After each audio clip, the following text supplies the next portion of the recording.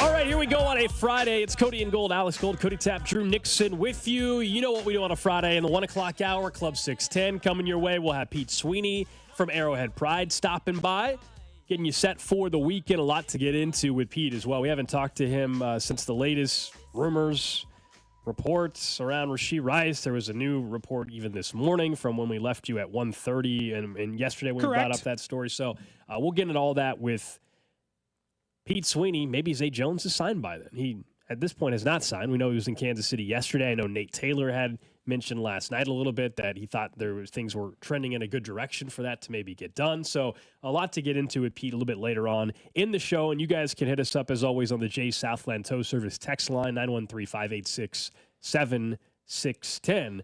But believe it or not, we're already 25% of the way through a baseball season in Kansas City. Once tonight happens, and I'm not doing a show tomorrow, so we're talking about it now. We're counting it as 25% now. That's Even though it's like 23.5%. What do you think? Yeah, they're 23-16.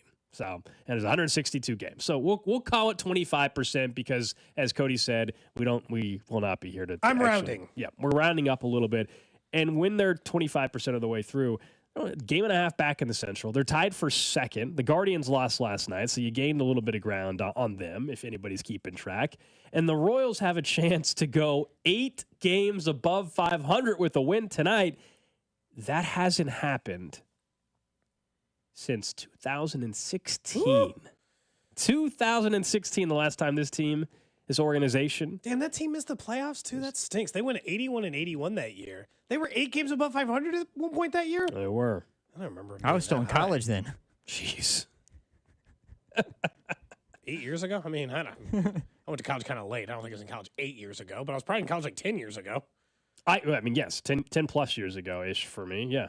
But 2016, man, there's a lot of stuff that has happened since 2016 in the world and all our lives. There's some heck. The Super Bowl in Vegas back in February to me feels like it was 6 months ago. Let alone 2016. But that tells you where this organization is now at this particular year and why there's so much excitement around the team. And there's no doubt it starts with the biggest pro and positive of the first 25% or so of the season is pitching. And last night was another example of that. Michael Wacha, last Saturday against the Rangers, had a rough go. Gave up, 7 runs or whatever to the Rangers. He bounces back, though, because he's a vet in a big way yesterday. He had 6 scoreless, then ends up pitching in the 7th and suddenly lost a little bit of control. Gives up 2 earned, whatever. Royals win. Sweat-free type of win as well.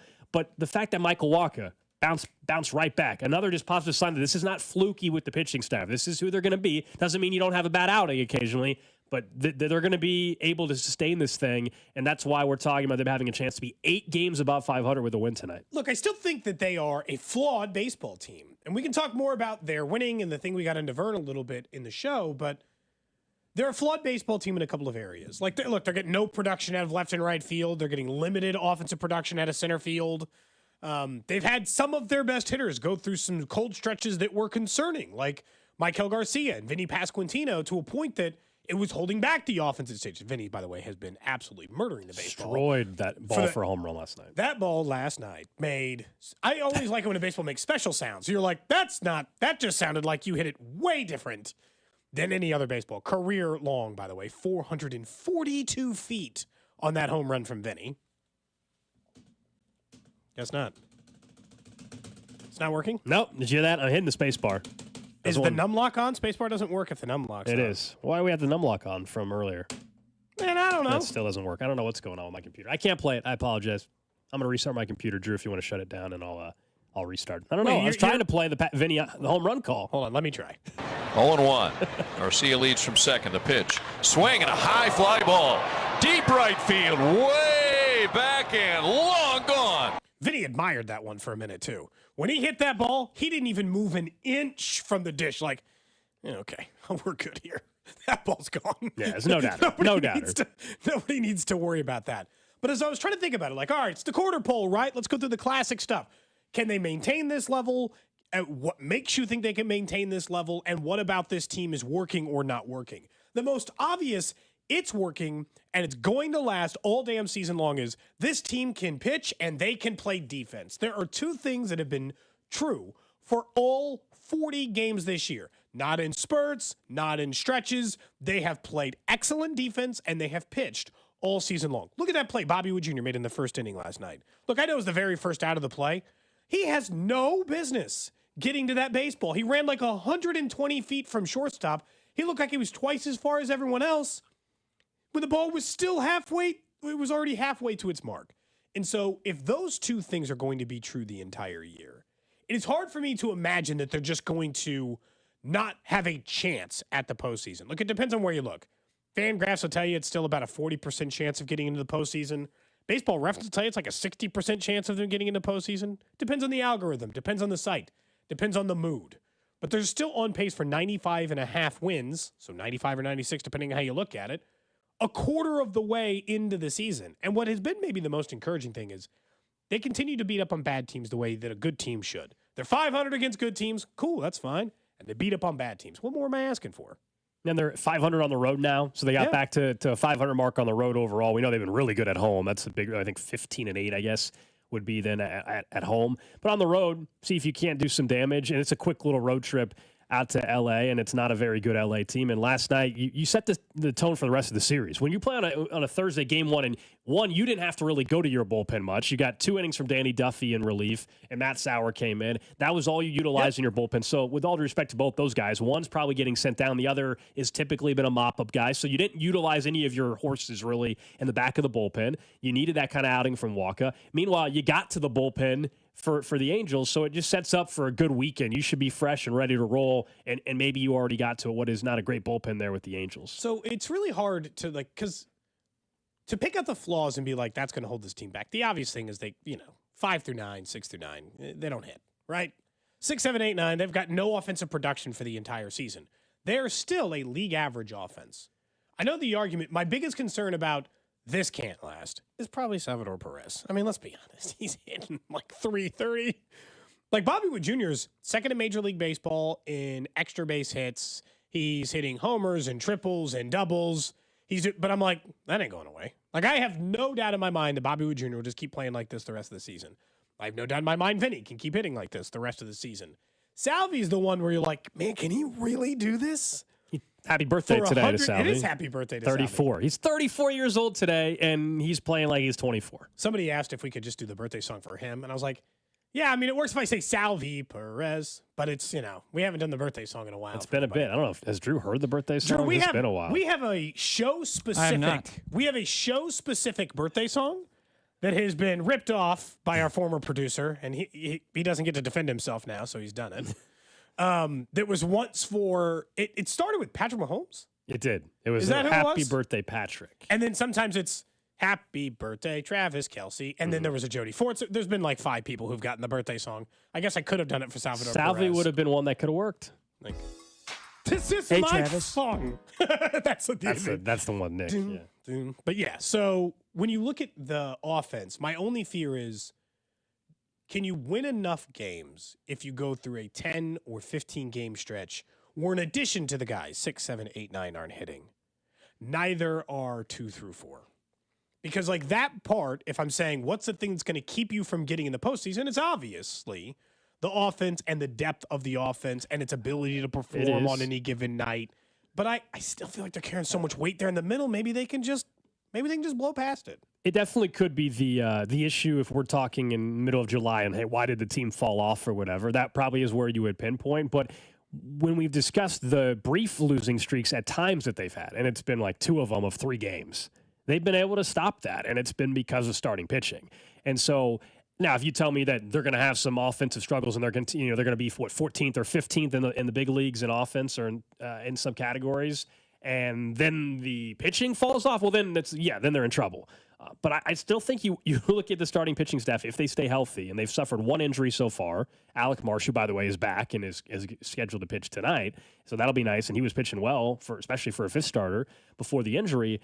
Like, if the starting pitching staff stays healthy for the most part, then I do think they'll be able to get through if there was a week and all of a 1 week stretch where suddenly Bobby had a bad couple of games, or at the same time of Salvi and Vinny. You know, I think they're able to withstand that and prevent the big, long 8-game, 9-game losing streak. I think this team is much better in that they can prevent that. They're going to lose 4 in a row at some point. They're going to lose, but they're. What's funny is they've already been tested in that regard like 3 or 4 times this year. Where it's like, hey, like just to start the season, 0-2, Singer on the mound. Can you not get swept maybe in the opening series? They fight back. A couple of games ago, we were talking like a week ago, Gold. We were talking about that 3-game losing streak, fought back, and then even like the kicked in the teeth loss on Sunday, right? Where you're just like, oh my God.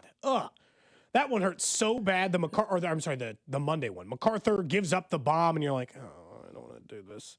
And then they fight back from that. It's like they've had plenty of opportunities to just sink, and they haven't done that at all. Did I say Danny Duffy? Someone said, did I say that? I didn't even realize I said Danny Duffy. Someone texted said Gold said Danny Duffy. Now I want Danny Duffy back. Oh, I don't know. What did I say? I don't even remember what I said. I said Danny Duffy. I didn't hear it if you did. Duffy pitched the other day. Yeah, that not Danny Duffy.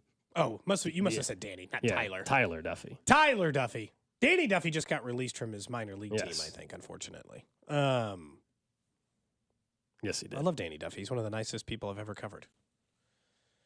Like top 10 nicest people I've ever covered for either of this, any of the pro sports in this town. But no, I think if you look at where they are, bullpen could be the other answer for what cost you, because it is still a bullpen full of none of these guys, other than Will Smith, none of these guys have had some sort of track record of success where you're just like, yeah, Schreiber will keep doing this forever, or Stratton will keep doing this forever, or MacArthur's good. Like they don't have, and they're never going to have HDH, but they don't have they don't have such an established bullpen that I'll just like pencil it in forever. But as I've told you, if that starts to falter, I think between the minor leagues or between the trade markets, those are available options to find answers. And so I don't think I could have felt any better.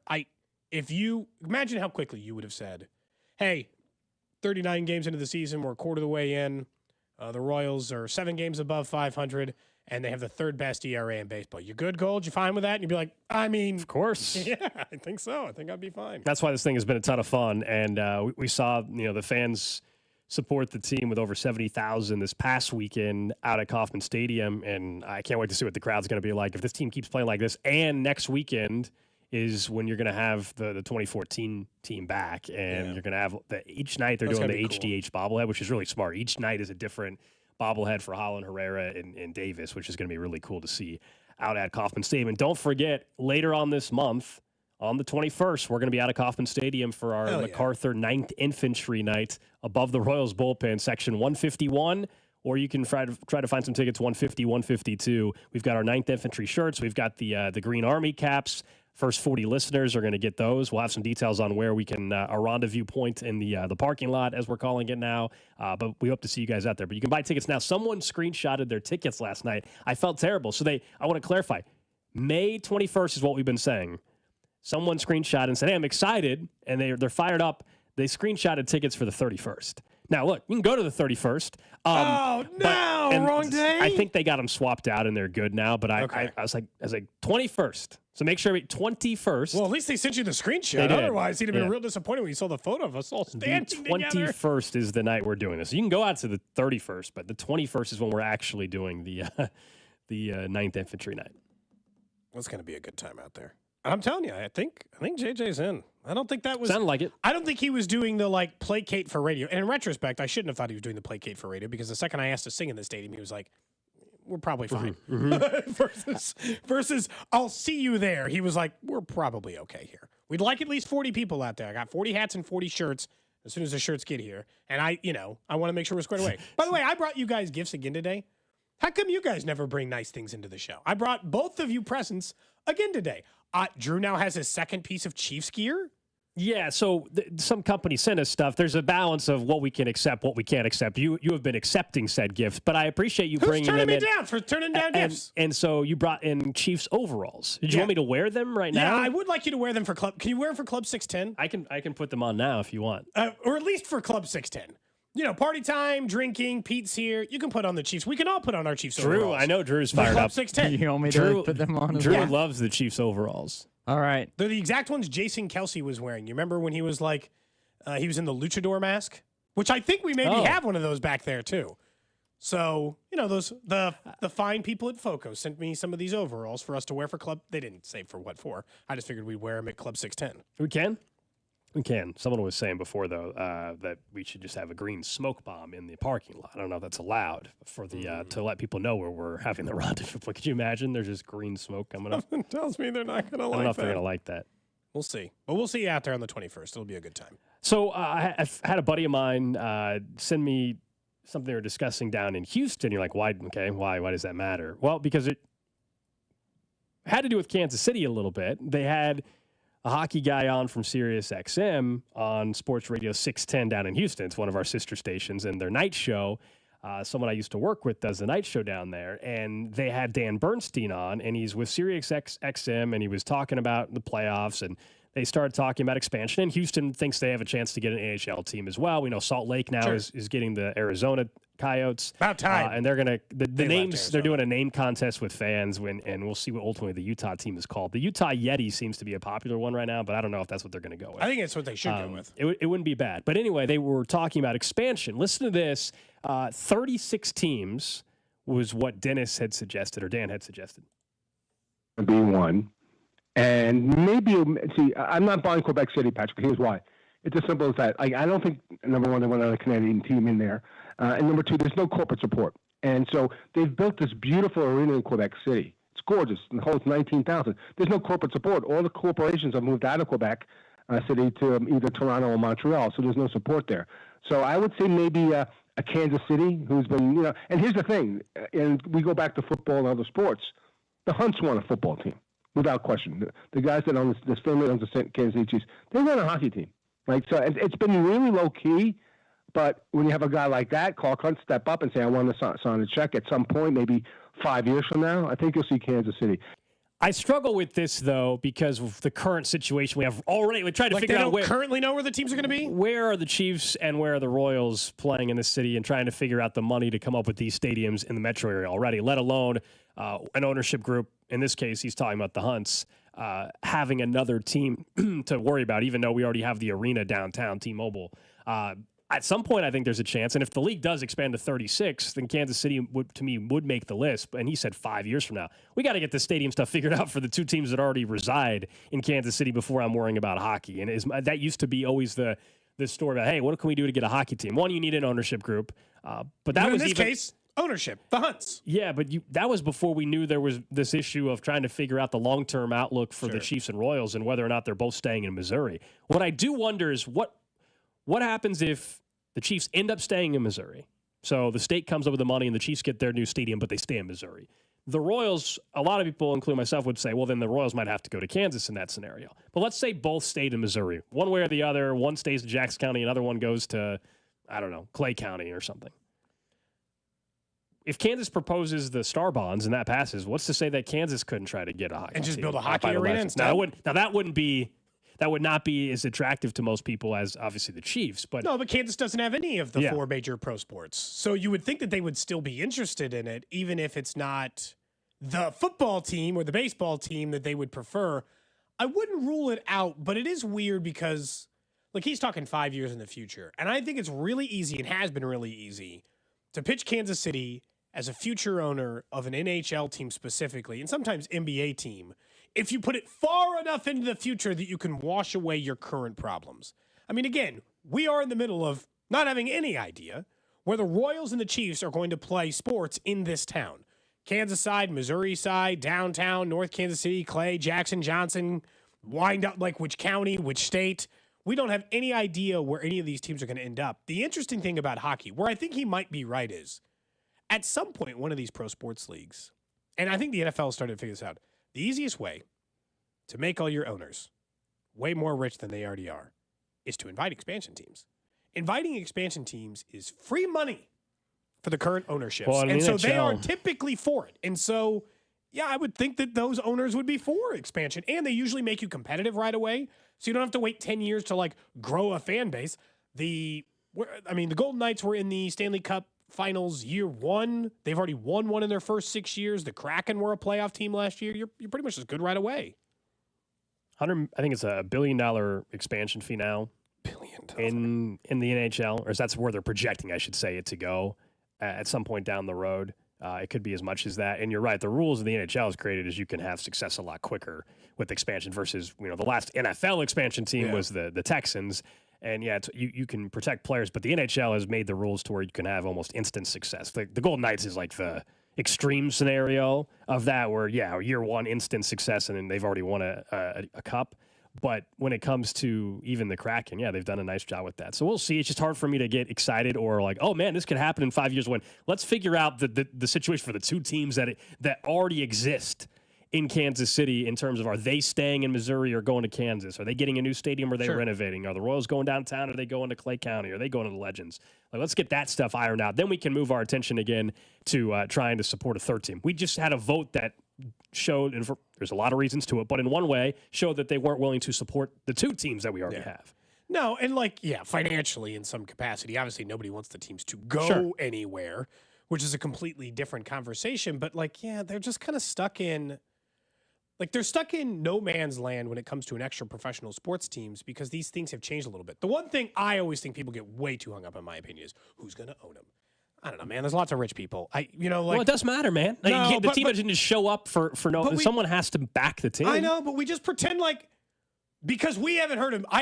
I'm just telling you right now, I had never heard of John Sherman in my entire life, and he had $1 billion to buy the team the next day. So and he also had ties to Kansas City. So if you could find me someone that's... I didn't know that guy. That's what people were saying about the Royals.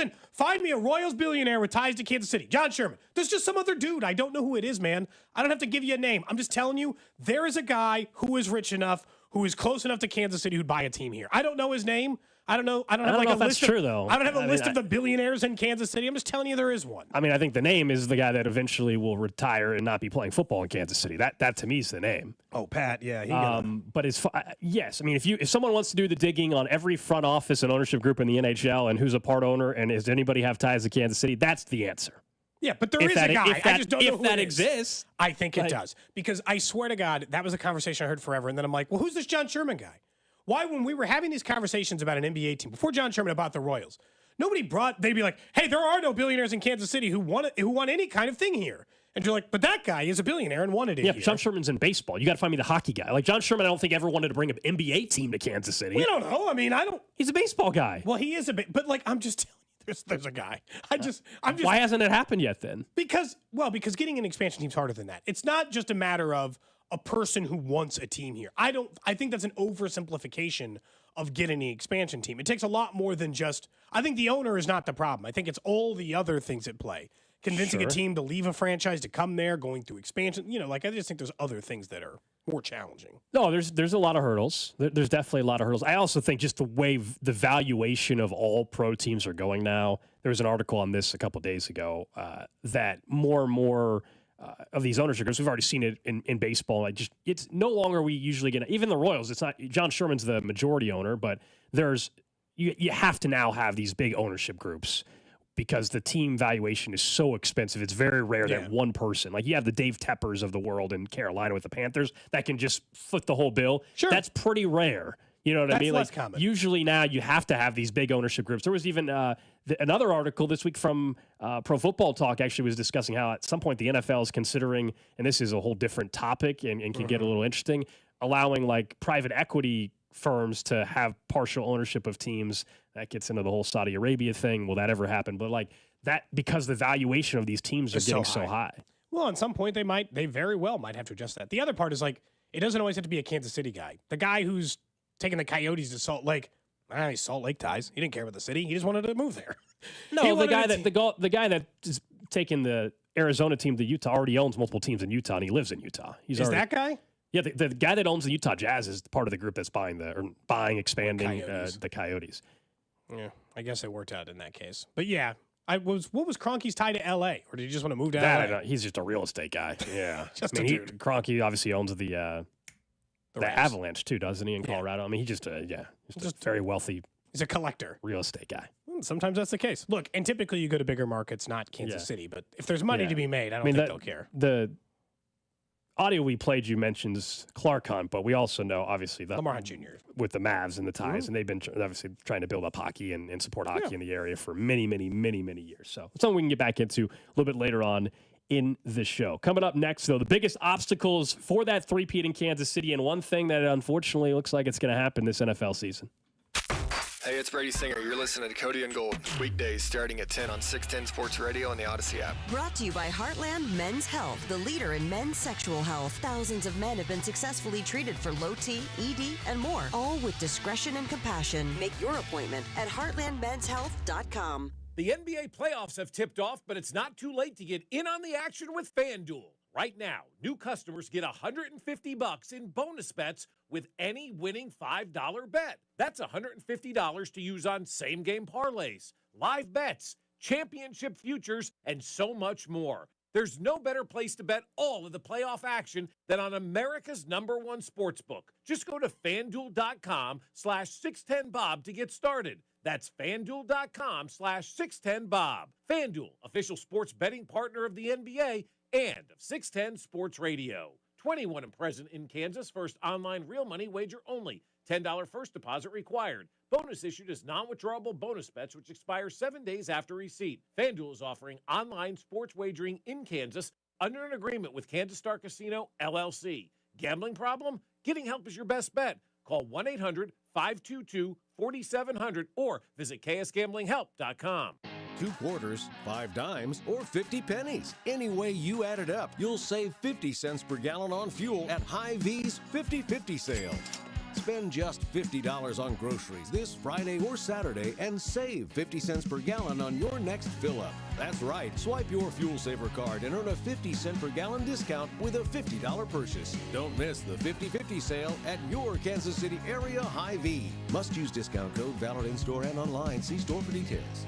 Wahlburgers at Hy-Vee has cooked up a fresh new menu. Now introducing Build Your Own Burger. Whether you stack them tall with a triple hour burger or you stack them small with a single, customize your burger the way you like. Plus, you can add a classic side and drink for only $4 or a signature side and drink for just $6. Order from our sizzling signature certified Angus beef menu options like Paul's favorite Our Burger or Mark's favorite Chicken Ranch. Check out our new menu at your local Wahlburgers at Hy-Vee today. Summer is here, and Midwest Marine Boat Company has everything you need for summer fun on the water, and they're celebrating that new location. I was just out there this past Saturday. It's now open in Grandview. The showroom is massive. That's because they have a brand new showroom featuring new lines of Bennington, Bass Cat, Crown Line, Vexus, Sea Arc, and more. Midwest Marine Boat Company has the largest selection of pontoon boats in Kansas City. Check out their new location with that brand new indoor showroom at 13800 South 71 Highway in Grandview. eBay Motors is here for the ride. Go ahead, feel your engine.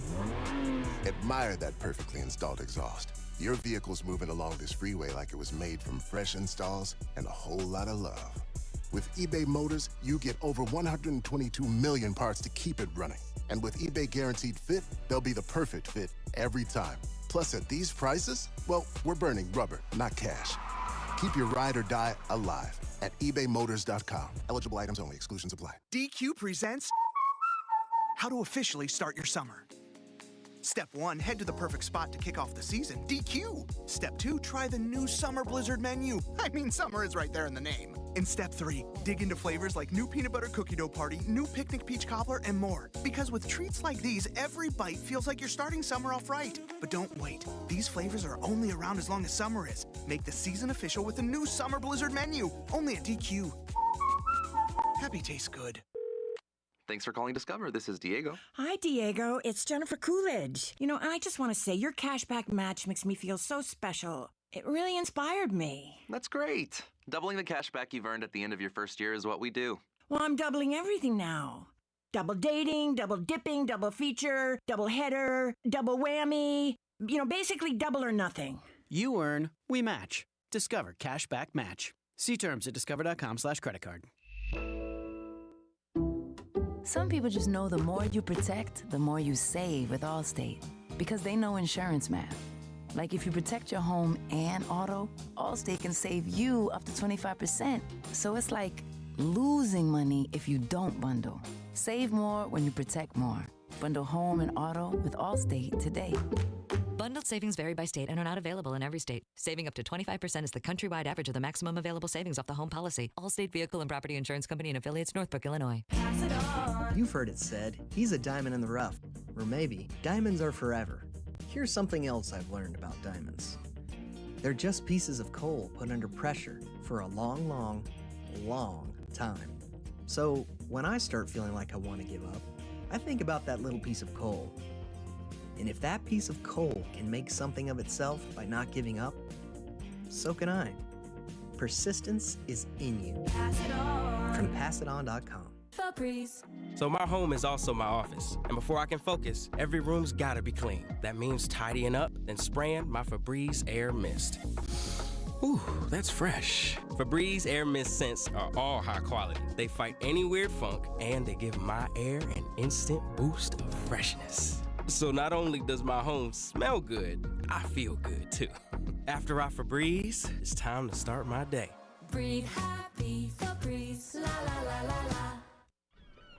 We're recording this Progressive commercial on a real boat to let people know that when you bundle your home, boat, and other vehicles... What was that, Flo? Progressive saves you money, Jamie. Why are we doing this on a boat? We were going for authenticity. We're going to the city? Authenticity.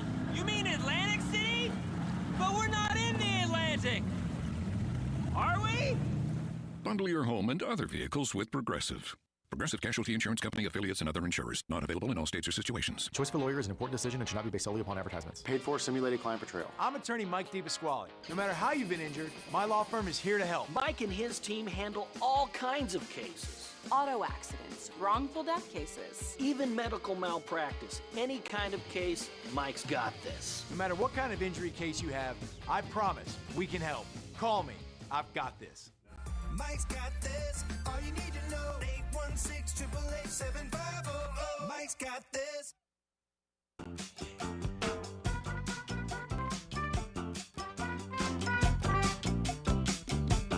Text line says Taylor Swift will just buy Kansas City a hockey team at some point in the future.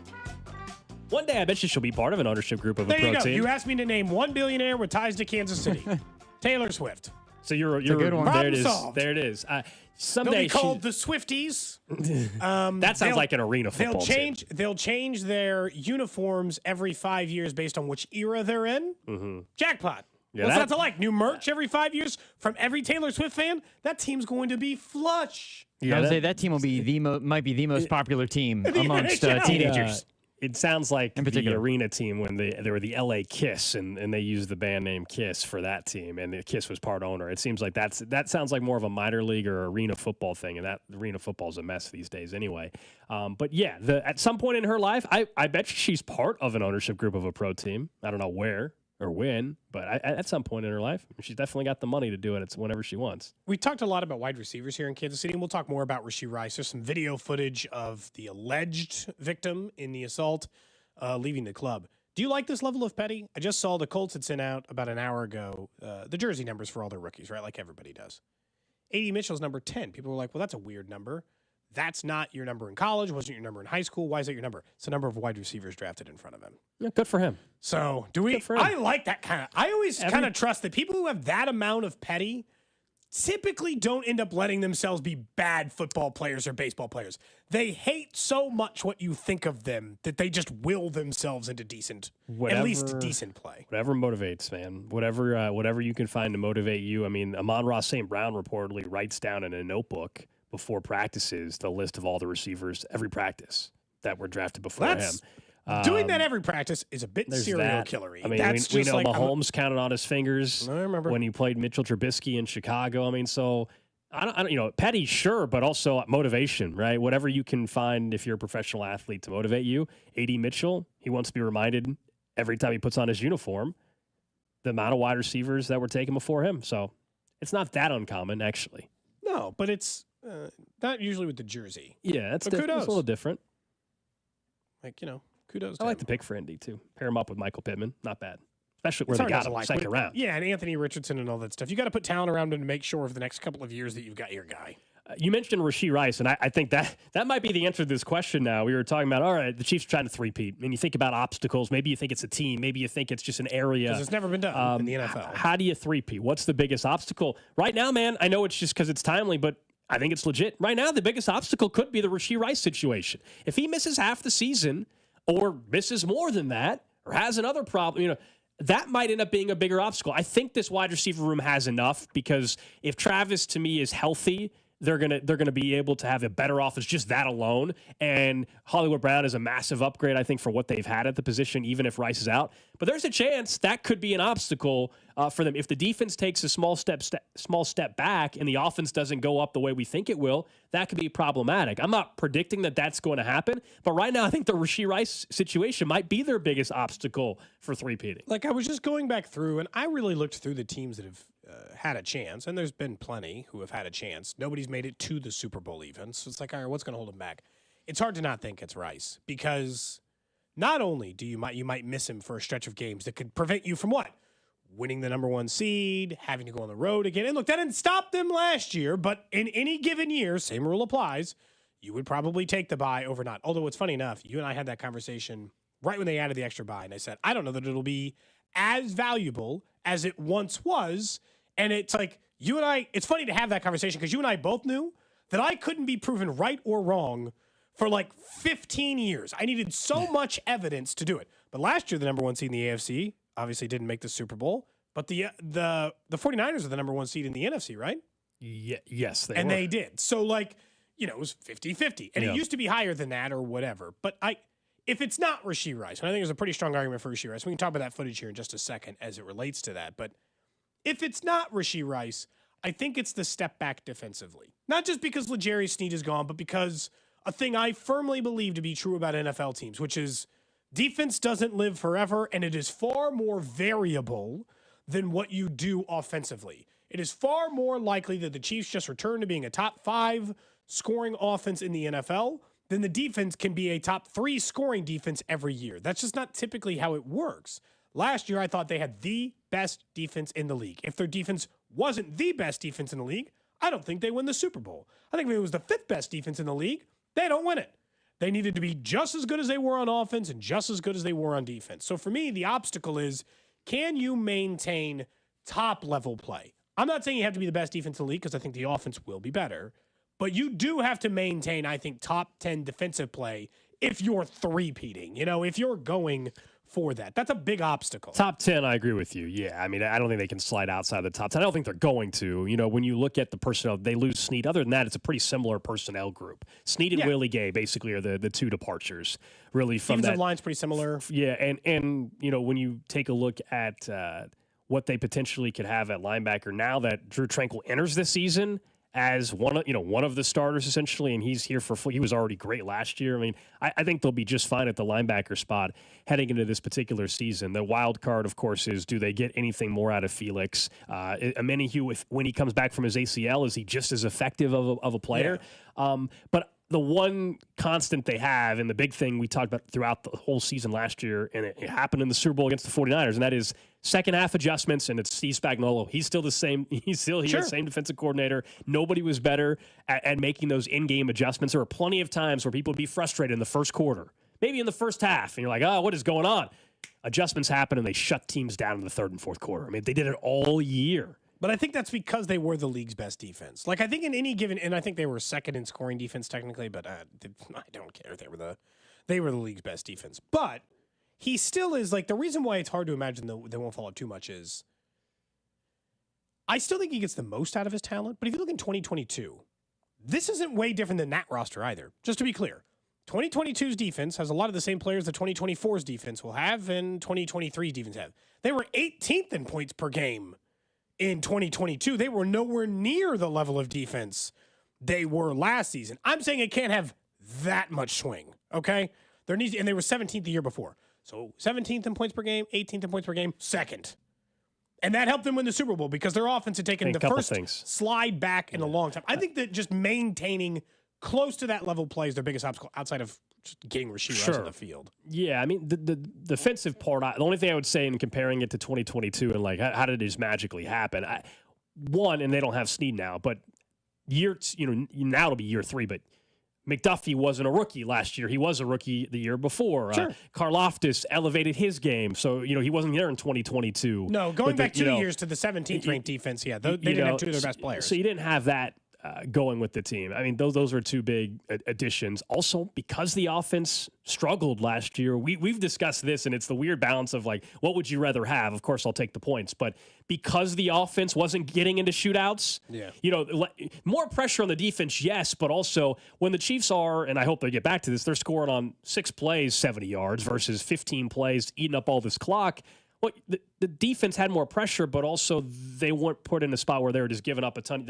They're up big late, and there's a ton of yardage that's given up, and there's points that are given up in garbage time. And there's things like that. It's a different mindset when your opponent, you're playing a game where you're willing to win 17-14. A couple years ago, it was 34-28, 34-22. Some of it's the defense not being good, but also the style of offense. If your offense is maintained, this is the whole time of possession argument crap. But that doesn't mean anything. But that's where I think the defense. It's another. You're asking like, how do they change from 2022? I think it's a combination of things, and that's one small part. Sure, but same thing applies. The offense is likely to be better, which means your defense is going to be on the field more and having But I'm not saying there's not a talent thing, but that's the thing that's going to stop them. I don't think it'd be like, well, the offense is the real reason they didn't get Super Bowl number 3, unless it's that Rashee Rice gets a whole damn year worth of suspension.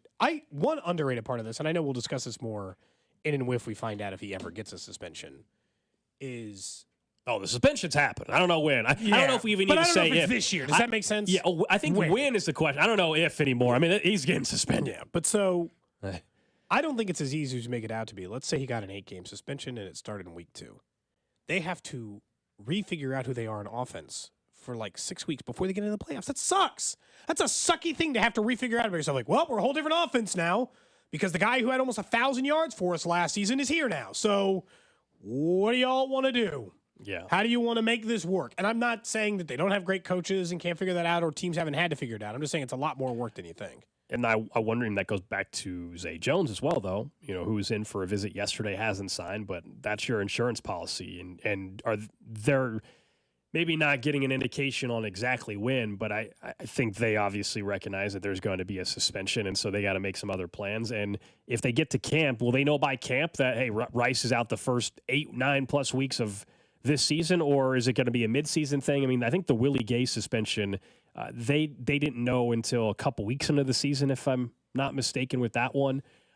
So if it's next year, it's not a guarantee they know before the season starts. Nope. I think the NFL, to me, if you're talking about a half-game suspension, to me, you need to be able, for it to be effective for this upcoming year, you need to notify that team before you get a week from the start of the season. If you're going to, 2-game suspension, you can lay that on them to me in the middle of a season. I don't think any NFL team should have a player basically a half-game suspension if you're already talking about doing it and not notify them before the start of the season that suspension is actually happening. They shouldn't just be having their hands up in the air wondering, all of a sudden it's week 10 and now I'm suspended for 9 games. So I guess I'll see you the rest of this year. Does the stuff at the club make it prolong the time where the NFL is trying to deal with this situation or figure it out, and then all of a sudden this happens? Does that make it? It's hard. Does that make it more? Does that make it longer? Where the NFL's like, look, we don't know exactly what we're going to do. We have to restart again. I think it's only longer if they wait long enough for both things to take place. Otherwise, I think you could just face suspensions in back-to-back years.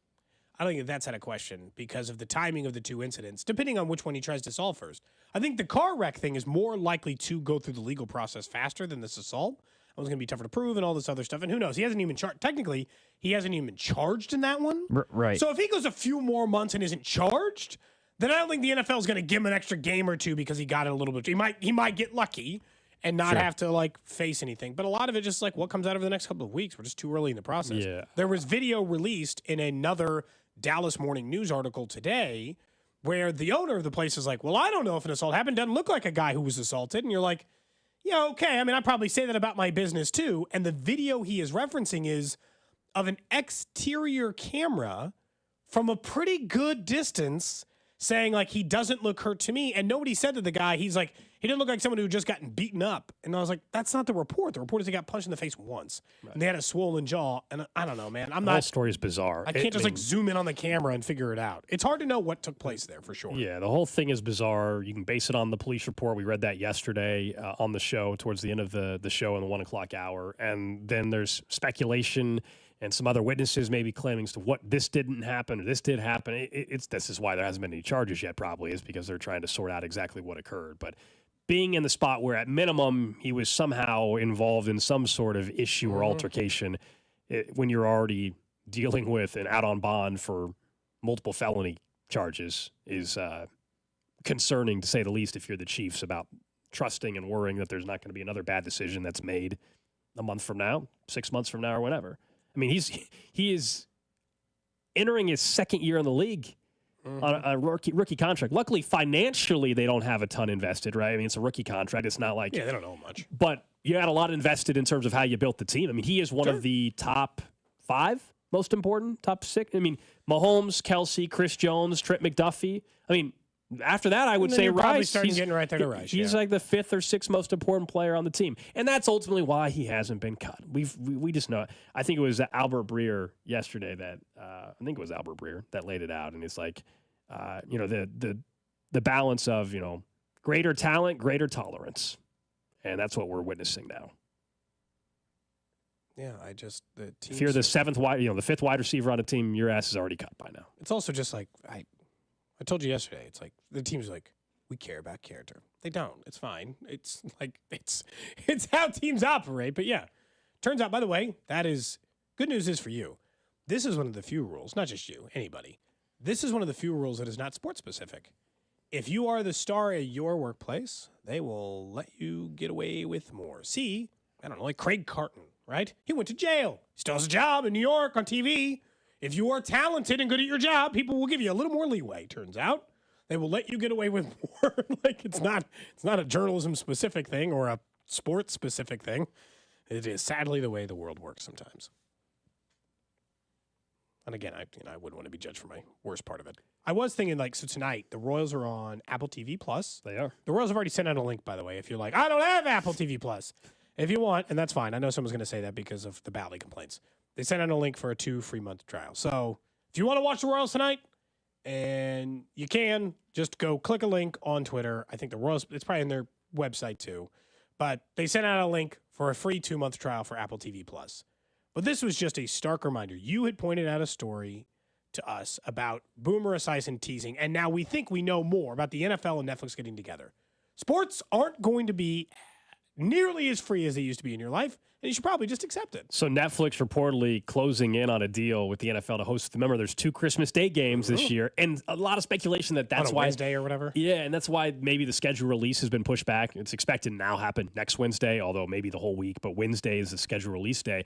Initially, this was supposed to be the week, but maybe it's taken a little bit longer as the NFL's finalizing a deal with Netflix. Yeah, and Boomer Esiason was the first to float out the possibility on his show on WFAN up in New York. But now there's been a couple other sports media reporters basically that have suggested, no, this is a real thing that can happen. And look, I understand Netflix has 270 million subscribers, so it's not like it's hard for people to get or you already don't have it. But if 2 Christmas Day games are on Netflix, it is now, 4 games that I can count, and plus the Amazon Prime Thursday games already, where they're not going to be on your typical CBS, Fox, ABC, NBC. And the NFL has been the last sport kind of to transition away from that. Anytime we brought up the Peacock wildcard game last year, and again in Kansas City, you were able to watch that still locally. But outside of Kansas City, if you wanted to watch that Chiefs playoff game, it was on Peacock only. And a lot of people complained. And hey, this doesn't happen normally for the NFL. They're going the way of everybody else. Peacock game is wildcard again this year, I think. Amazon's doing the Black Friday game. We know all the Amazon Thursday games. We now look like we're going to be seeing two Netflix games. This is why the whole cutting the cord thing is almost laughable now, because the reason why everybody cut the cord was cable was getting way too expensive. This is insane. Live sports is where all the money is at and why your package got higher. But now you're going to have 5, 6 apps. Most people, I think, 270 million of you, have Netflix, so I don't know if it's a huge deal as much as the Peacock one was, where that was a much smaller base. 34 million. Yeah, so Netflix, like I think all three of us probably have Netflix in some form or fashion, and not because of sports, just because of Netflix. So maybe this one people won't be as irritated, but it's just a reminder of where we're headed. And the NFL is not going to not go the same route as everybody else, where more and more of these games go on these streaming providers. There's literally only one thing I would caution the NFL from screwing up. Because, yeah, I'm not surprised by this. We've been saying this forever. That's how Bally, like, what are the Royals doing? That's the way every professional sports work. That's if you want to watch MLS, you want to watch Premier League, you want to watch NBA. It doesn't matter. You cannot get very many teams on a local channel anymore. Sometimes a local cable channel. Like sometimes you might be able to pick them up on TNT, and you're still going to get free games. You still get some free baseball games. They still exist sometimes on network TV. It's not that it will never exist.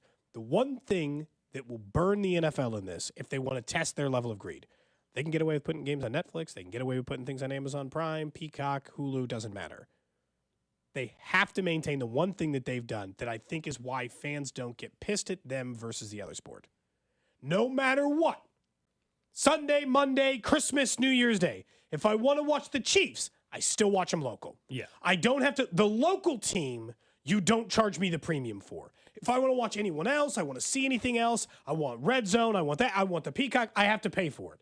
But if it comes on a Sunday, Monday, Tuesday, doesn't matter what day, I can still watch the Chiefs on a local channel for no additional charge. The second you take away the local channel rights, that's when I think the NFL is going to find out that they will face backlash like a lot of these other ones. It's probably, in a way like the others. It's probably easier for them to maintain that too, because it's a much fewer amount of game. So the inventory is less than 162 games for a baseball season or 82 an NBA season. So I like to think, because even if they go to 18 games here in the near future, because it's a smaller number, they're probably going to keep the local aspect. But I know there's people listening. We had the whole issue during the wild card game last year with Peacock, where a lot of you said, "Hey, I listen to 610, or I'm a Chiefs fan. I'm not in the KC area." Remember, that only covers the Kansas City area. Those of you that aren't right in the KC metro, that's who gets really annoyed. And we know there's Chiefs fans that are not just within an hour or so. If you're of Nebraska, Kansas City. you're going to have to I have don't a even mean Netflix that. I mean, if you live in, I think if you lived in, I don't know if they counted Topeka even. You know what I mean? Like,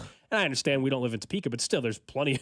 It's not that far away, and there's plenty of people that listen to 610 that are all around the Kansas City area. That not just the suburbs, but within an hour and a half or 2 hours of here. So we'll see, man. Like, this is where every league is going. It doesn't matter now.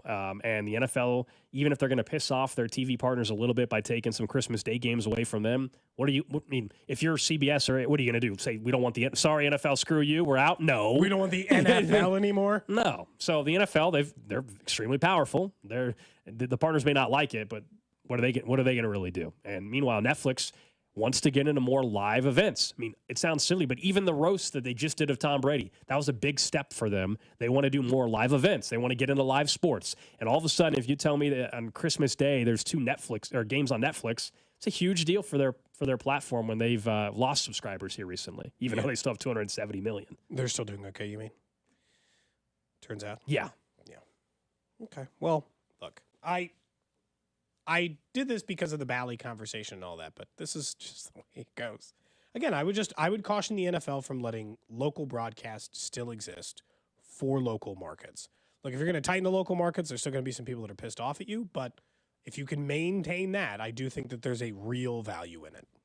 All right, coming up next, one thing that Vern brought up to us earlier in the week, and it's a reminder of where this organization is at and the youth on the team, and a rumor that's out there about one of the local schools potentially finding a new home. Cody and Gold. If the Royals win the World Series, I will get, and you can mark it if you want, but Go. Everybody knows this tattooed on my body. Who gives? We're winning games. Brought to you by Heartland Men's Health, the leader in men's sexual health. Thousands of men have been successfully treated for low T, ED, and more, all with discretion and compassion. Make your appointment at heartlandmenshealth.com. It's golf season, Kansas City. Quick Trip and Flight want you to experience it in style. From May 3rd to May 31st, go to any local Quick Trip to purchase your 12-pack of Flight and enter to win a VIP round on us. Flight, coming in at only 95 calories and 2.6 carbs, it is the next generation of light beer. Raise the bar with the easy-drinking, clean, crisp, and refreshing beer from America's oldest brewery. Flight by Yingling. Golf Prize includes a Flight golf bag, cooler, and a 4-person round of golf brought to you by Flight and Quick Trip. Hey, it's Rex here with RexBuysKC.com, your local KC home buyer. If you own a property in the Kansas City or surrounding area and want to sell it fast and at a fair price, write this number down, 816-330-6000. I'm a private real estate investor, not some hedge fund or large national chain. My family and I live right here in KC. I can pay cash and close on your timeline, even in as little as 3 days. Here at RexBuysKC.com, we're improving Kansas City one house at a time. I buy inherited houses, vacant houses, foreclosure houses, behind in payment houses, my tenant won't pay the rent houses, and properties that need complete rehabs. Do you own a house that's trashed and needs thousands of dollars in repairs? Great. If you own a house and want to sell it fast, call me at this number, 816-330-6000. That's 816-330-6000, or go to RexBuysKC.com. That's RexBuysKC.com, and I look forward to working with you. You know your customers. Ralph likes his coffee black on Fridays, but Mondays he takes a little cream. Jennifer comes in every 3 years when her lease is up to get the newer and better model. And for some reason, pepperoni pizza sells like crazy on Friday nights. Who knew? At Odyssey, we have the expertise to get your media plan done right. With ads like you're hearing right now, to targeted social media campaigns, search engine optimization, and location-based advertising. Advertise with Odyssey and help us grow your business. Visit ads.odyssey.com. Are you tired of dealing with cracked and worn-out pavement? Look no further than Sealmaster, your go-to supplier for top-quality pavement products and equipment in Kansas City. Whatever your pavement project demands, Sealmaster has the answer.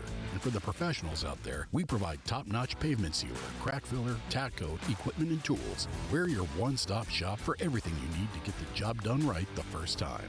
Why settle for anything less than the best? Sealmaster, where quality meets durability. Check us out at sealmaster.net.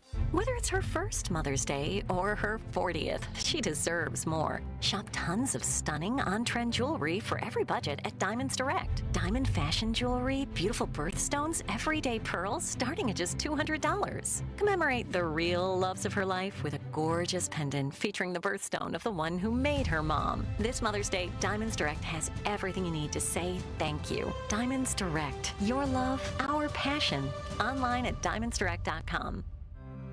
Hey guys, today I want to talk to you about Dan Dan the Wedding Man. Why rent a suit or tux when you could buy one from Dan Dan? Only $250 gets you a custom tailored suit or tux. And as always, Dan Dan has free alterations for life. It's the day your partner will remember for a lifetime, and it's a suit you can use for a lifetime. Best day, best look with Dan Dan the Wedding Man at 97th and Quivira. Online at dandantheweddingman.com or call 541-1192. Prescriptions require an online consultation with a healthcare provider who will determine if appropriate. Restrictions apply. See website for details and important safety information. Subscription required. Price varies based on product and subscription plan. Hey guys, did you know there's a generic form of Viagra that works just the same but is 95% cheaper? And you can get it online at hims.com/joy. Through Hims, you'll get a free medical consultation to determine the ED medication that's best for you, discreet shipping if prescribed, a 100% online process, and a range of treatment options, including trusted generic alternatives to the name brands, at up to 95% off. ED is personal, and at Hims, so is treating it. Just go to hims.com/joy and get connected to a licensed medical provider online for free, with zero copay, no expensive appointments, and no awkward face-to-face conversations. To start your free online visit, you need to go to this exclusive address, hims.com/joy. That's hims.com/joy for your free online visit. hims.com/joy. Gas, groceries, utilities, you name it, the price of everything is going up, and if you're stuck in a bad timeshare with rising maintenance fees, the financial burden can be crushing. It is time to get your finances in order and get the real facts about that timeshare that you are stuck in and your options to get rid of it. Chuck McDowell, founder of Wesley Financial Group, has been helping families out of horrible timeshares for over 10 years and has put together a complete timeshare exit information kit that he will send you absolutely free. To date, over 30,000 families have trusted Wesley Financial Group to help them out of financial hardship by getting them out of bad timeshares. Get the facts about how the timeshare industry works and your options for cancellation. Simply call Wesley now for your free timeshare exit kit and see how you can become timeshare free. Call 800-462-3333. That's 800-462-3333. Once again, 800-462-3333. You're listening to 610 Sports Radio from the Mission Plumbing, Heating, and Cooling Studios. Hey, Kansas City, it's Brady Singer. Tune in to Vern's On Deck Show, 1 hour before first pitch, right here on 610 Sports Radio and the Odyssey app. KCSP Kansas City, WDAF HD2 Liberty, and Odyssey Sports Station.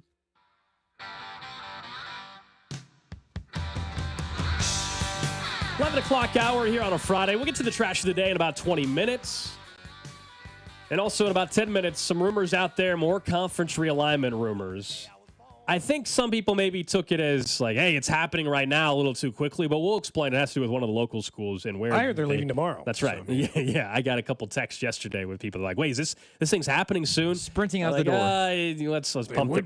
I'll be right now if an offer was made. For sure. Oh, yeah, so absolutely. Let's pump the brakes. We'll explain exactly what we're all three hinting at and talking about here in about 10 minutes or so. But we had Vern on the show yesterday, and we were discussing the Royals. And like, there's something to learning how to win, and we forget that they're still a very young team. And that's what's exciting is on May 10th, they're still learning how to win. And if it makes sense, like they're winning as they're learning how to win. Does that make sense? Like, and they continue to do it. It's why they're a game and a half back in the Central. It's why they're going for a win that would put them above 500, 8 games above 500 tonight for the first time since 2016. I think it's really encouraging. I'd asked Vern that question yesterday. Like, is this a team that is still figuring out how they're supposed to do it? And his answer was, yeah, because they don't, like, most of these players haven't been in critically important moments over and over and over again, tested when the team actually matters, tested when there's actual pressure on the team. And I think Vinny had said before the season to us and just publicly that he was like, this is the first time he felt like the team had any expectations, like at all. He's like, since I came up or since I've been in the organization, this is the first time that this team that they were like, hey, we're actually counting on you to win some games, be competitive, matter a little bit, not just lose 100 games and then move on with our lives. When I watch them play, there's two things that stand out a lot in that. And I think it's a lot of what kind of what you described where they're still winning. I can tell that they don't fully know. They don't know exactly how they're supposed to go about winning every day. There's a lot of like, is that guy clutch? Is he the guy we want coming up? Other than Salvador Perez, who, look, if you made me pick one player in the Royals lineup right now to be up, down one, or down two runners on, 2 outs in the ninth, give me Salvi, because he's proven it over time. I think there's a lot of like these hitters where like we see Michael Massey a couple of days ago strike out on a bad pitch, fooled him to end a baseball game in which they had blown. And you're like, damn, blew that game. Massey was up, runner on, a chance, strikes out, comes back the next day, gets the same guy, right?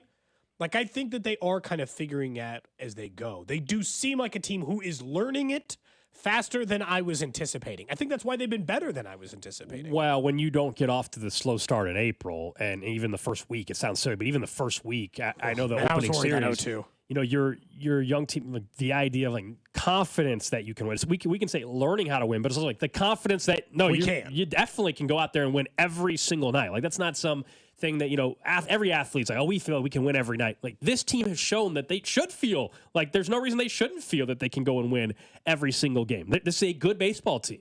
Now, are they going to take the next step as the year goes on to being a team that can win the division or will win the division? That's going to remains to be seen. I don't think we're there yet. But in terms of just, are they a good baseball team? Yeah. They are a good baseball team. You don't have a chance to go 8 games above 500, even in mid-May, unless you're a good baseball team. That is very clear already. Yeah, no, they're performing in a way that, like I thought for the early part of the season, they were just going off of like good old the ignorance of youth. Does that make, you remember when you're just like, I can't fail. I'm unstoppable. My kids are going through, like my little kids right now, they're in the like, I can't be injured doing anything. I put a bounce house out in the backyard and they were doing like cannonballs off of the side of it. When I walked outside, I'm like, what the hell's going on here? And look, I'd have done the same thing because you don't think you can get hurt. You think you were unstoppable. But I think there were a couple of times this season where they were tested a little bit in the, hey, it's not going to be easy all the time. How do we go about winning these games? And they lost some games they absolutely should win. Like, and more than they should. Like, they've blown more games that you're like, damn, you had that one.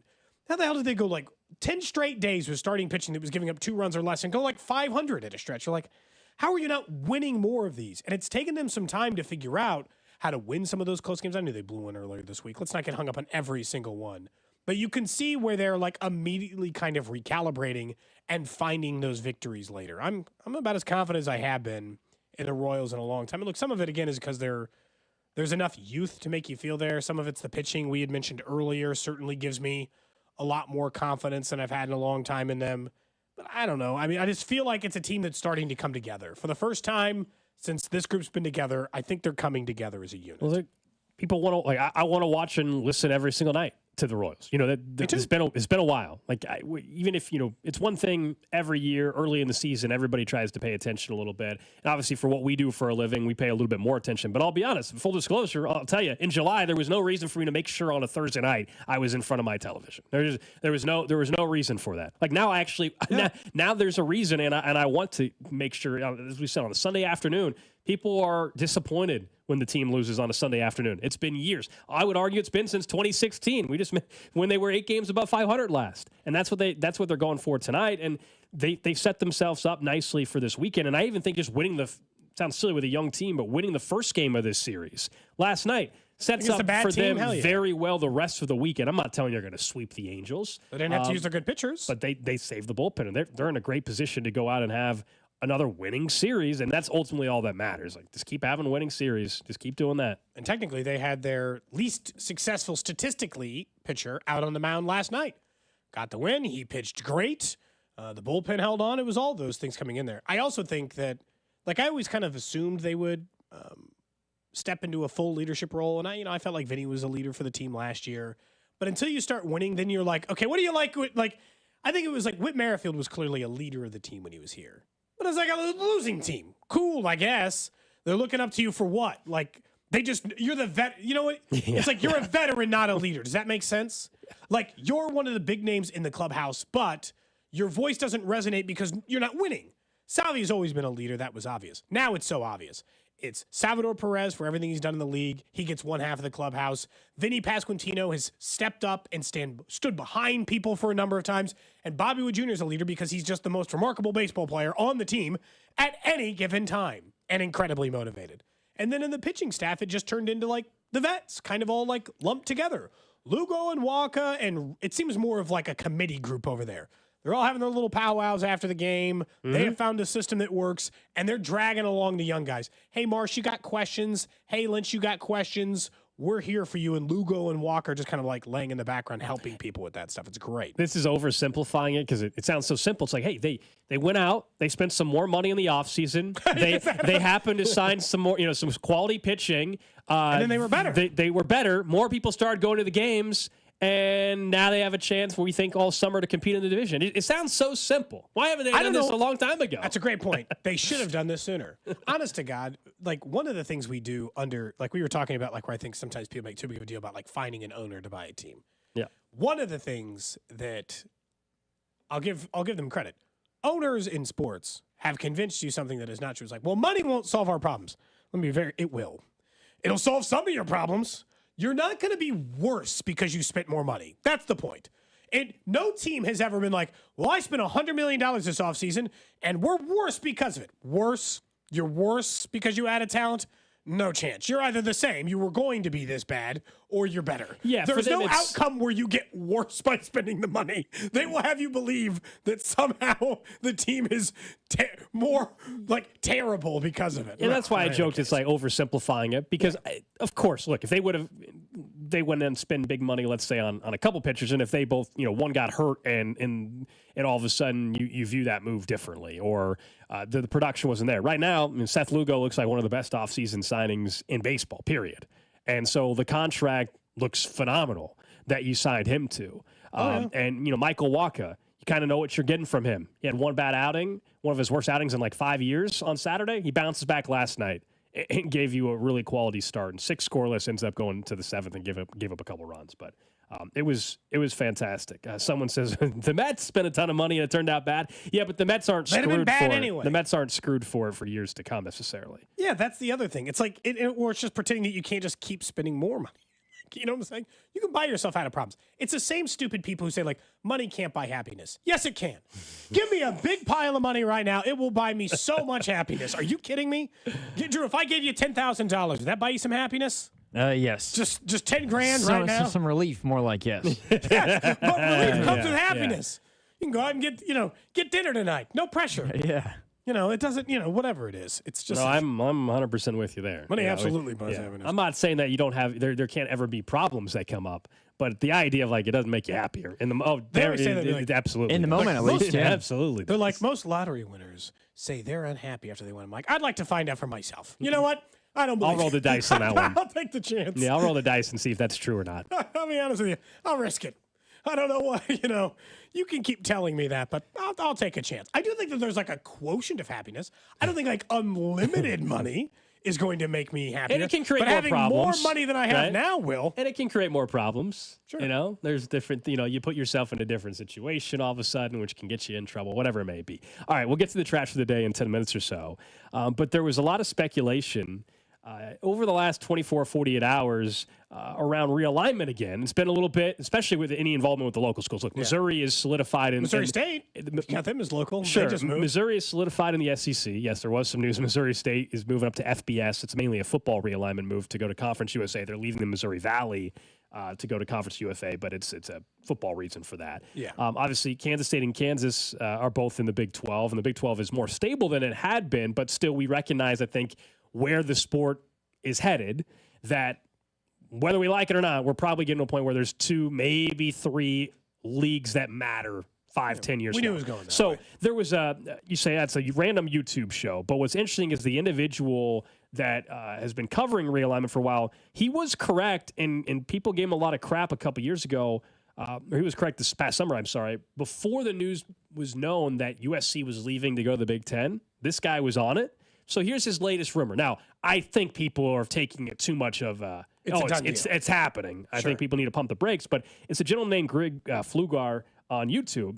He had a show recently, and he said, quote, Kansas is very much in the game if the SEC expands to 20.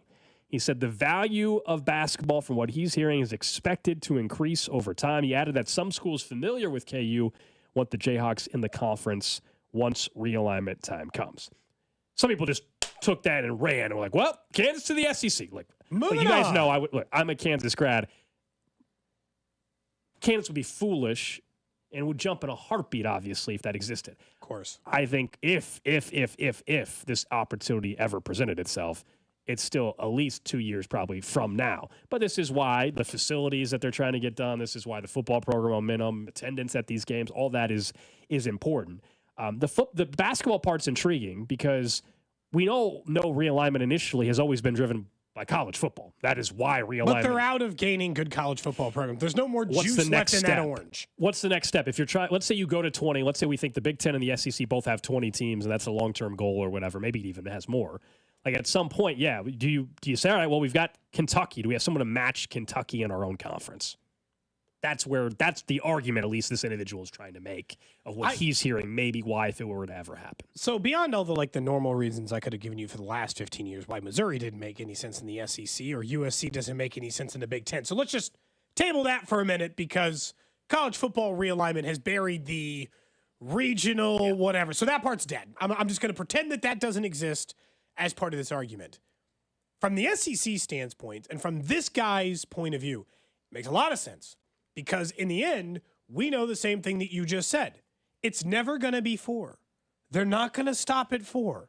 They're going to keep reducing this thing further and further down. And if you're doing that, then basketball is the only thing remaining to buy up. Football properties are bought. The only handful remaining that you would want to add were Florida State and then Clemson and some of these ones that are floating around the ACC and barely scratching. So there's a few more football properties to buy. But that's mostly dying. And anytime you add, you're going to add in groups of 2 or 4. You're going to look for these 2 divisions where essentially you're your own separate conference. Kansas would be idiotic. If SEC ever made an offer, you take it immediately. If they asked you to take a 50% share for the next 10 years, you take it. There's no deal that they offer you that you don't say yes to if you're Kansas. The reason why it's different decision-making now versus 15 years ago is because now it's clear whether we like it or not. Like, this is where it's all heading. You know, if schools at the time it first started would have said, no, we don't want to ruin the rivalries and all that, then there's a chance it wouldn't have happened. Late. But we're way past that. And so now you do have to do what is best for you. The system's already screwed up and broken now. So, you know, there was an argument to be made, I do think, 10 plus years ago where it's like, hey, if all these presidents and schools would have come together and said, you know what, we're not ruining these rivalries. We're not, you know, it's not just about money. Haha. You know, all that kind of stuff. Maybe not now. We're way past that. So now of course, I saw some people are like, I wouldn't want them to do this. I'm like, are you kidding me? If that opportunity presented itself, you would have to say yes. Kentucky and Kansas in the same conference together, man. That just you immediately become the most reputable basketball conference. Well, on the face of it, obviously it would be great for Kansas. The SEC, it fits, I think, with Kansas more, and a lot of people might say, well, what about Duke or what about North Carolina? The academic side of stuff with realignment they're going to start letting that go too. It's a behind-the-scenes thing, but for conferences like, in particular, the Big Ten, it's more appealing from that standpoint for university presidents who are making some of these decisions to be like, we want to be with a institution or a group of institutions that are higher level, if you will, academic institutions. USC, high level. UCLA, high level. Ohio State, high level. Michigan, high level. Northwestern, high level. Where Duke, Virginia, North Carolina, very difficult to get into, higher level academic institutions. They would go to the Big Ten more likely than the SEC with expansion. And that's not to say that, you know, Florida's not a hard school to get into and all that stuff. But when you're dealing with that academic side of things, I think it bears a small percentage, but it's enough to still make a difference in terms of realignment and how things get shifted with it. The one thing I would warn that is you probably don't care because you're the AD now, you're not the AD 20 years from now. But, like, if we're still doing the show 20 years from now, I can already predict the future and how this conference realignment goes. Everybody finally gets themselves down to 3, and there's these super conferences, and then the guys at the top of the conference start getting real tired of the ones at the bottom not carrying the weight. Big Ten starts looking at Rutgers and be like, the hell do you do here? What's even your purpose? You know what? We've decided to hold a vote, and you're out. Like, because at some point, once these conferences get big enough, I actually think they'll eventually reduce. They'll start looking at the bottom of these conferences and be like, you're not pulling any weight. You don't offer us anything. I think same reason that they flirted with the Super League in soccer over in Europe, where they're like, what the hell are you doing over here? Dortmund, we don't care. I think that's part of the conversation, but the problem is, in all these Super League expansion ideas, Vanderbilt is still in the SEC as bad as they suck, and they suck really, really bad. It'll take time, but I'm just telling you, eventually they'll look at you and think you're useless. But from a conference perspective, they are the only thing that they can hold on to. The SEC wants a school that has a good academic, I guess, prestige, if you will, and Vanderbilt has it. It is the best academic school in the SEC, and it's not close. There's also that's why they're in there. TV market part of it, and Nashville. Nashville's growing like crazy. I mean, it's absurd. How, you know, that's why we all know Rutgers. The only reason why Rutgers got in is because of New Jersey. I mean, that is New Jersey. You know, like that East Coast market. I mean, they're the easiest one to pick on because they're a joke. I mean, I always end up bringing them up for our. They do get a lot of heat on the show. They're a joke. Well, I mean, I bring them up because it's my example of when people want to expand the college basketball tournament, and I'm like, we're going to end up just allowing 16-win Rutgers. Rutgers is always the default. That is the one for whatever reason that I bring up, and they take some heat. But Isaiah Pacheco went to Rutgers, so they get a little bit of a break. Because look, if that was the argument of we're getting rid of if academics didn't matter, Florida State is in the SEC now. Miami's already in the SEC now. By the way, Clemson's in the SEC now. Too. They're going to stop caring about that at some point. We'll see. They held on that for a while. They won't hold that forever. Big breaking news in the NFL. Oh, yeah? It's not. Zay Jones Adam signing? Schefter felt the need to send out the tweet that said, Bears head coach Matt Eberflus officially named Caleb Williams Chicago's starting quarterback. Like, yeah. That's not actually needed. He didn't need to do that officially. That is an unnecessary official announcement. He didn't, but you know what's weird? This is how dumb it normally is. I actually applaud them for announcing it on May 10th. Normally they play this stupid game all the way through training camp. We're going to make him earn it. Yeah, I mean, like the Commanders with Jaden Daniels, they might wait until the first 2 days of camp. Like, yeah, you know what? He actually has to start. We all know he's starting too. I actually think this is earlier than normal. May 10th. Normally they drag it out. The competition carried through training camp. Hey, is Caleb Williams going to be your starter? I feel like the whole press conference should be like, yeah, what am I, an idiot?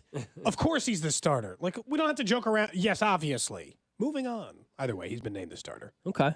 Yeah, good decision on the part. Trash of the day. What's the most obvious trash of the day of all time? Are the Falcons going to name Kirk Cousins the starter? Could it be Michael Penix? You know, they spent a high draft pick. Patrick Mahomes will be starting in 2024 for the Chiefs. You should get that report out there, Cody. Sources are telling you should get that out there early. Early. Get ahead of everybody. Get he ahead. hasn't even shown up to an off-season minicamp yet. I got to get it out there now. NBA postseason continues. Last night, the Thunder fell to the Dallas Mavericks. Okay, so nice win, really nice win for Dallas. Late run there for the Mavs. They get a win. The series is evened up at a game apiece. Next game shifts back to Dallas, if I'm not mistaken. So Western Conference semis. Luka Doncic had 29, 10, and 7. He was fantastic. So post-game press conference, he's in a good mood. We don't know what was going on at the beginning of the press conference, though. Luka also was confused. We can pot down the music a little bit to make sure you can hear the post-game press conference. This is undoctored audio. Just our sharing the ball and our energy was great. What do you think?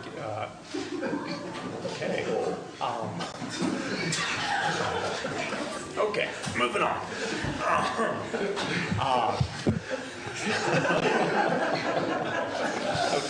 I hope that's not live. So, yes, that was what you thought it was. Yes, that noise was exactly what you thought it was. And Luka with a joke at the end. I hope that's not live. I hope that's not going on right now. Did a reporter on their laptop or something have, porn pulled up? Okay, so probably reporters are pretty gross people. So, that's at least in the cards. Are we ruling out someone having sex live? That seemed a little, in the press conference. In the arena? In the arena. You don't think anyone's ever had sex no one's ever had sex in their job before? There's no way. Sex in my job before. There's too many people around. Where were they that was that audible in the next room over? Like a closet next door. There's too many people. The game had just ended. There's now you on a random day, like a random practice day, maybe. There's way too many people around. People who are trying to have sex in a public place aren't that worried about way too many people around. They're trying not to get caught. I mean, you're the only person on this show that has discussed public sex in a park. So, well, look. I'm just Cody's telling you. the expert on this part. I'm not ruling out the fact that it was live sex, but I'll be honest. The way the audio starts in that clip and the way that it ends. Wait, hold on. Just our sharing the ball and our energy was great. What do you think? Okay. How has no one broken this news yet? I am depressed that nobody has come out with a report. You think someone had a tab? No, I think somebody had a tab. They were having a little fun earlier in the day, forgot to close the tab, wanted to get back to the video later. I think there was a reporter on their phone or on their laptop they clicked that on had something and either a bad link or, to Cody's point, there was a tab opened up. They clicked over, the volume was up, and there it was. You don't think it was a teammate was just messing with him, right? Where a teammate intentionally had something set up to get to see his reaction. That's just way too easy of an explanation. A teammate, they're not going to do that in the middle of the playoffs. Just play audible. People think it sounds live. I think it might be that they were having sex there. Right, and then it starts. She starts making the sound. You're like, oh, we're having sex, public place, risky. And she's like, he's like, no. Gotta be a little quieter here. This is the workplace. Right after the game? I think the game was over for 20 minutes max. That's long enough. There have been, there's people, I don't know if this was a trend at some point or not, but there was a link or a video that people would send out on Twitter saying, breaking news, yada, yada, yada. You click on the video and it's that sort, and there's moaning and everything like that. I don't know if that situation happened or something was like, to you? No, it's not happened to me. It's happened to a friend of mine, actually. We were hanging out at a restaurant, and all of a sudden you just hear a bunch of moaning. You're like, what is that? And he's like, oh crap! And just our sharing the ball and our energy was great. What do you think? I mean, something like that. I hope it's not live. There's no way. Oh. I think it was somebody clicked on a bad link, or there was something that somebody had teased. I hope that's not live. Dude, that is so good. They had to. The walls are so hollow. If it's that audible. I'll say this, and I think the stadiums in those places are kind of like they're not soundproofing them all. It's not for that purpose. It is the Thunder Arena. It was the Oklahoma City Thunder's arena. They're getting a new one. It's an older build. I think it was built in 02, 03 or whatever. So you're going with that there was just like a closet or a door next, I like think right next to the someone was press just trying to conference have, like, room. some risky sex and then didn't think about the fact that maybe be a little more quiet. I'll be honest. I think a door to a room or a closet makes it sound less audible than that. Even that sounds like it was down the hallway, like it was Just out in the open? Just out in the open. Yeah. Someone says the fact that it ends so abruptly still makes them think that maybe it's They're just embarrassed. a- Like they quickly just. Oh, yeah. By the way, I Yeah. don't keep my Yeah. volume up on anything until I'm sure it's something I want to listen to. For this reason. Is So, this like, what you're my saying? my computer audio is always down. I keep my phone audio down. No, I just don't listen to things out loud as often. Like anything, right? I don't scroll. Like if we're sitting out here in the bullpen. Mm-hmm. I don't scroll Twitter with the volume on. I keep it down, even if. Like I'm not gonna try to interrupt everybody's workplace with just like normal audio. Somebody said, well, why do you guys go straight to sex? Maybe she just saved 15% by switching to Geico. I mean, if that gets you fired up, then Someone good else, for you. This is true. Maybe they had like the AirPods on, the Bluetooth, and they clicked on a Twitter video and they thought it was going through. But again, what are you What are you pulling? doing? What are you But, like? well, it's to Drew's point. That's happened with music before with me, not with this. They were pranked or something. They thought the music was or the Somehow yeah. it disconnected, or like your headset I went don't off, thi- it lost battery, and I still don't Let me think hear it one was more real. time. I want to be sure. I still don't think it was real. I think it was an audio clip or a video that somebody had pulled up. Just our sharing the ball and our energy was great. What do you think? Okay. Okay, moving on.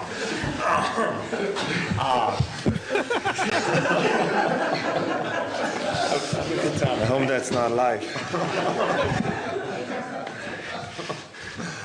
If you haven't seen the video, the look on Lucas' It's face hilarious. when it first starts, he's like, "What the hell's happening here?" Oh man! Someone says they were Absolutely shopping at Walmart one time. Another customer asked their opinion on hair clippers. When he pulled out his phone, he had a porn tab open. It happens, and it's hilarious from the 913. What the hell, dude? You were assaulted. I think. I don't know. People should not just be doing that to you at the store. Oh man. That is the trash of the day. Up next, Chiefs Red Half Hour, and two particular players, of course, have been a huge key to the success in Kansas City. But which one is more likely to offer that same production? That's next. Cody and Gold, brought to you by Heartland Men's Health, the leader in men's sexual health. Thousands of men have been successfully treated for low T, ED, and more, all with discretion and compassion. Make your appointment at heartlandmenshealth.com. There is a back-to-back Super Bowl champion, and it is the Kansas City Chiefs. On your official broadcast partner of the Chiefs, 610 Sports Radio. Hey, it's Carrington Harrison from The Drive here, and you guys know this, living in the Kansas City metro area. It is going to be hot, hot, hot this summer. And remember those huge AC bills that you were paying last summer because your windows let all the hot, humid air into the house? Well, call my friends at Window World and replace those old windows right now. Call this number, 816-799-0820. Window World windows are just one of two windows with the Good Housekeeping seal of approval. And in just over 20 years of business, they have improved the look and thermal efficiency over 54,000 customers right here in the Kansas City area with a lifetime warranty that covers all your parts, glass breakage, and labor. It is the official window of the Kansas City Chiefs, and they're offering you an incredible deal. Window World is now offering 18 months same as cash financing with approved credit. All you need to do is pick up the phone and call this number, 816-799-0820. One more time, that's 816-799-0820, and tell them that Carrington sent you to my friends over at Window World. Who's the most important person in the world? Mom, of course. And what do most moms want for Mother's Day? A massage. Hey, it's Bob Fesco. Johnson Fitness and Wellness has the largest selection of massage chairs in Kansas City. They now have the mother of all massage chair deals. Save $1,000 on their popular Inner Balance massage chair models. Plus, purchase any massage chair or Matrix fitness equipment and mention 610 Sports Radio in the store for a free kit of massager Mom will love. And check out their Run Like a Mother treadmill deal. Save up to $2,100 on their top-rated Matrix T75 treadmill. Johnson Fitness and Wellness stores have a wide selection of top-rated treadmills, ellipticals, strength equipment, rowers, and exercise bikes. Find the best home fitness equipment for your unique goals, home, space, and budget. So give your mom the gift of wellness. Johnson Fitness and Wellness is in Overland Park and Lee Summit. Visit johnsonfitness.com. That's johnsonfitness.com. Johnson's Jewelry for the best that's yet to come. Hi there, Gary Jaws with Jaws and Jewelry. My father and I got together. As a school principal, he said, just be as kind as you can and do the best you can do.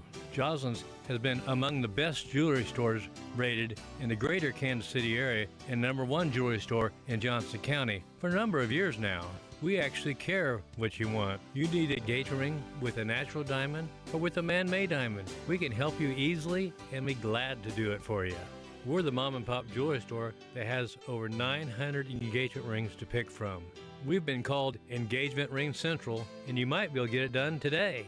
One of the most popular Mother's Day gifts is a diamond band to go next to her engagement ring, and she has a more complete set. I've got 90 rings to pick from that go beside the bands. Address 9529 Antioch. You'll love it. It's like walking through a museum. Choice of a lawyer is an important decision and should not be based solely upon advertisements. Paid for simulated client portrayal. I'm attorney Mike DePasquale. No matter how you've been injured, my law firm is here to help. Mike and his team handle all kinds of cases. Car and truck wrecks, workers' comp claims. Slip and fall accidents, product liability, any kind of case. Mike's got this. No matter what kind of injury case you have, I promise we can help. Call me. I've got this. Mike's got this. All you need to know. 816-888-7500. Mike's got this. Summer is here, and Midwest Marine Boat Company has everything you need for summer fun on the water, and they're celebrating that new location. I was just out there this past Saturday. It's now open in Grandview. The showroom is massive. That's because they have a brand new showroom featuring new lines of Bennington, Basscat, Crownline, Vexus, Sea Arc, and more. Midwest Marine Boat Company has the largest selection of pontoon boats in Kansas City. Check out their new location with that brand new indoor showroom at 13800 South 71 Highway in Grandview.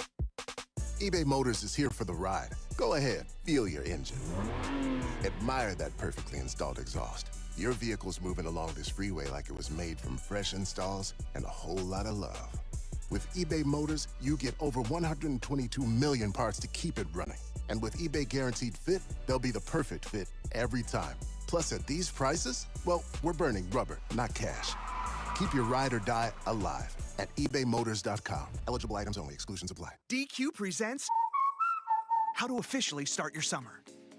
Step 1, head to the perfect spot to kick off the season, DQ. Step 2, try the new Summer Blizzard menu. I mean, summer is right there in the name. In Step 3, dig into flavors like new peanut butter cookie dough party, new picnic peach cobbler, and more. Because with treats like these, every bite feels like you're starting summer off right. But don't wait. These flavors are only around as long as summer is. Make the season official with the new Summer Blizzard menu, only at DQ.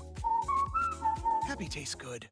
If you're facing $10,000, $20,000, even $30,000 or more in credit card debt, medical bills, or other unsecured debt, stop struggling to stay afloat and call Accredited Debt Relief today for faster relief. Depending on your financial situation, you may qualify for a 40% or higher reduction in your monthly payments and only have to make one consolidated monthly payment you can afford.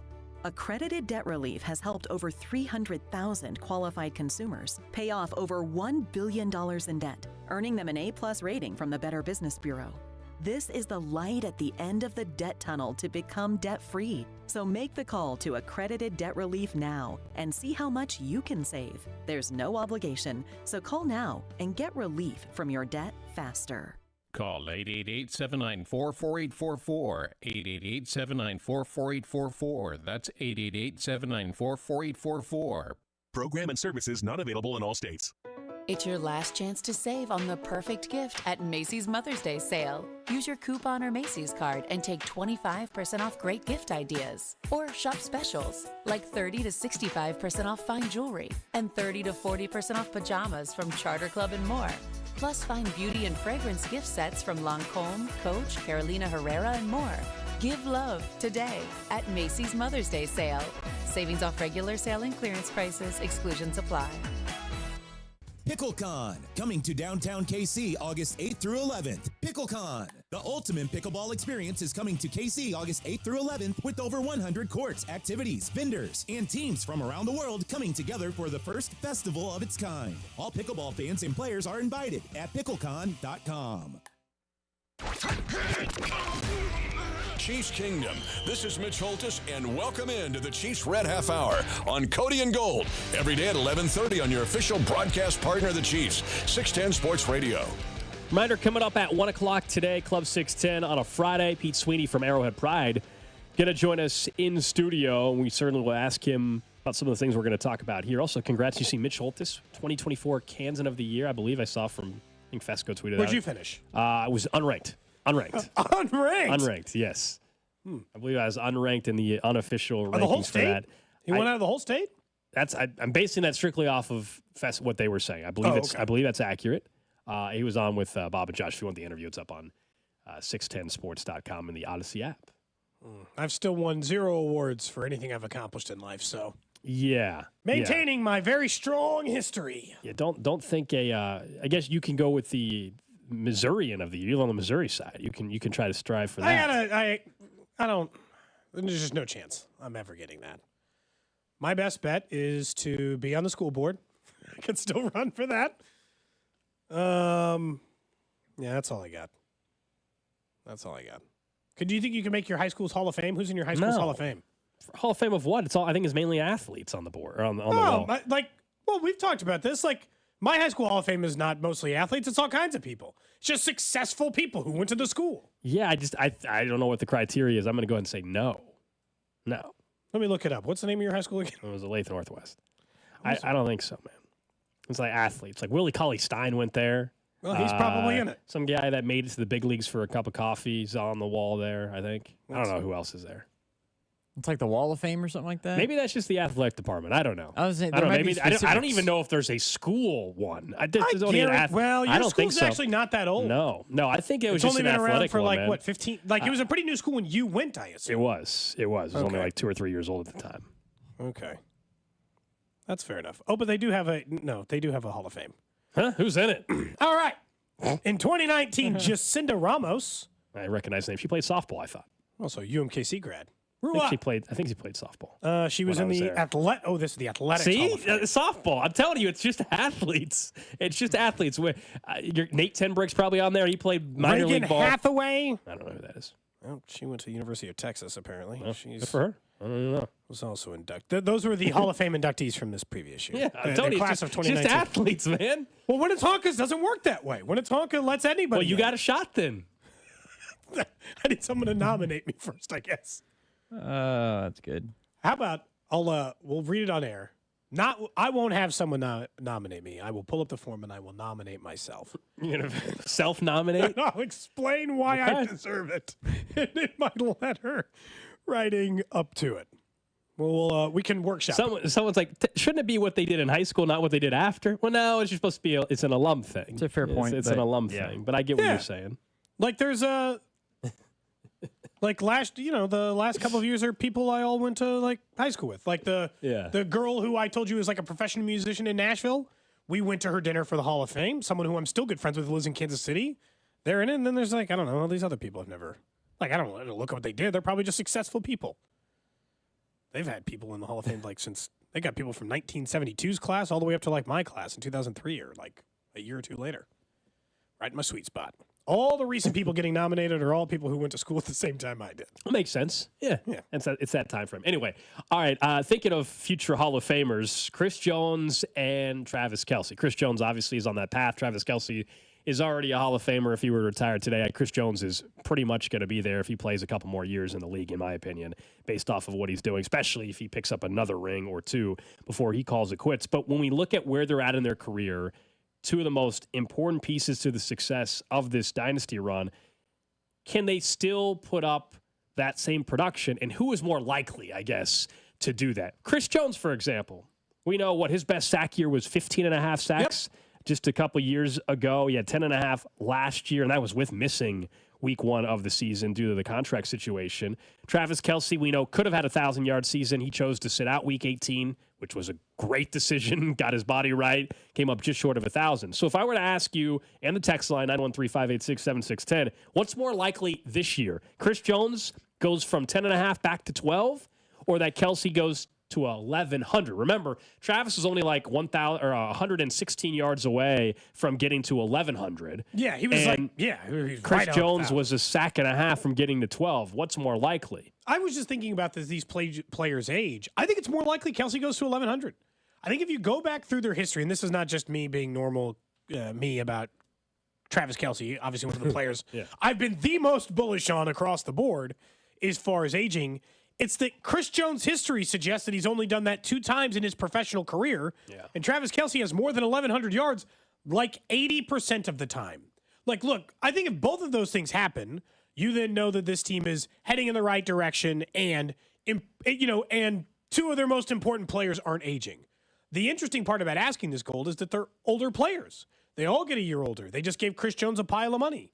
Can they maintain their level of play over the next couple of years? Because you and I both know Patrick Mahomes will maintain his. If your best offensive player, Travis Kelce, and your best defensive player, Chris Jones, outside of Mahomes, of course, maintain their level, well, then you're likely to be right where you are, both on offense and defense again. Doesn't seem any reason why not. I think that's fair based off of what's expected in a normal year for Chris Jones, let alone one where he'll be, 29, 30 years old.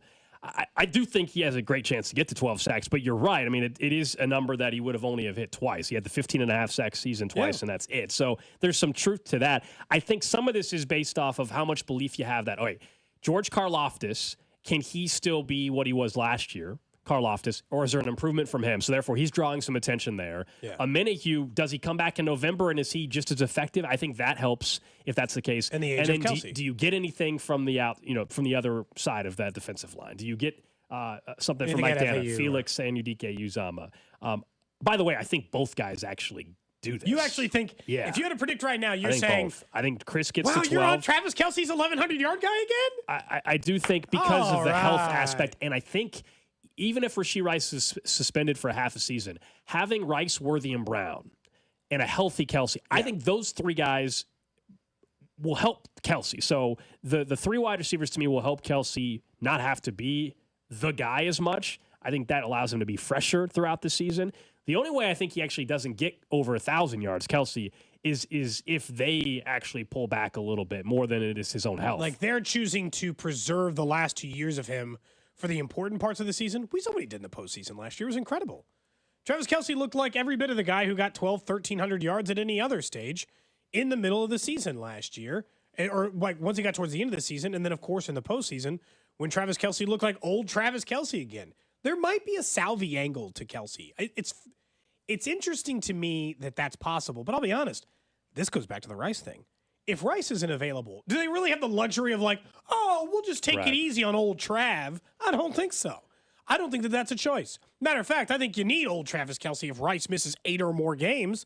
You need Travis Kelce to go back to 2 years ago, 3 years, whatever version of Travis Kelce that wasn't this previous year when he was injured at the beginning of the season. You need that Travis Kelce back. Yeah, I think both are going to be right on that number, though. I mean, I think both are going to hit and be right around the 1,112. I gave you the Vegas if I gave you 1,100 and a half or my guess is 12. that Chris Jones over-under will be set lower than 11 and a half. Yeah, it's probably, heck, it could even be 8.5. Yeah, he had 10.5, and people always wonder, not to question his motivation because he's going for a 3-peat, but it's not a contract year anymore. He got paid.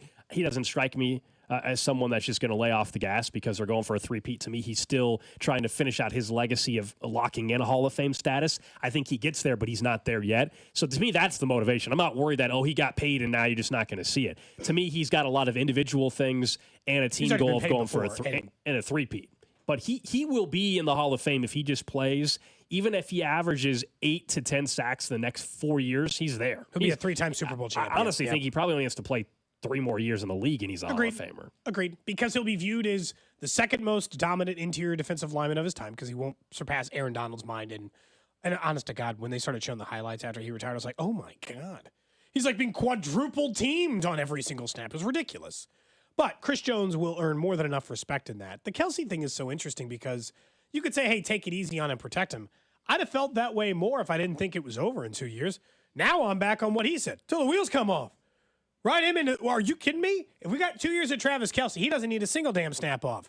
We're riding this thing out. We're going for a 3-peat. I need maximum Travis all the time. So you just mean safe for the postseason, not for the end. Will they be more cautious with that? Because we saw when he was fresh and healthy in the postseason, he looked like a Hall of Famer again. He did. They obviously believe he can play like that throughout a season. But, as much as it's great to be the number 1 seed, I think they've shown the last, year here that having Travis Kelce fresh is worth way more in the postseason than just getting him his 16 yards in Week 18 or making sure he's there. Now, he's going to have to be a huge equation all year, of course, but I think that's what, when we talk about, hey, keeping him fresh, it's more thinking, hey, you got another 3 or 4 games maybe in the postseason you're going to be playing. Anytime I joke on this show about running for school board, and one of these days I'll just do it because I think it'll be, I can help the school.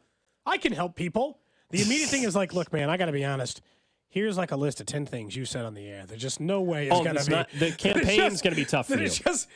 If you want to run a negative campaign against me, you're not going to have a hard time coming up with audio from this show. Drew and I will gladly offer up. Drew and I will gladly offer up the audio.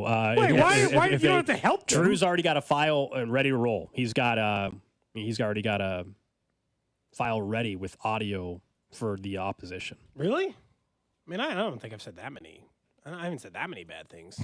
You have a folder? Yeah, there's a separate folder that Drew's been compiling just in case. Okay. Just in case. I mean, there are a lot of clips of me in here. There are a number of them. I don't think they're all bad, right? Nah, they're probably fine. No, they'll like me. Plus, it's a different time. I think the ad against you would start with Terry Bradshaw. Yeah, probably. Oh man, Bradshaw, he really buried. Hang on, I do want to ask though, Cody, if you are, say you're on the board, if something doesn't go the way that you think it should, and other people are complaining, are you going to call them piss babies? Maybe, because I don't think that's going to go over too well. I'll tell you right on now, our school board. Current political climate, I can say whatever the hell I want. This is true. You kidding me? I can say whatever the hell I want, Drew. Yeah, I know. What am I going to do? Is that going to be worse than something else somebody else said? Yeah, and qualifications seem to be out the window these days. Anyway, I am a former professor. You're good. So you're good. I'm a former professor. I've taught school. And I went to school, so I got that covered for me. Oh, you're validated. And I went to school in that district. Do you have pretty much a dream GED? candidate. If you do, you're good to go. I'm pretty much a dream candidate. No, I got my actual. Do you have a graduate degree of any kind? I don't actually technically. They don't need to see my high school diploma anymore, right? I sold that. You did. That got sold in the Cody and Gold garage. I don't own that anymore, but During I definitely the did evaluation graduate. period, they would ask you that question.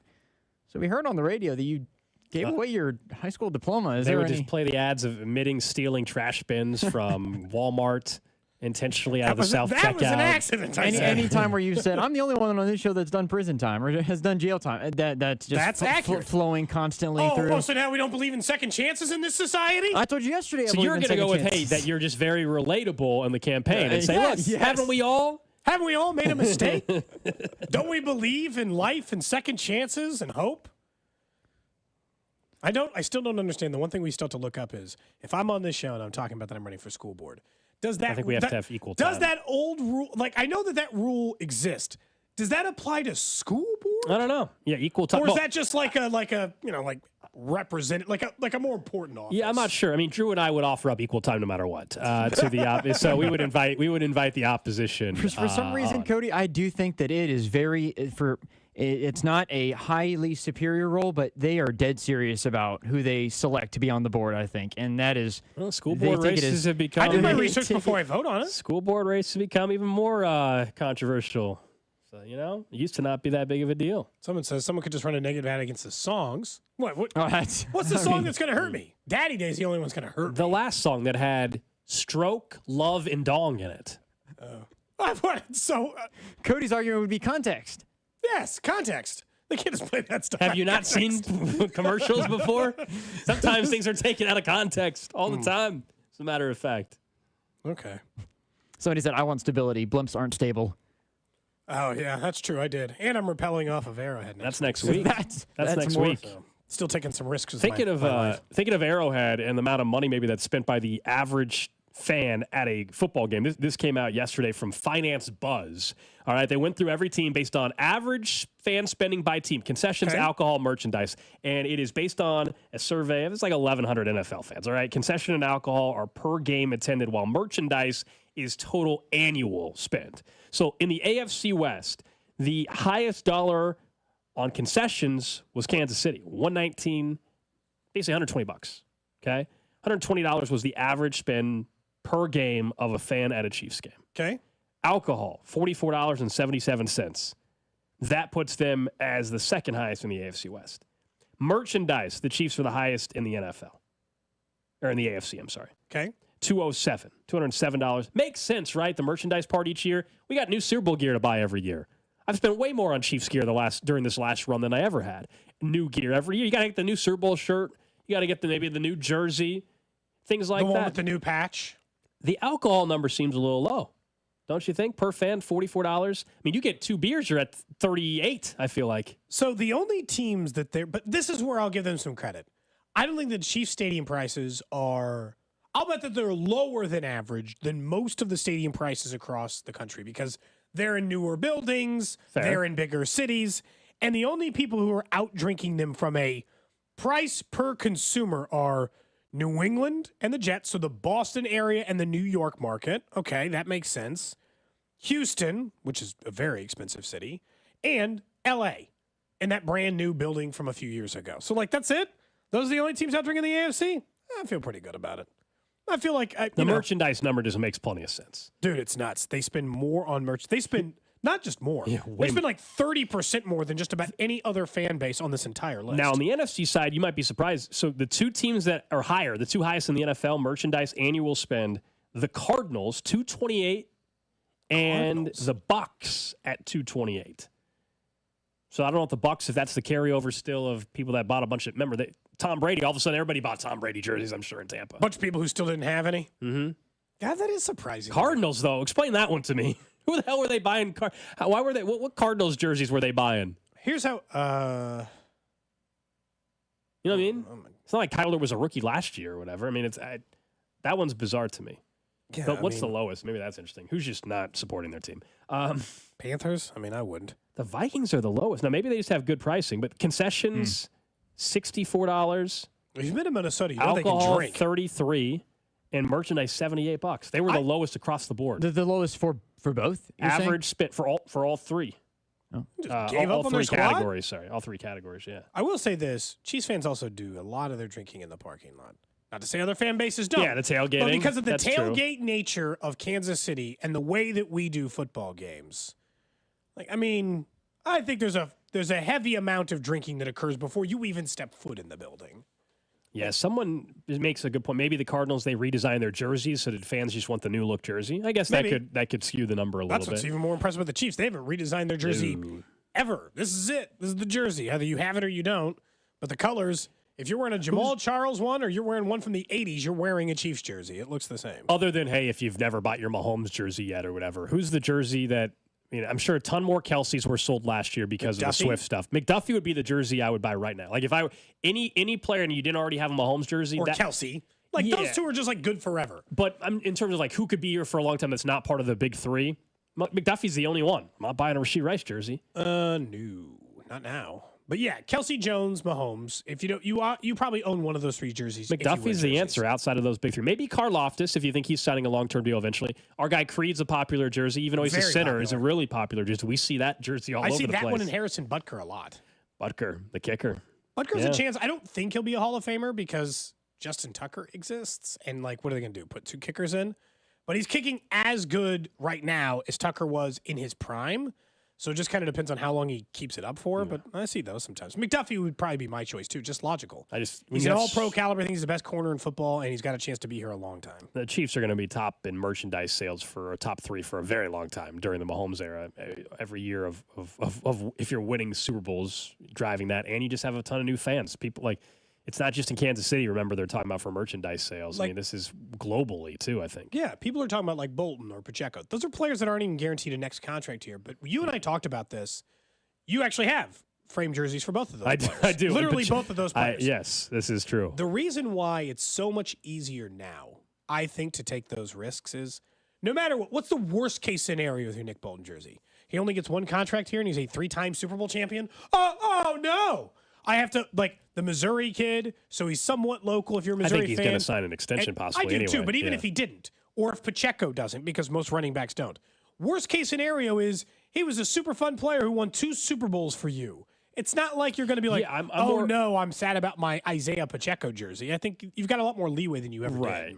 If if Bolton doesn't sign a long-term extension, I'm way more likely to have the Pacheco jersey still hanging up, even if he's not in Kansas City, than I would the Bolton jersey, just because of the position he played. I thought it was the Missouri thing. Maybe. No, not in that I guess, but that wasn't. Right now, the Pacheco jersey's hanging up. The Bolton jersey is not. It's framed, but it's not, and it's autographed, but it's not. Just in the closet? It is in the closet currently. It's Maybe not, you can let Drew hang it up in his new place. Drew wants some Chiefs gear in the apartment. I've already got something right here behind me. I've already got the. I brought you a gift. Someone says overalls. Red or white jersey. The Pacheco's a red autographed, framed, and then the Bolton's a white uni. White jerseys are so risky because. But it's in a frame. In a frame, it's perfect. Right. If you're getting. He's not eating like ribs in it. I would also. It's framed. It can't really. Even if you're just wearing it and you don't eat any food, it's still just. I mean. Yeah, wearing the white unis, but it's still it's clean look. I don't have. It looks good, but I don't know if I've owned a white Chiefs jersey as far as like wearing one before. Anyway, someone says any Chief that's ever won a ring jersey are fair play to me. Fair. Like you got a Damian Williams one, you're good to go. Mm-hmm. I mean, he had a huge run in a Super Bowl that you cared about, so it's like it's not. It's the Super Bowl stuff just makes it so much easier. Just be like, yeah, I'm good with any of these.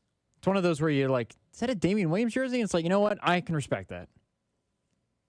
Again, he should have, I honestly think. MVP. We go back. He should have been the MVP of that Super Bowl. This is like such a small thing, it doesn't really matter. I don't care that Mahomes won it.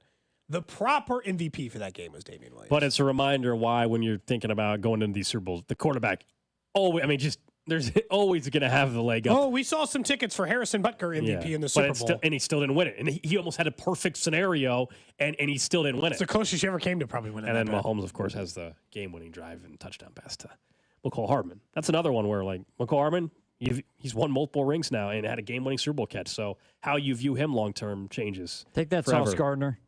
That's right. That's right. All right, up next, we'll get to what's trending and then what could be happening in Kansas City stadiums and teams in the future that's not necessarily related to the Chiefs or Royals. We'll explain what we mean by that next. Hey, it's Vinny Pasquantino. Don't forget to follow Cody and Gold on the Odyssey app so you can listen on demand to my terrific football takes throughout the year right here on 610 Sports Radio. Brought to you by Heartland Men's Health, the leader in men's sexual health. Thousands of men have been successfully treated for low T, ED, and more, all with discretion and compassion. Make your appointment at heartlandmenshealth.com. The Royals and the See You in the Major Leagues Foundation are teaming up with Blue Cross and Blue Shield of Kansas City to recognize outstanding high school sports coaches through the Blue KC Coaches with Character program. From April to September, we'll recognize 6 coaches as a Blue KC Coach with Character. Each honoree will receive a VIP package that includes tickets to a Royals game and more. Be part of honoring our high school coaches whose service is making Kansas City a better place to live, work, and play. Just go to bluekc.com/nominate coaches with character to nominate today. NASCAR Xfinity Series driver Ryan Ellis here for Preferred Asphalt and Seal Coating. Not everyone has the pro racing skills to dodge the potholes in your parking lot. So business owners, if you want your parking lot done right, contact the commercial asphalt, concrete, and seal coating experts at locally owned Preferred Asphalt and Seal Coating. With top-rated customer service and unmatched quality. Get your own free quote today at packc.biz. That's packc.biz. Preferred Asphalt and Seal Coating, a company you can trust. Men, this is Jeff for Heartland Men's Health. And you've heard me talk a lot about how treating low testosterone can improve your sleep, your workouts, your energy levels, and more. But today I want to talk to you about your sex drive, because low testosterone can have a significant impact on your desire for intimacy. It can even be a factor in erectile dysfunction. And if you're in a relationship or wanting to be in a relationship, a low sex drive could really be a problem. The good news is that if you're like most guys, treating your low testosterone could really change the way you feel about sex, giving you back the flame and desire that is so important when you love someone. So if you're feeling sluggish and tired, if you're not sleeping well, if your workouts aren't that great, and most of all, if your sex drive is more like a putt, make an appointment at Heartland Men's Health and have your testosterone levels checked. Your initial visit is only $99 and includes blood work and a medical consult. And if you start on testosterone the day of your appointment, your visit is free. Call 844-447-6600 or go to heartlandmenshealth.com. We have 3 offices, Overland Park, Independence, and now North Kansas City. Hi, it's Trey Smith, and in order for our team to get a victory, we need honesty, teamwork, work ethic, humility, and the golden rule. That's why my truck is from the dealer that embodies all those values, Victory Chrysler Dodge Jeep Ram. And Victory Chrysler Dodge Jeep Ram also supports Giving Hope, whose sole purpose is to feed and clothe the needy in Wyandotte County and beyond. giving back, and the highest integrity. That's how Jeff and his team do business. For your next vehicle, visit or go to victorychrysler.com. Twin Peaks is the best in the game. Here, it's bigger game days and bolder fight nights. I mean, where else can you find a scratch kitchen that always comes in clutch? Every day, from lunch to late night. Only at Twin Peaks, the #1 sports bar.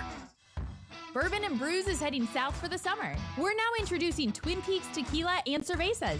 It's a fiesta every Friday with samples of our favorite tequilas and cervezas all summer long. We'll be featuring fiery red lingerie parties too. Hey, it's Rex here with RexBuysKC.com, your local KC home buyer. If you own a property in the Kansas City or surrounding area and want to sell it fast and at a fair price, write this number down. 816-330-6000. I'm a private real estate investor, not some hedge fund or large national chain. My family and I live right here in KC. I can pay cash and close on your timeline, even in as little as 3 days. Here at RexBuysKC.com, we're improving Kansas City one house at a time. I buy inherited houses, vacant houses, foreclosure houses, behind in payment houses, my tenant won't pay the rent houses, and properties that need complete rehabs. Do you own a house that's trashed and needs thousands of dollars in repairs? Great.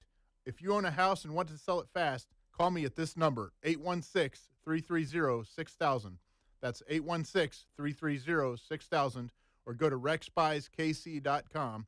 That's RexBuysKC.com, and I look forward to working with you. Whether it's her first Mother's Day or her 40th, she deserves more. Shop tons of stunning on-trend jewelry for every budget at Diamonds Direct. Diamond fashion jewelry, beautiful birthstones, everyday pearls starting at just $200. Commemorate the real loves of her life with a gorgeous pendant featuring the birthstone of the one who made her mom. This Mother's Day, Diamonds Direct has everything you need to say thank you. Diamonds Direct. Your love, our passion. Online at diamondsdirect.com. I'm Bob Burke, founder and chairman of Burke America Parts Group, a family of brands that includes RepairClinic.com, an appliance and HVAC parts solution company that's grown into an international brand. Before AmericanEagle.com, we partially launched a new technology platform developed by another firm. American Eagle helped take our technology to a whole new level with digital marketing, software development, and business insights into our key markets, appliances, HVAC, and outdoor power equipment, and did so both on time and on budget. AmericanEagle.com has the resources, experience, and talent needed to produce solutions. Our new technology platform, developed by AmericanEagle.com, has produced tremendous results with higher traffic, conversion, engagement, and online revenue. If you have any home repairs you need to take care of, check us out at RepairClinic.com. If you need a world-class website or technology project, then I would highly recommend AmericanEagle.com. Call AmericanEagle.com at 773-NETWORK. That's AmericanEagle.com, 773-NETWORK. Check engine light on? Take the guesswork out of your check engine light with O'Reilly Veriscan. It's free. Ask for O'Reilly Veriscan today. O'Reilly Auto Parts. Retired or retiring soon? How much money do you need to live comfortably? Retirement Planners of America is here for you. Would you like to have financial peace of mind? Here's how. Step 1. Find out the amount of money you'll need to retire. Step 2. Have a plan to get there. Step 3. Make sure that plan can take advantage of market gains but protect you from market losses. Discover how to do all three with a free consultation at 800-508-6108. That's 800-508-6108. All investments involve risk, including losses. Past performance does not guarantee future results. Check engine light on? Take the guesswork out of your check engine light with O'Reilly Veriscan. It's free. Ask for O'Reilly Veriscan today. O'Reilly Auto Parts. You're listening to 610 Sports Radio from the Mission Plumbing, Heating, and Cooling Studios. As part of the Let's Play Sports Equipment Drive presented by Pinnacle Bank, please consider donating to the Urban Youth Academy by dropping off new and gently used sports equipment at participating Gates Barbecue locations. Go to 610sports.com for more details or to donate. 610 Sports Radio, KCSP Kansas City, WDAFHC2 Liberty, and Odyssey Sports Station. What's trending? All right, let's check in on the hot topics trending. Number one on What's Trending, the Royals continue their series against the Angels tonight. An 8:38 first pitch right here on 610 Sports Radio. Alec Marsh coming back from the IL. He will pitch tonight for the Royals. Remember, prior to the little injury where he had the line drive off the forearm, he was 3-0 with a 2.70 ERA. I believe they had won all 5 of his outings, or all 6 of his outings prior to that one. So hopefully he picks up right where he left off. The Royals, 1 win away from getting to 8 games above 500. They could get to 24-16 tonight. They haven't been 8 games above 500 since 2016. Like June of 2016 or and something? the bullpen's fresh and ready to roll tonight because of how good of a start they got from Michael Wacha yesterday. Yeah, got a couple of innings out of Daniel Lynch, and then obviously you Sauer, who's more mop-up duty pitcher anyway. So if they're in a close one tonight, they're actually in a good spot pitching-wise. They used like 7,000 left-handers in that game last night against the Royals. The Angels did. Their bullpen's probably real taxed. It got beat up pretty bad last night. Next up on What's Trending, Toronto has become the latest city to get a WNBA expansion franchise, according to reports. They'll begin playing in 2026 under ownership from billionaire Larry Tannenbaum. That's a big deal because the WNBA has been kind of stuck at their static number of teams for a while. They haven't seen as much expansion. This is just another one of those, I'll be honest, I think it's just that it's a Caitlin Clark thing. If they're going to capitalize off the popularity of the damn league, this is a time to get some expansion teams going. This is one of those, like we talked NHL and NBA for so long in Kansas City. It'd be cool just to get a WNBA team. I'd be cool with that. And we are, after What's Trending, going to talk about at least what one NHL reporter had to say about the possibility of Kansas City. That's after What's Trending. In the NBA, though, let's take a look at what happened last night. Other than Luka Doncic's postgame? Yeah, we'll get to that again. I still think it was a reporter's laptop What's that had with a the tab. echo? You think it's the echo in the room? I mean... just our sharing the ball and our energy was great. What do you think?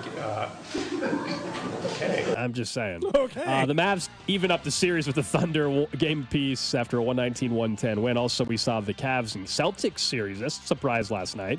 The Cavs beat up on the Celtics 118-94. That series tied at a game apiece as well. That was just kind of a stunner. I still think the Celtics will be fine, but what the heck happened last night? Tonight, we get one game early on with the Knicks and Pacers. The Knicks trying to go for a 3-0 lead in the series over the Indiana Pacers, and then the late game tonight. How about the Minnesota Timberwolves? Nuggets in big-time trouble. They're down 2-0. Yeah, they're in rough shape. Obviously, they were not prepared for the plan the Timberwolves had, but still, it's been an interesting series. Next up on What's Trending, Missouri State. They're officially leaving the Missouri Valley Conference, heading to Conference USA starting in 2025. So they'll move up divisions, obviously, in college football and be in, probably at least slightly better college basketball conference as well. This is mostly a football move, but Missouri State, now the state of Missouri will have 2. That's right. Division I programs. They only had 1 Division I program to this point. They'll now have 2. This is all about football for Missouri State moving up, and sucks for the Missouri Valley from a basketball conference, though. I mean, they've been poached over the last couple of years anyway, and just that Valley conference just gets thinner and thinner after that. It's why one of the reasons why Indiana State struggled to didn't get in the tournament. The rest of the conference, unfortunately. Now, Indiana State and Drake are like the big boys of the conference, essentially, for the Missouri Valley now. And Missouri State had a rough couple of years, but Missouri Valley used to be a really good basketball conference. Well, they've just been poached like everybody else. More money as well for the program as well. Yeah, no doubt. That's what's trending here on Cody and Gold. Don't forget, we've got our Let's Play Sports Equipment Drive going on right now. It's presented by Pinnacle Bank. Everything benefits the Urban Youth Academy. They're looking for your new or gently used softball, baseball, sports equipment. You can make some monetary donations as well at 610sports.com. That's also where you will find the drop-off location. So you've got some stuff put together. You're trying to figure out where to drop it off at. Participating Gates barbecue locations. You can see those on the site. And Cody and I will be at a couple spots later on this month collecting some of those items too. We're going to be live at the Urban Youth Academy on Tuesday, May 21st, expecting maybe some special guests to stop by as well. And then on the 22nd, we'll be live outside Gate D at Kauffman Stadium accepting items. So all kinds of opportunities for everybody to help give back and support the Urban Youth Academy and the great work that they do in the area. 610sports.com's got plenty more details there. We are less than an hour away from Club 610 here on a Friday. Pete Sweeney from Arrowhead Pride's going to join us in studio. We'll talk a lot more about the Rashee Rice situation and his feel on, do they actually need to sign somebody like Zay Jones, who was in town yesterday for a visit? But you alluded during What's Trending to potential expansion and like, hey, Toronto's going to get a WNBA team. A friend of mine does some radio down in Houston, and I woke up this morning and there was just a message. He's like, hey, you guys might want this. I'm like, okay, thanks. And it was a conversation they were having about hockey, but Kansas City got brought up. Sure. And this was from Dennis Bernstein. He's with Sirius XM, but he was on a show with our sister station down in Houston, Sports Radio 610. And he suggested Kansas City as a future expansion site. Atlanta is going to be one. And maybe, see, I'm not buying Quebec City, Patrick. Here's why. It's as simple as that. I don't think, number one, they want another Canadian team in there. And number two, there's no corporate support. And so they've built this beautiful arena in Quebec City. It's gorgeous. It holds 19,000. There's no corporate support. All the corporations have moved out of Quebec City to either Toronto or Montreal, so there's no support there. So I would say maybe a Kansas City, who's been, and here's the thing, and we go back to football and other sports. The Hunts won a football team, without question. The guys that own this family owns the Kansas City Chiefs, they run a hockey team. Like, so it's been really low key, but when you have a guy like that, Clark Hunt, step up and say, I want to sign a check at some point, maybe 5 years from now, I think you'll see Kansas City. Prior to that, he mentioned that he thinks the NHL's had to 36 teams, 36-team expansion. It's not the first time we've mentioned Kansas City or Kansas City's gotten brought up. It's fun to talk about, and I do think there's some truth to it. But, man, until we get things figured out here with the two teams we already have at that level, the Royals and the Chiefs, and are they playing in Kansas? They play in Missouri. They play in downtown. They stay at the complex, whatever, in terms of the Chiefs. Whatever happens, that has to get sorted out before I think anybody should be worrying about 5 years from now. Look, I would love a hockey team. I'd rather another pro team here. But we just had a vote that didn't pass to support the two we already have. For a variety of reasons, I know it didn't pass, but it didn't pass. And so while we both agree that both the Chiefs and Royals are going to stay in the metro area, we don't know where. I think you got to get that sorted out and the finances with that all long before you worry about expansion. Even with an arena already being built here, that still might require some upgrades if you ever got an NHL team. Look, I don't think you can even kid around about an NHL team until he has his own stuff sorted out. Like, they're either in their new building in 2031, they're building their new building to be ready for that time. They've renovated Arrowhead and signed a 40-year lease agreement or 30-year or 20-year lease agreement with the city. He's not going to be messing around trying to attract an NHL team. The interesting thing about that is he said that Clark was more interested. Yeah, I don't know if he just means the whole Hunt family. Maybe, because we know that parts of the Hunt family are definitely interested. Lamar Hunt Jr. and the Mavericks and all that other stuff. And it's not like Clark Hunt's not like other billionaire owners in the sense that he doesn't want other teams. He owns a professional soccer team in a different state. And so it's not like he's against ownership groups or being a part of ownership groups of other franchises. He's obviously taken part in portions of that kind of go from that way. But if they expand to 36, I'd be surprised if Kansas City didn't get one. I'll say that. They go 4 more teams. Salt Lake City would have been ahead of them, and I think a few other cities would have been ahead of them for a franchise, including And you just heard what Houston getting one again or what else. But you just heard what Bernstein said about Quebec City. They got the arena, but he doesn't think they can support it. Now, there's valid questions on whether or not Kansas City can support a third team. I just think we have to get everything sorted out here first with the stadium situation with the Royals and Chiefs before we worry about getting an NHL team. We can get back to that fun conversation once the homes are settled for both the Royals and Chiefs. I heard you had mentioned him earlier, Kansan of the Year, Mitch Holtis. He was on the morning show. Look, I'll just be honest. I think in a perfect world, this is exactly how it would work. But Mitch's plan for what to do with KC Sports is like the exact opposite of how this will go down, I think. And this is what Mitch had to say on the morning show. We have to get rid of it. We've got to, if we're going to move forward, the next generation, we have got to look past it. There's going to be opportunities, I think, for both sides of the state line in quotations. But I'm almost ready to set up a new sports commission with Kathy Nelson being the lead, where the 5 metro counties from both sides of the line would be represented. And you would set up some tax formula where you're going to put in revenue into that 5-county brand new bi-state sports commission where that can be, you're going to have representation from all the counties. Both state governments are going to be able to participate, but you're going to you can make Kansas City a force for the entire world, basically, in sports. And you build facilities all throughout our region on both sides of the state line that will have, and we've seen this with the Kansas Speedway, and we've seen it with Children's Mercy, but even taking it up another level. And if you can build a stadium or, reimagine Arrowhead, but to the point where it's Allegiant Stadium, it's SoFi. That's where we're at from a competitive standpoint. I almost wish I could have a field trip for all the Chiefs Kingdom and go, and that's why it was great for a lot of fans to go to the Super Bowl at Allegiant Stadium. I mean, Kling knows. He goes with me in these games. You go to some of these stadia now, and you're looking at that's what you're competing against. And the idea that both sides of the state line enjoy this thing, so both sides can enjoy it. It is good in theory. No city or state entities next to each other are ever going to agree to that because the entity is still going to exist on one side. Like, I don't, he's saying, like, get rid of the rivalries. That's the thing he's talking about at the beginning. Like, stop this. We're on the state line, Missouri versus Kansas. And I think there's some of that, but I don't think it's a ton of it. I just don't think you're ever going to get a bi-state tax for the sports teams. Yeah, so we've brought that up before, and it makes tons of sense. The only time or last time it ever happened, though, was Union Station. And that turned out to be a great success, by the way. Look at Union Station now and what it's become for our community and where all our events are at. And just like it's become the image you think of now if you're from out of town is Union Station. That was the last bi-state tax. And as someone that lives on the Kansas side, even if the stadium was Missouri, I would have no problem supporting that. The problem is there's a lot of people that would not agree to that. Because in a perfect world, I do think Wyandotte, it's all Johnson, kind of the Platte, same area, Clay, Jackson. City, yeah. All these counties contribute, and then you're not putting the burden on one county. I just don't think we're getting that, and I think we all know that. And it's either going to end up being a situation where the Chiefs or Royals go out to the Legends and Kansas gets one of the teams, or I still think there's a chance that you could have a plan that if the Royals downtown thing didn't happen, do the Royals go up to Clay and then the Chiefs stay in Jackson County? I think there's still that possibility as well. But this bi-state tax thing, it's kind of a bit of a pipe dream, as much as I would love it. It's a utopia.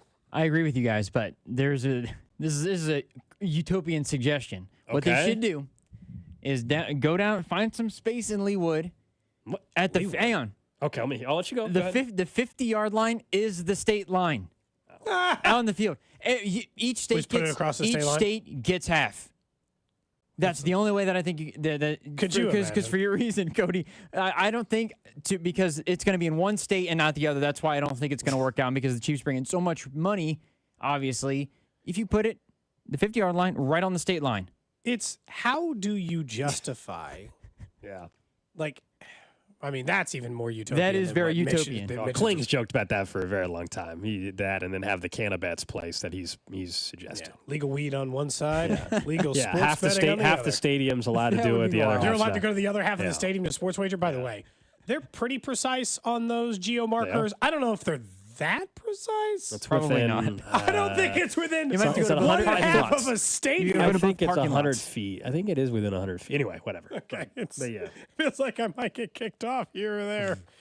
But the NHL conversation, I get it. It's just right now we got to sort out our teams that are presently searching for homes, essentially, like after 2031.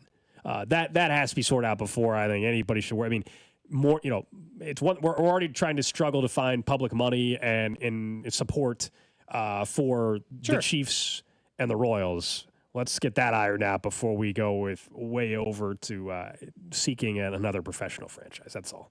It's probably for the best. At least in that regard, it's probably for the best.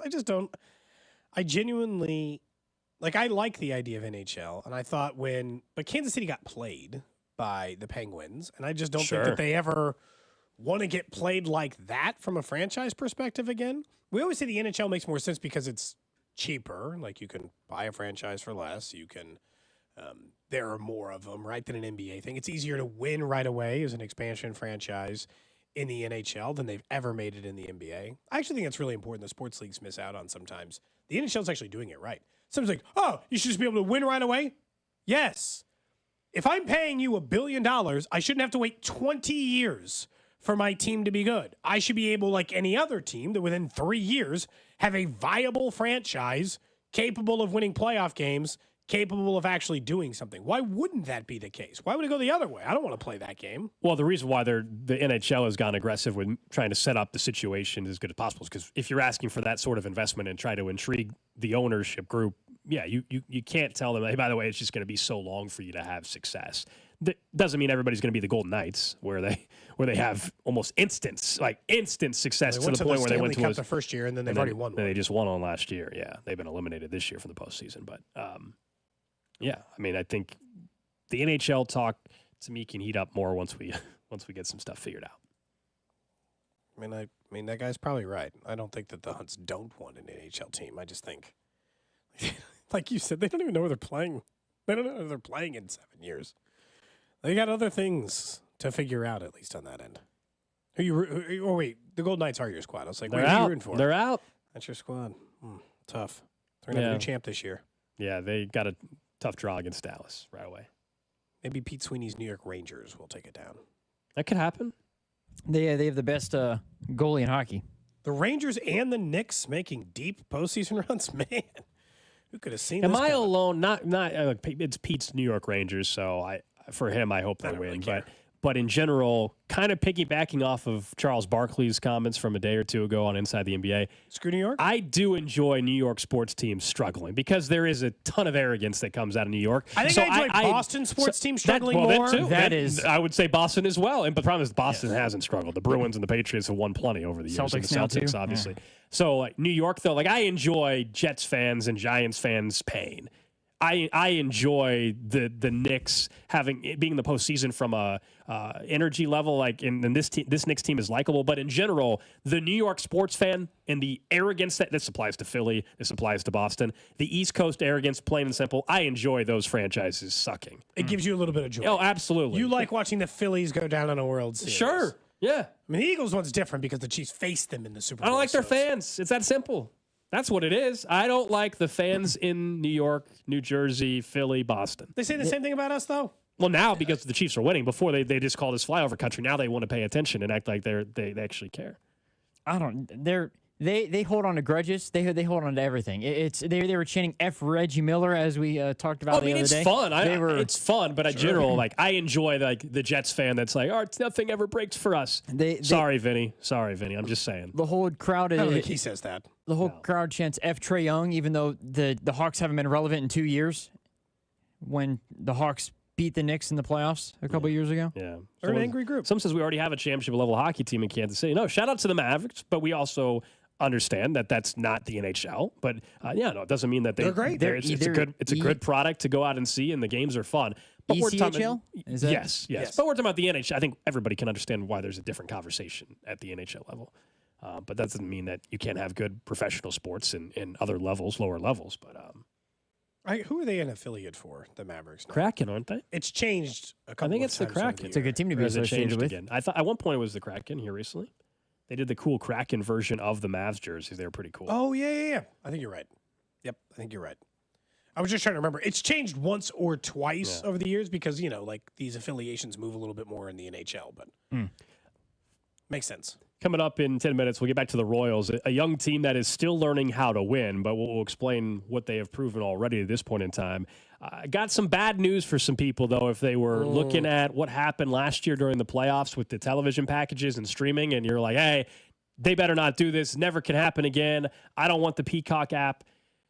Well, multiple reports now say that the 2 Christmas Day games that are going to be announced next week are going to be on Netflix. Looks like that's where this thing's trending. As in, you're not going to be able to just flip on weird. Fox, CBS, NBC, whatever. Going to be on Netflix. The good news, I think, is that way more people have Netflix than they ever had Peacock. So maybe it won't be as big of a deal for some. Who's going to be on the call? 270. I have no idea. 270 million subscribers to Netflix. 2 Christmas Day games next year. Boomer Esiason initially hinted at this, but now some of the media reporters have also said that this is exactly what's going to happen, and maybe why the schedule release has been delayed till next week. It sucks because it just goes back to we cut cable and now we're back to just paying all this money for these different streaming apps anyway. But this is where sports is going to continue to go. And Netflix wants to get into live sports. They just did a live roast. They've got a live boxing match coming up with Tyson and Paul here in another month or so. They've got the WWE Raw coming up in a few years. That's what Netflix wants to get into, and Netflix has a ton of money behind them. Out of curiosity, does anyone on the text line, neither of us do, does anyone on the text line, 913-586-7610, do you have cable? I want to know what it costs. I want to know what you pay for just regular cable. Because here's the other thing. Getting rid of cable is not going to give you, or getting cable, is not going to get rid of the cost of some of these programs you still want to watch, right? Netflix shows aren't on cable. So if you wanted to watch Ozark, because you missed it a few years ago. I'm still sad that show's done. You can't, there was only Great a show. limit to show. do it. It's like Netflix is like $15 a month, and Disney, I think, is $14 a month, and HBO is like $10 a month. So it's like $240, somebody says. I still think, I will say this, I still think, even if you have all of them, even if you have every single streaming service, I still think it's cheaper than cable. Maybe not forever, but I still think it's cheaper than cable for now. It's pushing the limits, though, man. Because if you have 10 streaming services, and some cost more, but some cost less, and they average out $10, you're at $100. This guy's saying it's $200 to have cable. Yeah, it depends. I'm still far below that number. It depends on the full package that you have. And I share passwords for some of this stuff, and because not even just like they let you do it. Yeah, no, I mean, I share my Netflix, I share my Amazon, I share HBO, I don't know that I don't. I think I share all of them. Yeah, I have YouTube TV, and then I share Bally's. And my internet provider, I get HBO Max for free through my internet provider, and my cell phone I get the MLB TV and Netflix for free. So in a weird way, so some of them are helped by the ad-free Netflix you get for free. It's HD, but it's not ad-free. Yeah, but I can deal with the ads if it's free. Yeah, right. You know what I mean? Like I can do that. I didn't know if it was the ad-free one. That's how I watch the roast. Although now I realize that there weren't any commercials. I don't think during that. On the live one, they probably didn't run. Maybe there weren't. Yeah, little different on that versus the rest of the programming. But again, I don't think I'd have to add it up. But I don't think with every single streaming platform, I'm over 100. Well, because YouTube TV. I do have YouTube TV. Because YouTube TV, depending on the rate, is 80 or 90, depending on the package you have. So it's not that. You're allowed to share it with up to 3 different users. I pay my share of YouTube TV for me personally is like $31. I understand. I'm just saying that sounds great. If someone goes and signs up now, it's like 70 initially, and then it bumps up to like 80 or 90. Sure. That's all. But again, I share it with 2. Like for me, I'm probably still at 100, maybe $130 a month in streaming stuff, maybe 100, but I'm still below 2. That's why I was asking, like, if you have cable, what does it cost you? I'm just curious. How close am I to essentially being at that same mark? And the problem is, as I've said, like same as YouTube TV, which is essentially cable gold, is that it's not going to cover all the gaps. So if you still want to watch this NFL game on Netflix, you got to get Netflix for at least a month or for a trial. Somebody says Xfinity with a sports package is $250 plus. Whew. Does that include your internet though? Somebody else. It's like I pay $95 separate for internet, so that's different. If we're bundling that with internet, then it's different. I don't know, but yeah, the Netflix. It won't be the last time the NFL goes to another. We started with Peacock and Amazon, and now Netflix for 2 Christmas Day games that should be announced next week. Up next, let's talk about the Royals. Though you actually thinking of streaming, you're going to be able to watch them in a different way tonight. Apple TV Plus. We'll discuss that a little bit and why this team's still proving they're learning on the fly. Hey, it's Brady Singer. You're listening to Cody and Gold, weekdays starting at 10 on 610 Sports Radio and the Odyssey app. Brought to you by Heartland Men's Health, the leader in men's sexual health. Thousands of men have been successfully treated for low T, ED, and more, all with discretion and compassion. Make your appointment at heartlandmenshealth.com. Hit the Grand Slam jackpot with BetMGM. Score a $50,000 bonus bet jackpot when a player you bet on to hit a homer slugs a Grand Slam. Head over to BetMGM and place a home run prop bet for any of this weekend's games for a chance to win a share of $50,000 in bonus bets. On top of your wager, take advantage of great home run odds, new ways to enjoy all 9 innings with more same-game parlay options, and exclusive signature bets found nowhere else. Log into BetMGM or create your account to place a bet on a player to knock one over the fence this weekend. Swing for the Grand Slam jackpot this season with BetMGM, official sports betting partner of the MLB. BetMGM and GameSense remind you to play responsibly. See BetMGM.com for terms. 21 plus only. Kansas only. New and existing customer offer. Subject to qualification and eligibility requirements. Rewards are non-withdrawable bonus bets that expire in 7 days. Please gamble responsibly. Gambling problem? Call 1-800-GAMBLER. In partnership with Kansas Crossing Casino and Hotel. Summer is here, and Midwest Marine Boat Company has everything you need for summer fun on the water, and they're celebrating that new location. I was just out there this past Saturday. It's now open in Grandview. The showroom is massive. That's because they have a brand new showroom featuring new lines of Bennington, Basscat, Crownline, Vexus, Sea Arc, and more. Midwest Marine Boat Company has the largest selection of pontoon boats in Kansas City. Check out their new location with that brand new indoor showroom at 13800 South 71 Highway in Grandview. Jocelyn's Jewelry for the best that's yet to come. Hi there, Gary Jaws with Jocelyn Jewelry. My father and I got together. As a school principal, he said just be as kind as you can and do the best you can do. Jocelyn's has been among the best jewelry stores rated in the greater Kansas City area and #1 jewelry store in Johnson County for a number of years now. We actually care what you want. You need a gauge ring with a natural diamond or with a man-made diamond. We can help you easily and be glad to do it for you. We're the mom and pop jewelry store that has over 900 engagement rings to pick from. We've been called Engagement Ring Central, and you might be able to get it done today. One of the most popular Mother's Day gifts is a diamond band to go next to her engagement ring, and she has a more complete set. I've got 90 rings to pick from that go beside the bands.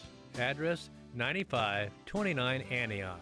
You'll love it. It's like walking through a museum. Choice of a lawyer is an important decision and should not be based solely upon advertisements. Paid for simulated client portrayal. I'm attorney Mike DePasquale. When you call my law firm after your car wreck, you're our #1 priority. After my car wreck, the bills kept piling up and I couldn't catch a break. A good friend told me to call Mike and his team. They dealt with the insurance company so I could focus on getting better. They made me feel like I was their #1 priority. Call me.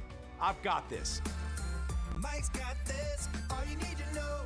816-888-7500. Mike's got this. Gas, groceries, utilities, you name it. The price of everything is going up. And if you're stuck in a bad timeshare with rising maintenance fees, the financial burden can be crushing. It is time to get your finances in order and get the real facts about that timeshare that you are stuck in and your options to get rid of it. Chuck McDowell, founder of Wesley Financial Group, has been helping families out of horrible timeshares for over 10 years and has put together a complete timeshare exit information kit that he will send you absolutely free. To date, over 30,000 families have trusted Wesley Financial Group to help them out of financial hardship by getting them out of bad timeshares. Get the facts about how the timeshare industry works and your options for cancellation. Simply call Wesley now for your free timeshare exit kit and see how you can become timeshare free. Call 800-462-3333. That's 800-462-3333. Once again, 800-462-3333. Drowning in IRS debt? If you can't afford to pay your IRS debt due to economic hardship, you can now be free of IRS collection efforts by taking advantage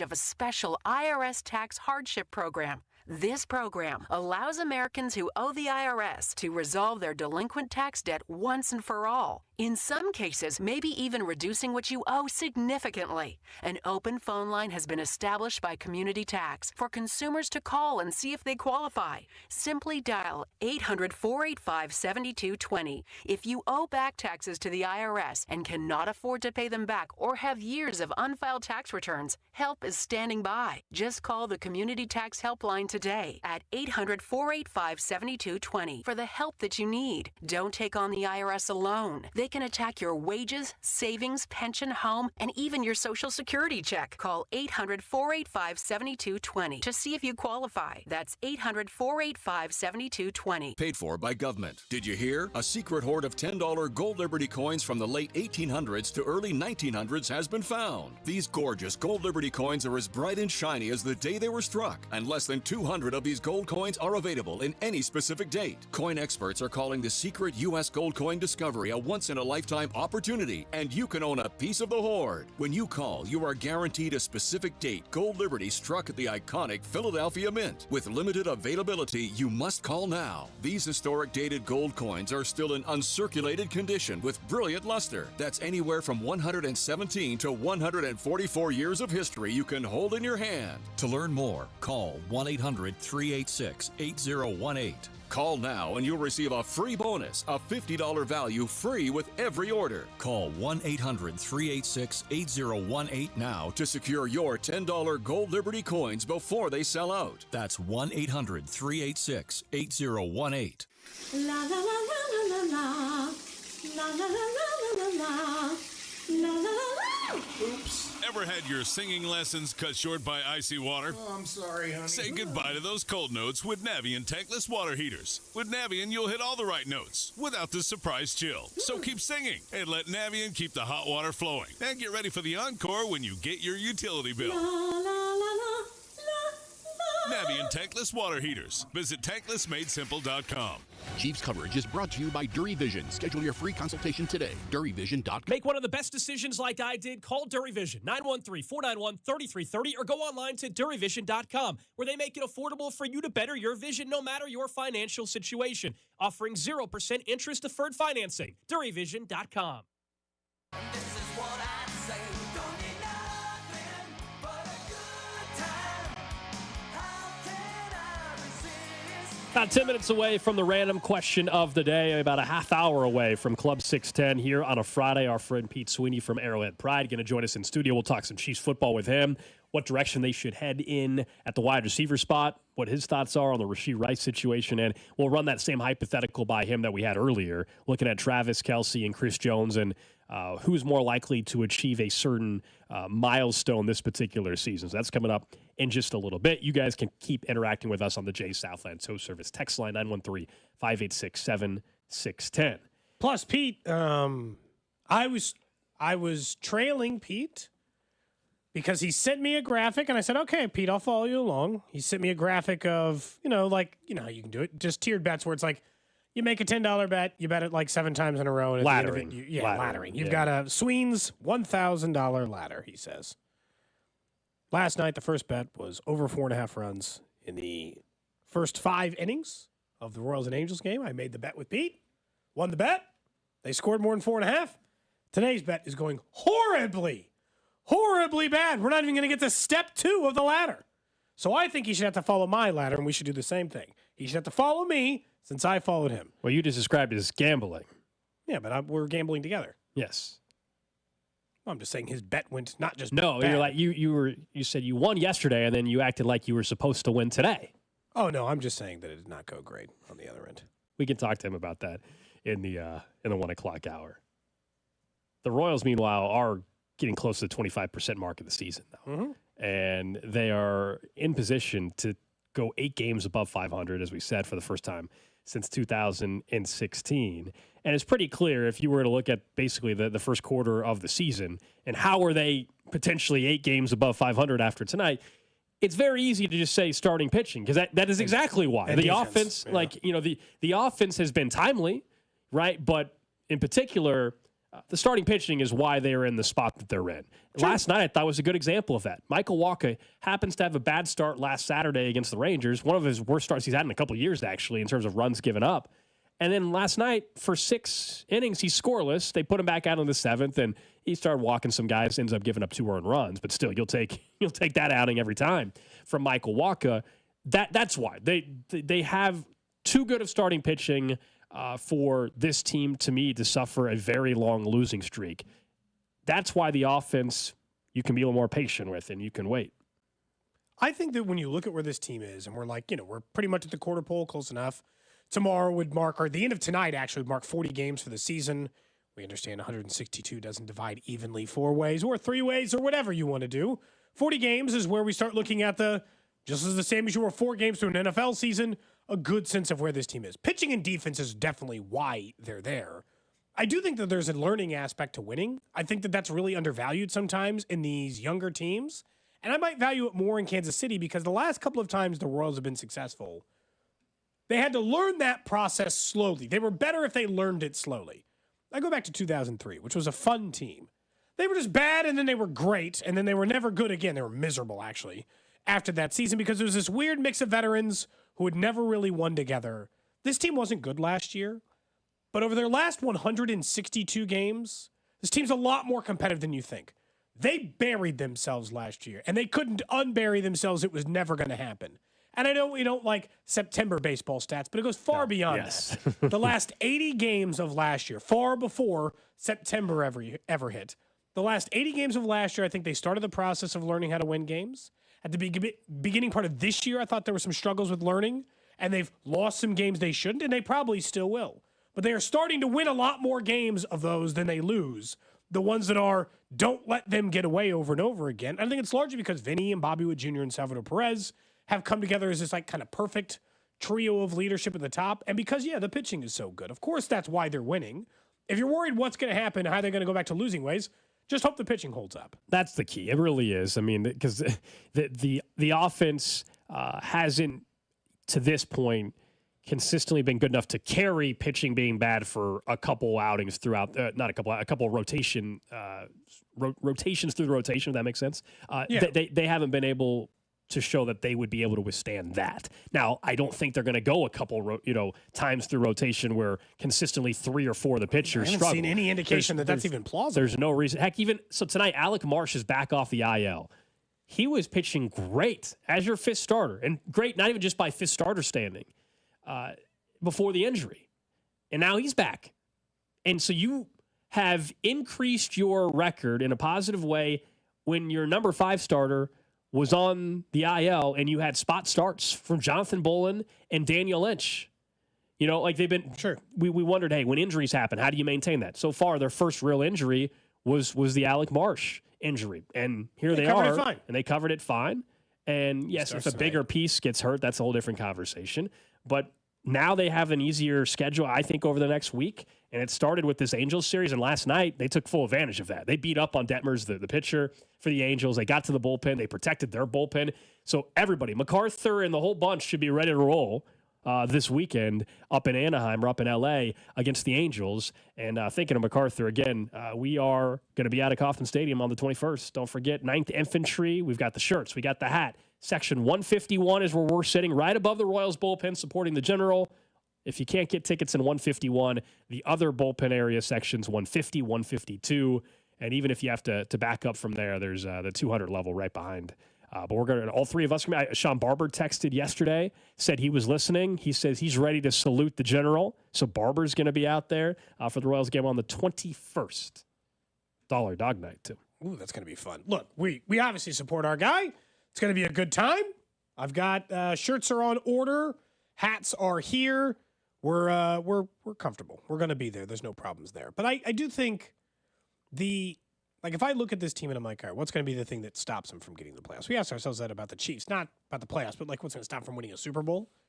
But as it's positioned right now, the Royals are pacing for 96 wins. So you would think, that's a team that's supposed to go to the playoffs. 25% of the way through the season, they're just cooking along. And look, I don't think the Royals and the Guardians and the Twins are all going to win 95 to 100 games, all teams of which are pacing for that number. I don't think this is the greatest division in baseball history all of a sudden either. So I know someone's going to fall off. The way you prevent it from being you is I do think they need more consistent offense. Their pitching is real and they can rely on it. Their defense is real and they can rely on it. Those can be the reasons you win most nights. But if you're not going to fall off or go through a stretch or any of those things, you're going to have to find somebody else who can hit 5, 6, 7, 8, 9. Now, look, Massey's done a nice job at 5. So maybe we're good there. Maybe 5 is a reliable number. Now, Massey's been hitting great. Okay, so now we're down to 6, 7, 8, 9. Can you find one more competent bat between Renfroe and MJ Melendez and Kyle Isbell and whoever else is starting at that back end? And the answer is still the most talented guys. You're like, come on, MJ, keep hitting. Because it's not going to be, look, it's not going to, I don't think it's going to be Renfroe at this point, although the back of his baseball card would suggest he should be far better than he's been at least this point. We've seen enough Kyle Isbell to feel like maybe this is about where he is offensively. So unless they're making a trade before the wheels, and I don't think the wheels are going to come off, but before the struggles happen offensively even more, then we got a problem. Because right now, they got Bobby Wood Jr. and Salvador Perez. And right now, Vinny, murdering the baseball. They're not all just going to be murdering the baseball together at the same time all the time. What's your plan for the offense outside of that is a real question. And the beautiful thing, though, the difference for this year, because of the pitching and because of the couple players you mentioned that are hitting really well, the pressure, though, and the leash, if you will, to allow whether it's MJ or others to try to sort through this a little bit has been much longer. Prior years, Cody, if Velasquez was hitting the way he has been hitting all year, in a year in which the team was already 10 games under 500, he would already been sent down probably, and fans would have been going nuts. You're able to have if they were losing, because then the pressure's on to fix it. There's a little less pressure, so you're able to you're able to kind of nice. Players drag this out a little long. Now, at some point, you're going to reach a point where it's like, hey, this is our year. We got to go for it. We can't be patient anymore. They're not there yet. It's still May 10th. But that will change. Velasquez might not be too much longer before they have to consider another option if he keeps hitting the way he's hitting, just because you're just doing a disservice to the rest of the team at some point. Yes, you are. Absolutely. And at some point, they will have to make that decision. But it is nice to not have to panic decision. Because if they were 3 games below 500, they're like, oh, God, head above water, right? Come on. Guys, we don't want to fall too far behind. Look how good the Guardians and Twins are doing. Got to stay alive, got to keep this thing going. You might operate a little bit differently on that end versus now where you're like, well, maybe NJ will hit in a week. And if he hits in a week, that's fine. And so because you've got the time to let them sort that out. I don't know if he's going to go again tonight. They were up against 3 straight lefty starters for the Angels. They scored plenty last night. My guess is analytics would suggest. Roll back. The obvious thing is analytics suggest that you should just go with a righty-heavy lineup, even if you're not like can't wait to watch Hampson and Frazier get after it. It's just kind of the order. Random question. For you, Gold. For you, Drew, over in the text line, 913-586-7610. Of course, you can hit us up on Twitter, Twitch, YouTube, Facebook. We live stream the show every single day. Seem to have gotten past our internet connectivity issues yesterday. So you actually can watch the live stream of the show. The question I have for you today is a simple, it's a kind of like a true or false. It is fair or foul of whether or not this is acceptable behavior in public or private. And no, this has nothing to do with the Luka Doncic comment from earlier. The question I have today is about Walt Frazier. I don't know if anyone saw the video of him. I'm going to explain it to you now so you know what I'm talking about. Walt Frazier, you're very familiar with him, famous basketball player and analyst. He's been around basketball a long time. He was seen sitting in the stands of a game against the Knicks and the Pacers, in which he is eating a thing of fries. All right, yeah. He does not in any way use a utensil or his hands. He is simply just eating the fries. Like it's an ice cream cone? Yeah. Like and my question is, hold on, is that fair or foul? Is this acceptable public behavior? Are you allowed to eat French fries in this manner? I have never seen anyone eat French fries like this in my life. Yeah, I just saw the photo. Yeah, so it's a cardboard, container. Kind of looks cone shaped in his defense for the ice cream cone analogy you had just made. So it's cardboard, bunch of fries. They look good, and he just biting into each fry individually and eating them. I have never seen that. That seems like something like a child would do. You know what? Now he's an NBA legend and he's a Knicks legend, and so he gets away with it. So I was saying, it just looks uncomfortable. Why two hands? I gotta be honest. It makes me uncomfortable. The video itself makes me uncomfortable. Like I have these Sour Bright crawlers. Can you imagine? I'm not using my hands. I'm just. I hate it. It's weird. It's like so. I will say this. There is one food I do this with every once in a while, literally in just a short-term setting. So maybe I should forgive Walt. When I go to the movie theater and I get a popcorn, and I'm holding the drink and I've got the popcorn in the other hand, I will occasionally I've done that before. Grab a quick bite of a popcorn, right? Yes. Out of the top of the popcorn That's thing. not a I problem. have done it with that. So, is he just doing it with a different food and I should let it go? But he's sitting in the chair already. He's not like, I can't hold it and there's a couple pieces of popcorn going to fall over anyway. I might as well try to do, or someone said they've done it in the car while driving before where they've had a fry and they just bite into the fry. That's a little different. You've already answered the question, though, Cody, because you said you have one hand holding the popcorn, you have one hand holding a drink. He's using both hands to hold the cup, and he's going in. You don't even hold an ice cream cone that way. If you bite off an ice cream cone, still holding it with one hand. I mean, do you think that it's just he's trying not to get grease on his clothes? Or his hands. I just on his hands. Yeah, on his hands, therefore his clothes. He's just trying to actively avoid that? Wouldn't you ask for a napkin? Or wouldn't you would think they would provide a napkin for you as well? I'm assuming he was given a napkin with his French fries. The one thing I can appreciate from him, though, even though I don't know why he's eating it in that way, is most of the time when you see people sitting courtside, they got a drink, they got popcorn. When have you ever seen someone really courtside at an NBA game, like actually getting some food, chicken fingers? So credit to him for eating fry. Most of the like, we're just going to have an alcoholic beverage and we're going to have a bucket of popcorn. He's eating some real concession food that everybody else is eating in the stadium. French fries. I applaud him for that, but I had not seen that until you brought it up, and I don't know. I just didn't know if that is an unacceptable way. I mean, you do you. Or Everybody, acceptable whatever way he's comfortable with. I mean, you do you. If you're asking, do I think it's weird? Sure, but you know what? If that's how he wants to eat the fries and it works for him, let him do what he has to do. It does look like the way that he's trying to catch the fry. It looks like he's biting the cup. It looks like he's biting. He had to have at one point during one of the bites for the fries. He had to miss the fry and bite the cup. Had to have missed the fry once. But then he took a bite out of the cup. But you still bit into this. Your mouth went around the container of the fry. It just feels like a weird. I've never seen anybody eat a French fry like that before. Yeah. But again, it does come in a cone. Why put it in a cone? I think you do make a good point with the clothes, and Walt Frazier does wear some very eccentric clothing. He does. He might be very particular about he's hungry, but he doesn't want to get grease or other things on his clothing. At least he's not the guy that hollowed out the hot dog. Remember that last year that went? Oh, the guy that put a straw through a hot dog into the beer. That was I also think that's what it was. That was also a New Yorker, I believe. By the way, It was at a What the Mets hell's going game. on in maybe. New York? Mets or Yankees I believe it game. was. Yeah, the hollowing out the hot dog and using it as a straw essentially is Hey, that's way so worse. you'd mentioned we're going to be at obviously on the 21st. Gold said someone accidentally bought a ticket for a different day. Yeah, somebody screenshotted 31st. No, 21st. 21st. We'll be in section 121. We're looking for at least 40 people to come out for MacArthur's night. 151. So what did I just say? 121. I just Oh want to my make sure. God. I just want to make sure people aren't buying the God, wrong after section. all that, I'm saying it right this whole time. 151. Yeah. Thank you. We'll be out in that section doing that. Multiple people now have requested that this show do the 999 challenge. Oh, Are you willing? We won't make it to hang the on, night. The infantry will be asleep. We won't be throwing up, and we won't be ready for battle. We won't be ready for battle. I'm tonight, slightly then. unfamiliar with the 999 challenge? Yes. Okay. It's 9 hot dogs, 9 beers, and 9 innings. Well, I'm already out because of the beer thing. Sorry.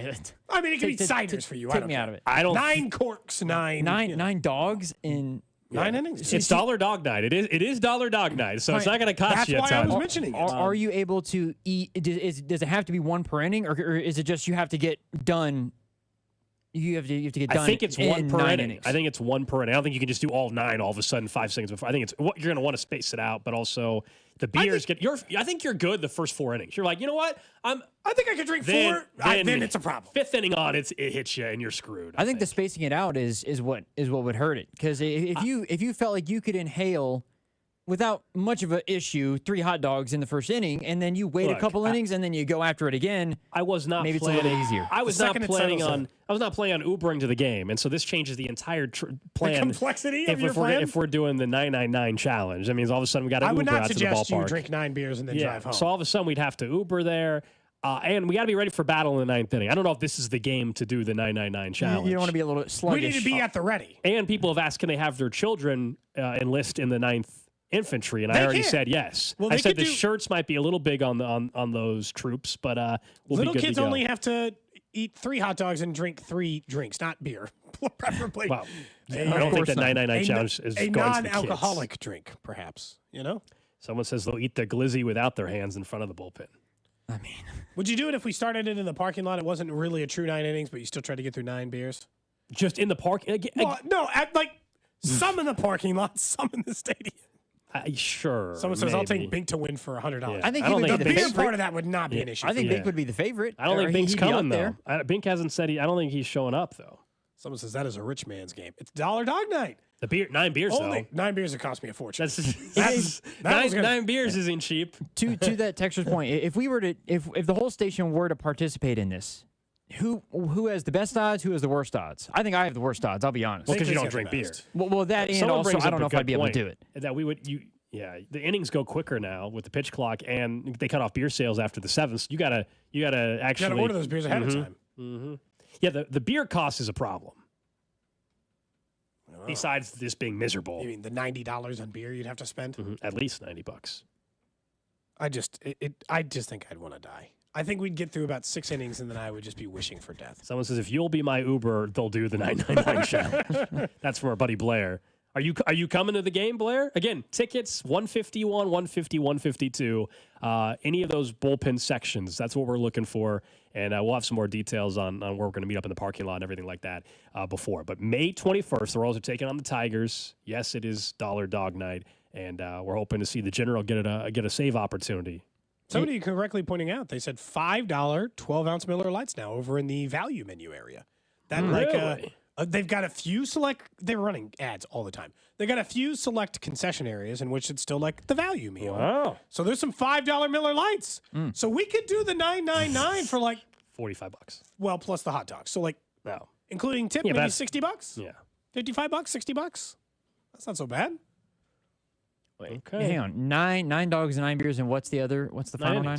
9 innings. 9 innings. You got 9 Oh, innings to perfect. complete it. Dude, what could you hang imagine on. if there was a 9 nachos? well, 9 what? If you 9 bags of peanuts? It'd be hard enough to get through the beers and the hot dogs. I wonder if I could. I'm just Drew's thinking. going to do 9 quirks, 9 dogs, 9 cotton candies. In left field, there's the I forget what it's called, but it's out by where Vern used to do his Craft and draft? Maybe is where Vern Craft and Draft. used to do his Yeah, that's Craft and Draft. his on deck show. They've got Angry Orchards up there. Yeah. It's my jam. That is your drink. I think that That's would your be, drink. if I tried it, I wonder if I would actually be able to do it or not. Because that obviously would be the drink of choice. I think I could get through 4 or 5 and I would feel miserable.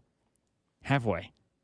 9 Dippin' Dots. I wouldn't mind trying it. 9 though. That would be Dippin' something Dots. Ice cream of the future, baby. Yeah, it's been the future for 30 years. We've been Honestly, waiting. Been waiting, man. 9 Dippin' Dots would not be that much compared to the other things.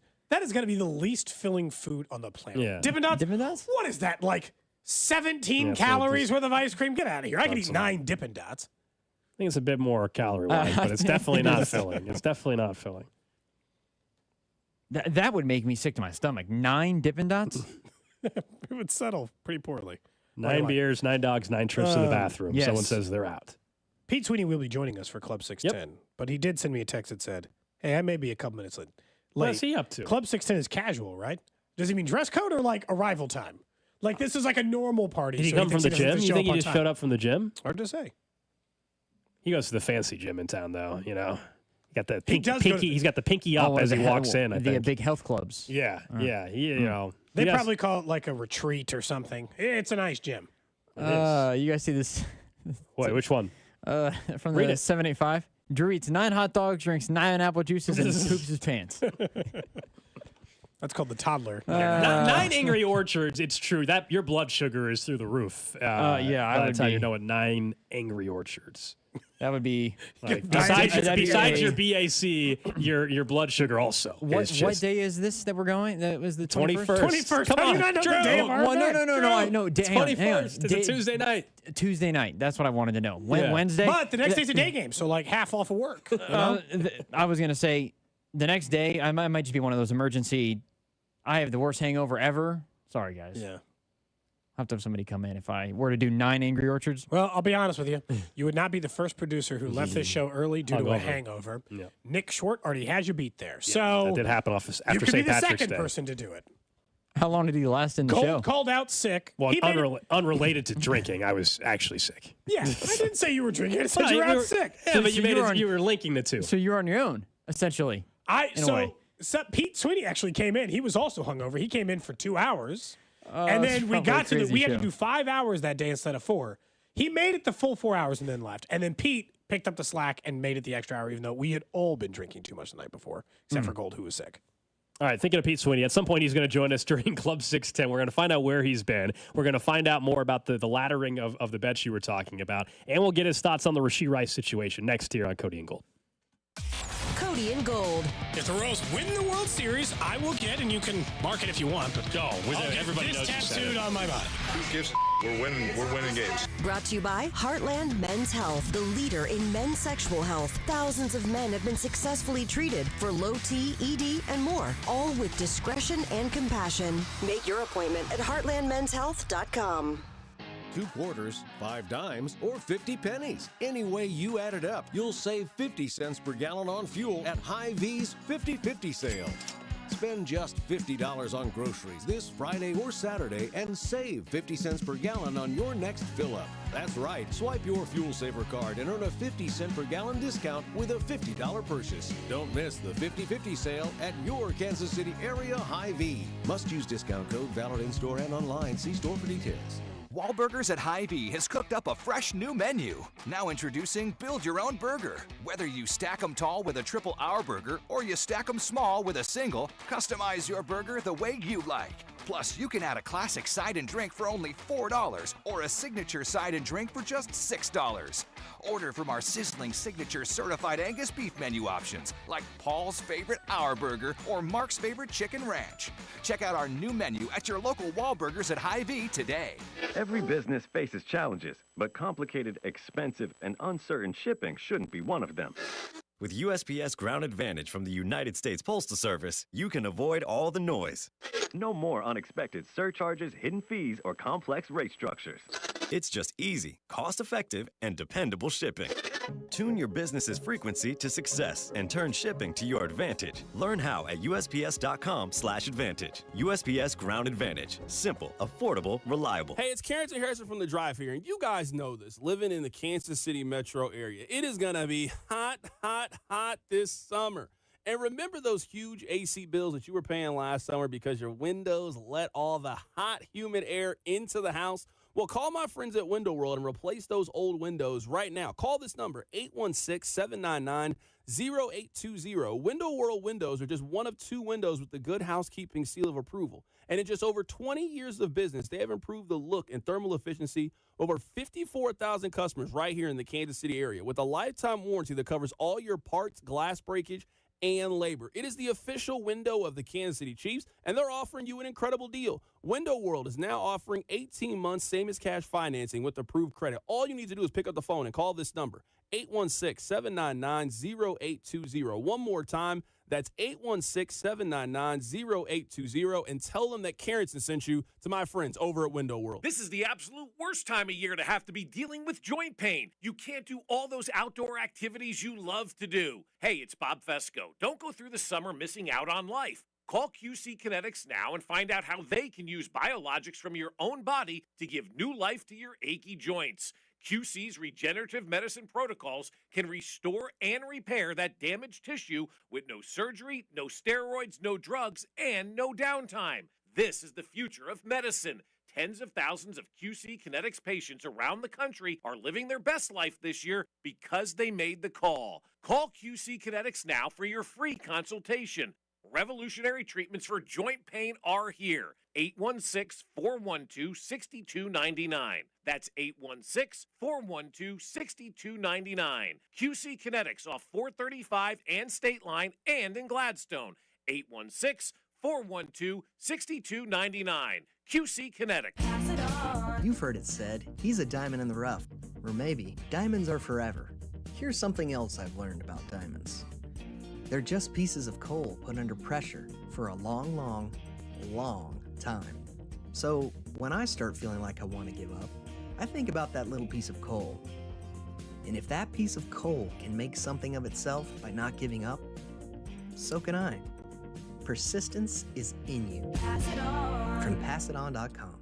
It's a mystery where Old Spice finds its amazing scents like Himalayan sea salt, but I'm thrilled they have because no other body wash exfoliates and moisturizes 24/7 like Old Spice Gentleman's Himalayan sea salt body wash. Now, if only there was a mountain range separating the Indian subcontinent from the Tibetan plateau where I could hide my Old Spice and keep my family from stealing it, my impossibly smooth skin will finally be safe. Now at O'Reilly Auto Parts, save $8 on a pair of Bosch Icon wiper blades in-store only. We'll even install them for free at O'Reilly Auto Parts. O'Reilly Auto Parts. Retired or retiring soon? How much money do you need to live comfortably? Retirement Planners of America is here for you. Would you like to have financial peace of mind? Here's how. Step 1. Find out the amount of money you'll need to retire. Step 2. Have a plan to get there. Step 3. Make sure that plan can take advantage of market gains but protect you from market losses. Discover how to do all 3 with a free consultation at 800-508-6108. That's 800-508-6108. All investments involve risk, including losses. Past performance does not guarantee future results. Now at O'Reilly Auto Parts, save $8 on a pair of Bosch Icon wiper blades in-store only. We'll even install them for free at O'Reilly Auto Parts. O'Reilly Auto Parts. You're listening to 610 Sports Radio from the Mission Plumbing, Heating, and Cooling Studios. Did you know that you can watch Cody and Gold weekdays starting at 10 live on YouTube, Twitter, Twitch, or Facebook? This way you can see the look on Alex's face when Cody starts singing Pasquantino live. What? 610 Sports Radio, KCSP Kansas City, WDAF HD2 Liberty, and Odyssey Sports Station. Club 610 on a Friday. Pete Sweeney's going to join us in a little bit. You should check out the video stream as well, Facebook, Twitch, YouTube.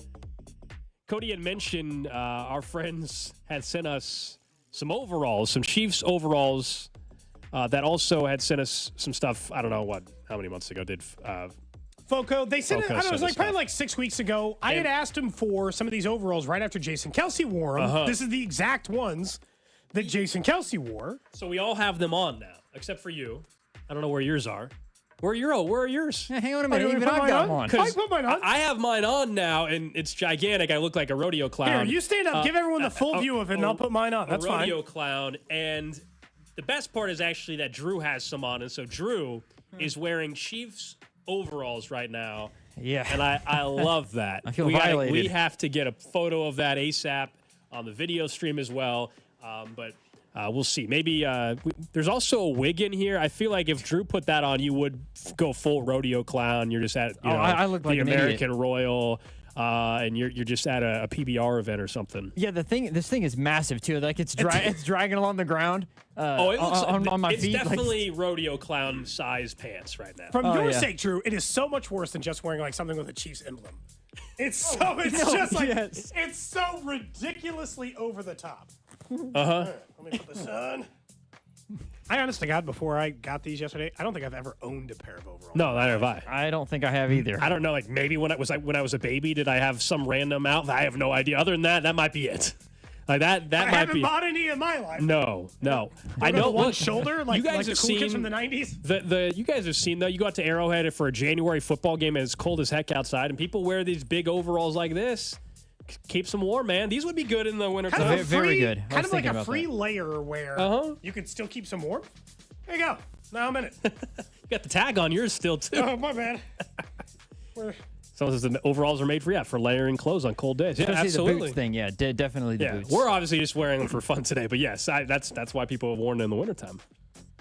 Drew, do you just feel weird? Do you know? No, the I funniest told you, person. I Have you feel- seen Cincinnati ones? Do they have Cincy ones I have no idea. for They have- Drew? I mean, they have bright lots of orange. different Gonna look teams, like some. a. I'll be totally honest though. If they had Bengals ones, I would not be. I think I would look as ridiculous in the Bengals ones You as I look do like here. a traffic cone if you're wearing the Cincinnati one. As you remember, by the way, is that luchador mask still out there? Then you'd really look like Jason Kelsey. If you remember when they sent us some stuff the first time, Drew, I actually asked him for a Bengals shirt for you the one time. Remember, I've helped you out before. Foco does have overalls, and these actually are pretty sick. They've got like it's all orange, but He they got says the Bengals ones are sick, of course. They're orange. They're sick. Hang on. Yeah. They're all orange, but they have Bengal stripes across, down the entire thing instead of like the plaid. They look really cool. I still think I would look stupid, but yes, Foco does have Bengals ones as well. I mean, I don't. Cup 16, I don't have a drink yet. Yeah, Although we my got some keys beverages. my keys are stuck. Oh man, I didn't take my keys out of my pocket. I need it for the bottle. There's a opener. cork in here for you, Drew, if you want. There's a cork. couple. Sweet. There's several Thank you. corks in Speaking there. of corks. I know Pete likes a good cork sometimes. So do you. So They haven't. This little pocket here, by the way, very convenient for hand warmers, for anything extra that you want to store. not bad. And the little kangaroo-looking pouch. Cody's going if you will. Corona. That seemed fine. Cinco de Mayo was last weekend. Did you have a couple of those? I don't remember what I don't think I I drank did on a Cinco de couple. I Mayo. did a couple margs on Sunday. It was a good marg day. Oh, margaritas. Plenty of drink specials around town. On So Sunday. if I do a ladder bet, will you follow me? Will you just take one chance with me for $10? What do you care? Why not? It's fun. Maybe. What if we did a show one? Well, we should probably just if we have the show fund, let's just use that. Why use why not use our show fund money? Drew, That's fair. come get in front of the camera real quick. Show everyone what you look like. That's what the best part. Drew's got Chiefs gear on, Mr. Cincinnati himself. Mr. Cincy, he came in here to grab a drink, and now we've got him on the video stream. Carrington's looking in here, and he's staring at the drinks in the cooler, just so you know. Here he is. Carrington, we can get Carrington to put some overalls on, too. I'm sure he gladly will. He's got a Missouri Tiger hat on now. No, we're all dressed like shirt Jason on. Kelsey. What's not to like? He just saw the drinks, you know? Here he is. What's up, C-Dot? The rule should be if you come in for a drink, you got to hop on the microphone for a little bit. What you gotta ask for things. Get on the microphone for a second. Whose C-Dot. house did you grow up in? C-Dot. Hey, if I just walked to your mom's house and started taking her lamps and stuff, that cool? Guys, take her things. Can't just be taking people's C-Dot things. just came in and just grabbed a drink. Hold on. Drew speaks for the show, right? Drew cannot come up to me and say, "Hey, what there's happened? quirks in there." Drew. Cannot say that. I go Damn, get Drew. quirk, and now I'm wrong because I He took said the what you quirk. got in there, and I said he said what would you got, and I understand said there's if Pete quirks. was like, "Hey, Pete's not here." See, full you're time. misrepresenting the story. You don't have headphones on. Drew says you said, "Hey, what you got in there?" He then described what items said we there's had. That quirks. wasn't an offer. You made it sound like it was an offer. I did not like say he come said, and get a "Hey, drink." man, we've got drinks if you're interested." That's different. Did you asked him for a drink? No, that's not. I didn't ask. He never asked, and I would say I never offered. He was like, No, but okay. he said what you got there. I said there's quirks. He didn't verbally offer. He said, "We got quirks," and then shook it in my face. Oh, so he was taunting. He was taunting. You can get one. That's kind of what it was like. Okay, you felt taunted. Yeah, just like, if we were at the barbecue and then I hey, we got beer. I didn't say come over here and That's get a different. beer. I would say he did it in a slightly inviting way. Yeah, he made it seem Drew's a little flustered right now. He's wearing Chiefs overalls. I know. which is I'm very poor disgusted guy. with Mr. myself Cincinnati right now. over there. Why are you guys dressed like we got it's these super sent to cold? us? He's dressed like it's super cold outside. Like We got he's wearing a hoodie. I don't know why he's wearing a hoodie. This company was but like, hey, we'd like to send you some overalls that Jason Kelsey was wearing. They then were sold out of them immediately because Jason Kelsey was wearing them. So then they just showed up in the mail yesterday out of nowhere. You look like a clown. That's what he said. Rodeo clown. The giant pants. Oh, yeah. They fit Cody well. They don't fit you. You look like a clown. Gigantic. Rodeo clown. You don't look good. Also, that microphone sounds like garbage. Switch over to the one that's to the left of it. Or is there There's no mic. Oh, well. You're going to have to switch to that one next to.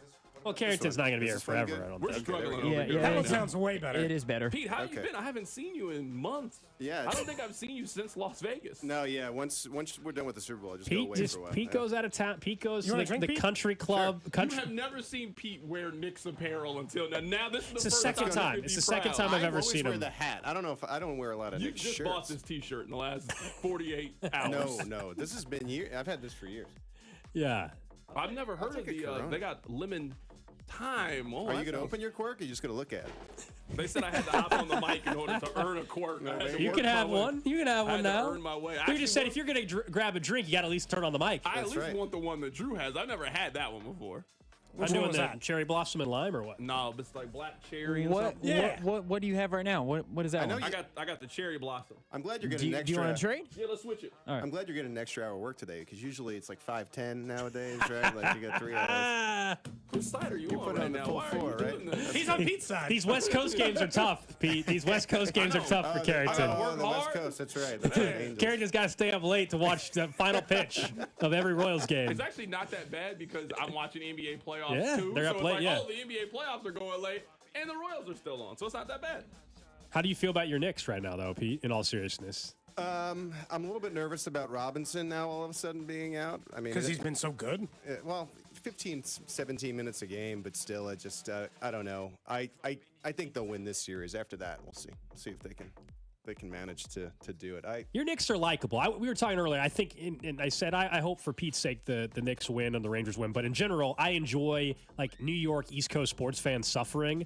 But I'll admit the Knicks, they're a likable team, though. Well, it's always just about like proximity to the last championship. I think even like because New York hasn't won anything since like 2011 at this point. So you start to be like, okay, but if they started to win like Kansas City is now, then they would start to get naturally annoying again. Like the Knicks have never won anything. Rangers were good when I was like 6 years old. So to have a week where they're both playing well. It's my girlfriend's worst nightmare. There's a Knick or Ranger playoff game from last Sunday to next Monday, I believe it is. Mm-hmm. Wow. So every day you're like, hey.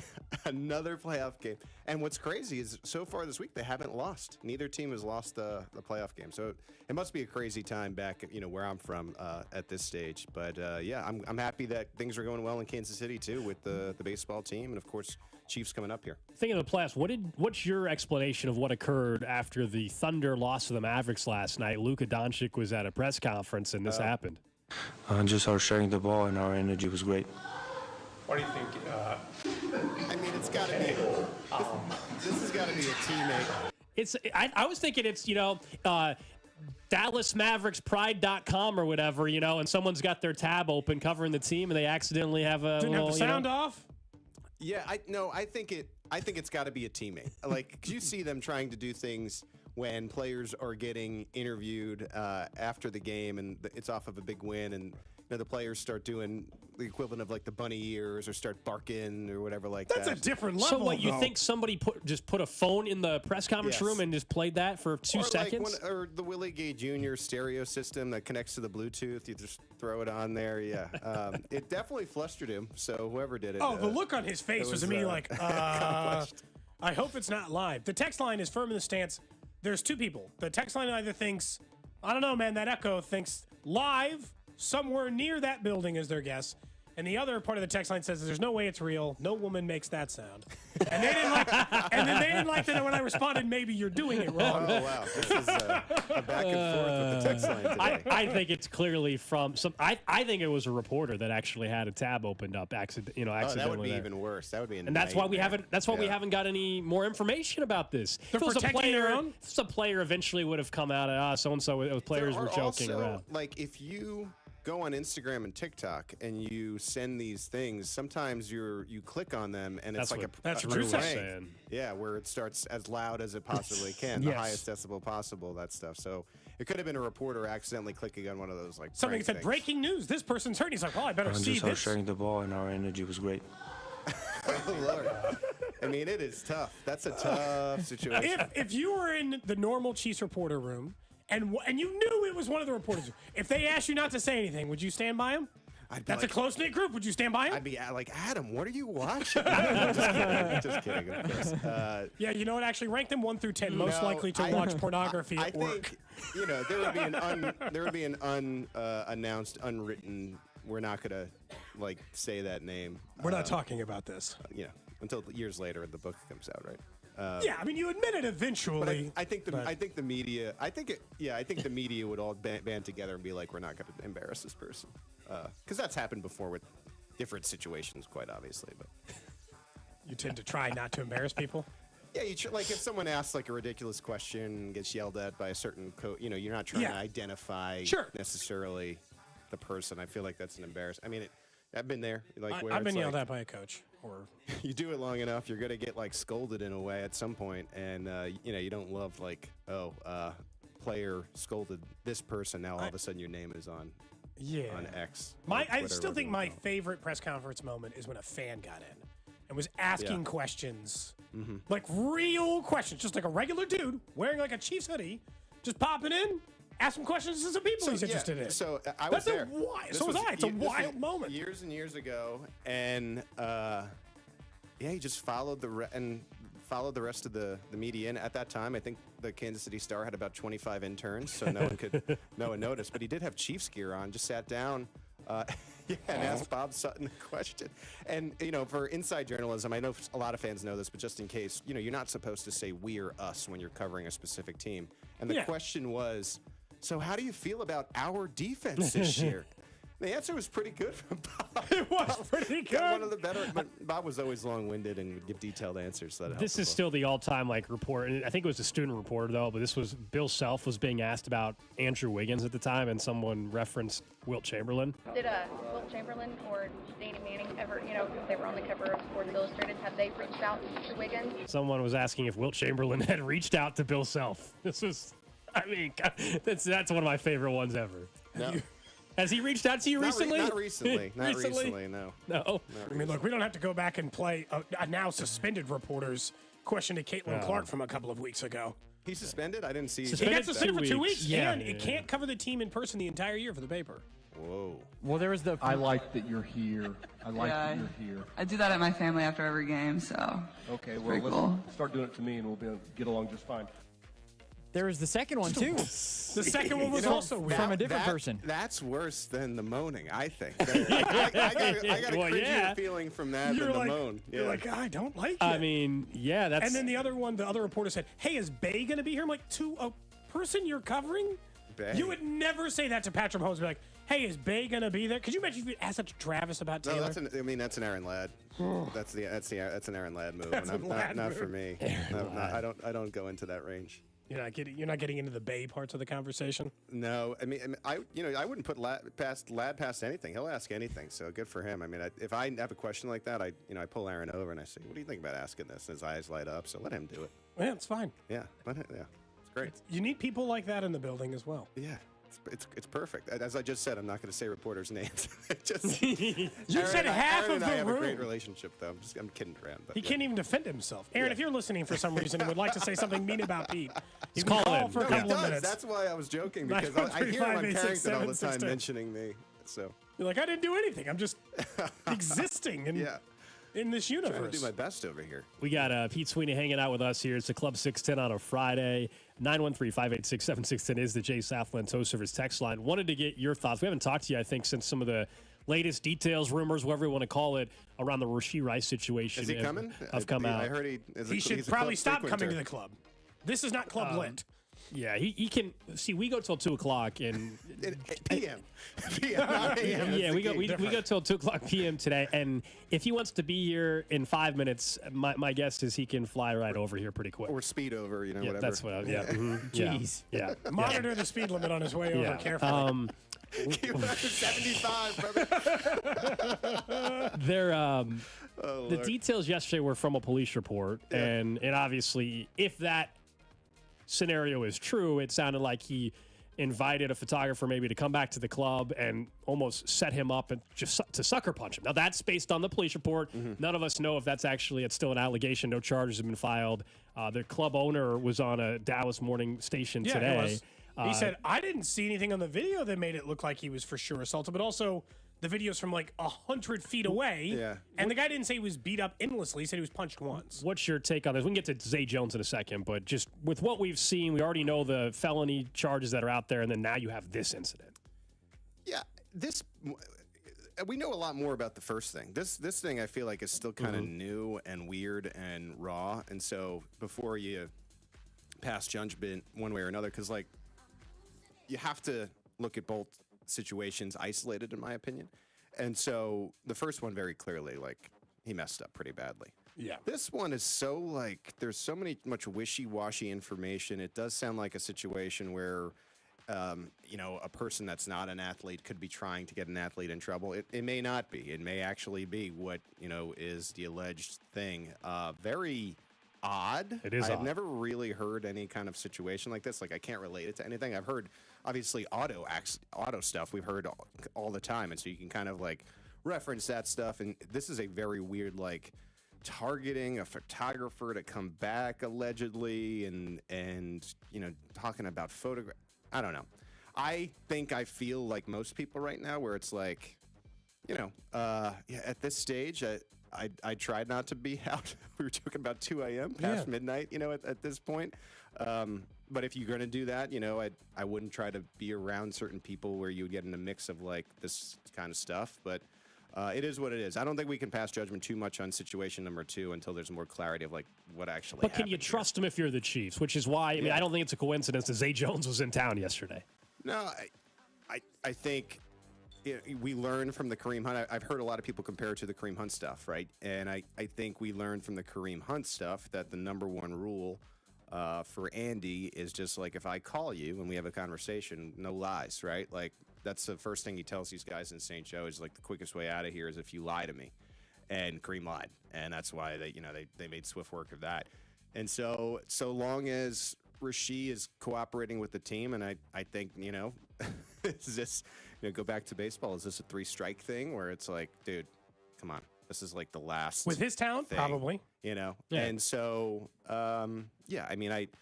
looking back at the history of this, so long as Rashee has cooperated with the team and has been honest with, Brett Beach and Andy Reid and, some other folks over there, I think he'll be okay. But there's only so many scenarios you can get yourself in before the team is like, look, as great as you were for your first year, as good as the report was with Patrick Mahomes, we're going to figure it out. We always do. Don't you need the insurance policy, though, at this point? I mean, that is Zay Jones. We were talking safety net. Not that Zay Jones is going to give you anywhere near the production, but he's about the same height, similar build. Does he kind of fit if you were to miss Rice? Because I think we don't know when the suspension's happening, but at some point he's getting suspended. Like Chris Jones not being available loses you a game. Is Zay Jones being on or off the team, winning or losing week 1? I don't think so. The argument for that, though, right, is that but you're only one injury away from it costing you multiple games. I guess I think it's not so much Zay Jones, but if you say maybe is Zay Jones the difference? No, but is Kadarius Toney the difference of losing a football game? Yeah, because last year it was. Well, maybe that's the argument then, because like I'd be more apt to like want Kadarius in than Zay Jones. Zay Jones I think to me the Chiefs is like, probably I'm do so as well. done on Kadarius. Well, I know everyone feels like they're done. I try to remind people, like, I know last year was bad, but that year before when he was healthy and he did have the ball in his hands, he's actually one of the more explosive, talented players in the NFL. And so, like, should Kadarius's head be on straight and should he be healthy, I would take him over Zay Jones 10 out of 10 times, but those are just gigantic ifs. I just think that you are, like, at some point in some stage of your career, whether it be health or anything else, You are who you've performed as. And even in that year that you're talking about, when he came in Kansas City and he actually was productive, he played in 7 games and had 171 yards. So what, he's a 350-yard wide receiver? I don't care. That's Zay Jones. Yeah. Zay Jones has done that a bunch of times in his NFL career. Yeah. More times than Kadarius Toney has. You know, like, that's where, like, I'm not denying Kadarius Toney's a better athlete. I don't think he's a better player. Like, I'm out on the player. I don't know that it's the I'm athlete just like, part. I know what Zay Jones is. I still feel like I don't like necessarily know the ceiling of Sky Moore. I know that people get down on these guys like Moore and Tone. I'd rather see those guys because I just still think that they're a little bit untapped. Whereas like Zay Jones is, and I'm not watching Be on the Chiefs and they replay that for him, but for me it's that like term that they use, just a guy. Like I think he's very replaceable. Tier player. So they bring him in, that's fine. I think it could help you for a few games. If Rashee Rice, let's say, is missing between 4 and 6, which I tend to still think will be the case. I know there's been all these random numbers out there. But I don't think they need Zay Jones. Like, after the Chiefs, and this is very unrelated, right? Like, but after they like just lost the best wide receiver maybe we've ever freaking seen in Kansas City, and then found ways to win back to back. Like, I don't think you need to like make a quick decision and for a pivot. I think Andy will figure it out. He's that good. So. When you see the deal that Tyler Boyd got, though, for Tennessee, it was like very little. Like, Tyler Boyd would have been way more interested in him. Yeah, I would agree with that. Yeah, I would be much more interested in a Boyd than a Jones. But I also I got to think that Tyler Boyd is looking for a bigger role than he would have had here in Kansas City. Like, and it takes two to tango in that sense. He's still behind 2 guys there in Tennessee.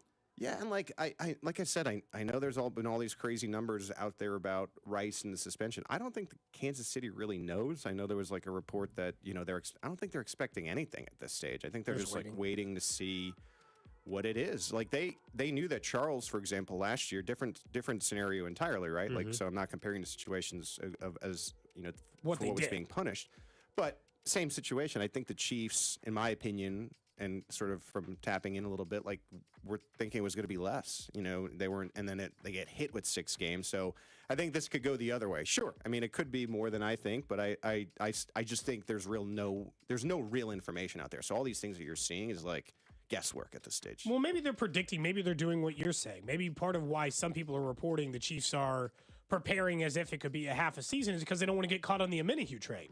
Hey, we prepare like it's a half a season. If it's 6 games, cool. If it's 4 games, great. But if we prepare like it's a half a season, then we are better positioned than when we got caught off guard that Omenihu ended up being 6 games. Yeah, and I think to have Hollywood Brown in there makes you feel a lot better than it would be if you were going into the season with what you had last year. Like what you're alluding to, Alex, like with no Rashee, if they had not added Hollywood, I'd be like, yeah, they should be bringing in 2 veterans. Like anybody. Yeah, at least Hollywood gives you some comfort in that, like, we can figure this out with Hollywood, Justin Watson, and whoever that third receiver is. Or maybe it's Xavier Worthy. Maybe he comes on the scene quick. Maybe it's Worthy. Maybe it is one of the veterans we taled about. Maybe it's one of these Nico guys Remigio or Justin Ross. Wiley. Let's just keep going. It could be anybody. For this upcoming season. I only got one day at rookie minicamp because I was away during the weekend, so I only got the Monday. But Wiley's interesting to me. I mean, he is like bulked up. He was a little bit. I expected him to kind of just look like Travis Kelce, but he's a little bit taller and like a little thinner. I checked his weight. Apparently, he came in at 253. I think he could probably add weight. And like, I am obviously curious to see what he looks like this year. But if it's a good start. I'm really wondering about next year. Noah Gray replacement. Yeah, who knows it's crazy. Like if you really look at the athletic numbers and the size and weight, and it's like a prototype Kelce, and that's going to be a lot of pressure for him. But look, to have the most touchdowns in the NCAA at the tight end position, who knows what this guy can do? All right, Pete will keep hanging out with us here as Club 610 on a Friday. I want to run a hypothetical by him that Cody and I went through involving Chris Jones and Travis Kelce. We'll do that next. Cody and Gold, brought to you by Heartland Men's Health, the leader in men's sexual health. Thousands of men have been successfully treated for low T, ED, and more, all with discretion and compassion. Make your appointment at heartlandmenshealth.com. There is a back-to-back Super Bowl champion, and it is the Kansas City Chiefs. On your official broadcast partner of the Chiefs, 610 Sports Radio. Hit the Grand Slam jackpot with BetMGM. Score a $50,000 bonus bet jackpot when a player you bet on to hit a homer slugs a Grand Slam. Head over to BetMGM and place a home run prop bet for any of this weekend's games for a chance to win a share of $50,000 in bonus bets. On top of your wager, take advantage of great home run odds, new ways to enjoy all 9 innings with more same-game parlay options, and exclusive signature bets found nowhere else. Log into BetMGM or create your account to place a bet on a player to knock one over the fence this weekend. Swing for the Grand Slam jackpot this season with BetMGM, official sports betting partner of the MLB. BetMGM and GameSense remind you to play responsibly. See BetMGM.com for terms. 21 plus only. Kansas only. New and existing customer offer. Subject to qualification and eligibility requirements. Rewards are non-withdrawable bonus bets that expire in 7 days. Please gamble responsibly. Gambling problem? Call 1-800-GAMBLER. In partnership with Kansas Crossing Casino and Hotel. Bowling Warehouse has taken over KC with a mashup of football, bowling, drinks, and fun. And with 3 15-foot televisions in the hottest bar in town, there's absolutely no better place for watch parties, get-togethers, and happy hours. And what could be better than splashing down pins at your next business event or private party? Plus, Bowling Warehouse KC is convenient for everyone off 435 and State Line. Whether it's a fun night out or a way for your organization to unwind, make your reservation now at bowlingwarehousekc.com. It's time to fool around and find out. Are you ready to start feeling your absolute best? I've got the perfect solution. Stretch Zone, your destination for practitioner-assisted stretching. Whether you're an athlete looking to enhance performance or someone seeking relief from the daily grind, Stretch Zone's personalized stretching sessions cater to all levels and lifestyles. Unleash your potential. Let Stretch Zone guide you to a healthier, more flexible you. 6 area locations. Book your session today at StretchZone.com. Stretch Zone. Stretch, work, play, repeat. Summer is here, and Midwest Marine Boat Company has everything you need for summer fun on the water, and they're celebrating that new location. I was just out there this past Saturday. It's now open in Grandview. The showroom is massive. That's because they have a brand new showroom featuring new lines of Bennington, Bass Cat, Crown Line, Vexus, Sea Arc, and more. Midwest Marine Boat Company has the largest selection of pontoon boats in Kansas City. Check out their new location with that brand new indoor showroom at 13800 South 71 Highway in Grandview. Listen, you've been making house payments for years, right? And right now your home's value has never been higher, right? That means you're likely sitting on a small fortune in equity. And good for you. That's cash that could help you secure your retirement, solve all your financial burdens, enable you to travel, everything you want. The catch is you're not ready to move. No problem. You don't have to with TrueHold. Sell and stay leaseback program. This is a genius financial strategy. You sell your home to TrueHold while its value is high. You bank all that equity in cash now, and you can stay as long as you like with an easy, affordable lease. And TrueHold pays property taxes, insurance, and maintenance. TrueHold unlocks your wealth without uprooting your life. Get a TrueHold offer now while your home's value is sky high. Call 1-855-300-9993 or visit TrueHold.com. The smarter, faster way to cash out without moving out. That's TrueHold.com. At Preferred Asphalt and Seal Coating, we understand that your business's first impression starts with the parking lot. That's why our team of professionals at Preferred Asphalt and Seal Coating ensures that every inch of your asphalt is smooth, durable, and built to withstand the test of time. With our top-of-the-line seal coating services, we protect your investment from harsh weather conditions and heavy traffic, prolonging the life of your pavement. Let us transform your pavement into perfection. Preferred Asphalt and Seal Coating, where quality meets durability.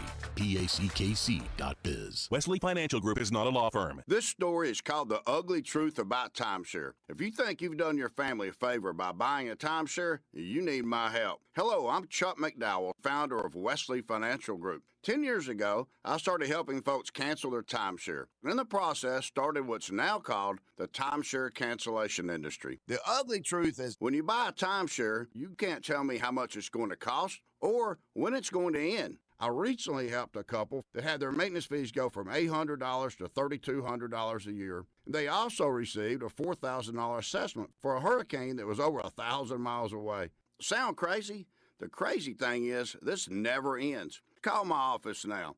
If we take you as a client, I guarantee we'll cancel your timeshare or you'll pay nothing. Call for your free information kit. Call 800-462-3333. That's 800-462-3333. 800-462-3333. Prescriptions require an online consultation with a healthcare provider who will determine if appropriate. Restrictions apply. See website for details and important safety information. Subscription required. Price varies based on product and subscription plan. Hey guys, did you know there's a generic form of Viagra that works just the same but is 95% cheaper? And you can get it online at hims.com/joy. Through Hims, you'll get a free medical consultation to determine the ED medication that's best for you, discreet shipping if prescribed, a 100% online process, and a range of treatment options, including trusted generic alternatives to the name brands, at up to 95% off. ED is personal, and at Hims, so is treating it. Just go to hims.com/joy and get connected to a licensed medical provider online for free, with zero copay, no expensive appointments,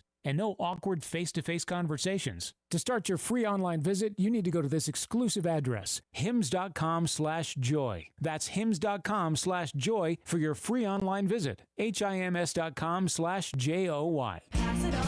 You've heard it said, he's a diamond in the rough. Or maybe, diamonds are forever. Here's something else I've learned about diamonds. They're just pieces of coal put under pressure for a long, long, long time.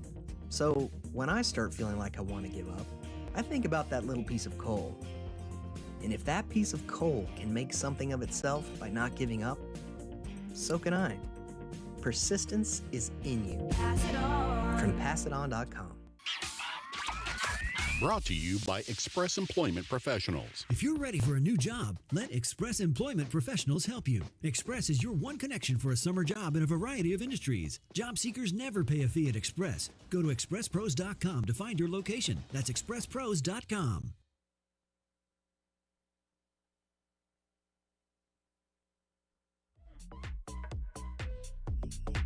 Back here on Club 610, Alex Gold, Cody Tapp, Drew Nixon with you. Pete Sweeney, our Chiefs insider from Arrowhead Pride, hanging out till 2 o'clock. A couple beverages. Who brought all these Reese's in here? I bought them for Alex for Christmas. It was a gift. And then he got tired of eating them at home, so he brought them into the studio. We did a gift exchange, and there's 375 in there. I'm like, I'm not eating. These are in the fridge. They expire in July, Pete, so I brought them in. Something I knew he would like. You know, people get you a gift, and you're like, am I really going to use this enough? I had watched Alex get Reese's out of that machine once a day, or like 4 times a week for like 6 consecutive months. I thought this was like a nice $2 a pop over there. I thought I was saving him tons of money. Too many of them. It was a very nice gift, but also I think they taste different, Pete, than the ones that are in the full size package. It's like fountain soda. How much better is soda from the actual? For sure, fountain? a bottle is not nearly as good as the fountain drink from McDonald's. It's just not. Yeah. And nothing like the Mountain Dew from Taco Bell. If you want to get into, you want to get into. That's your number one draft for soda? There is something about the Mountain Dew, not from the gas station. No offense, Quick Trip, which I straight love, from Taco Bell. Has to be Taco Bell Mountain Dew. It's the different carbonation, different CO2 formula, all of that. Something. Yeah, I mean, if you want to mix in a cheesy Gordita Crunch while you're there, more power. That double stack taco is the go-to right now for me. If I go to the Taco is that Bell. like the old? Wait. Like it's the one with the soft taco inside the soft hard taco? Soft on the outside, nacho cheese to adhere the soft shell to the hard shell taco, and then it's a regular taco, and it's fantastic. As Mr. Chipotle, it's got to be a very special situation. Chipotle and him are still beefing. We aren't. What happened? We are not going to Chipotle as often. They ripped him off. They ripped you off. They sent him an email that said he had free tacos for a year. I was sent an email that said I want free burritos for a year from them. Yeah. And then they said, our mistake. So that was part of it. And then because I haven't had the sense of smell since December, some food tastes different, and it's not really... You got long COVID? I must have. Wow. And so it doesn't taste the same. So I've gotten to Chipotle once in the last month. Hey, because of this, how about we test this experience and just say some things don't taste as good as they used to.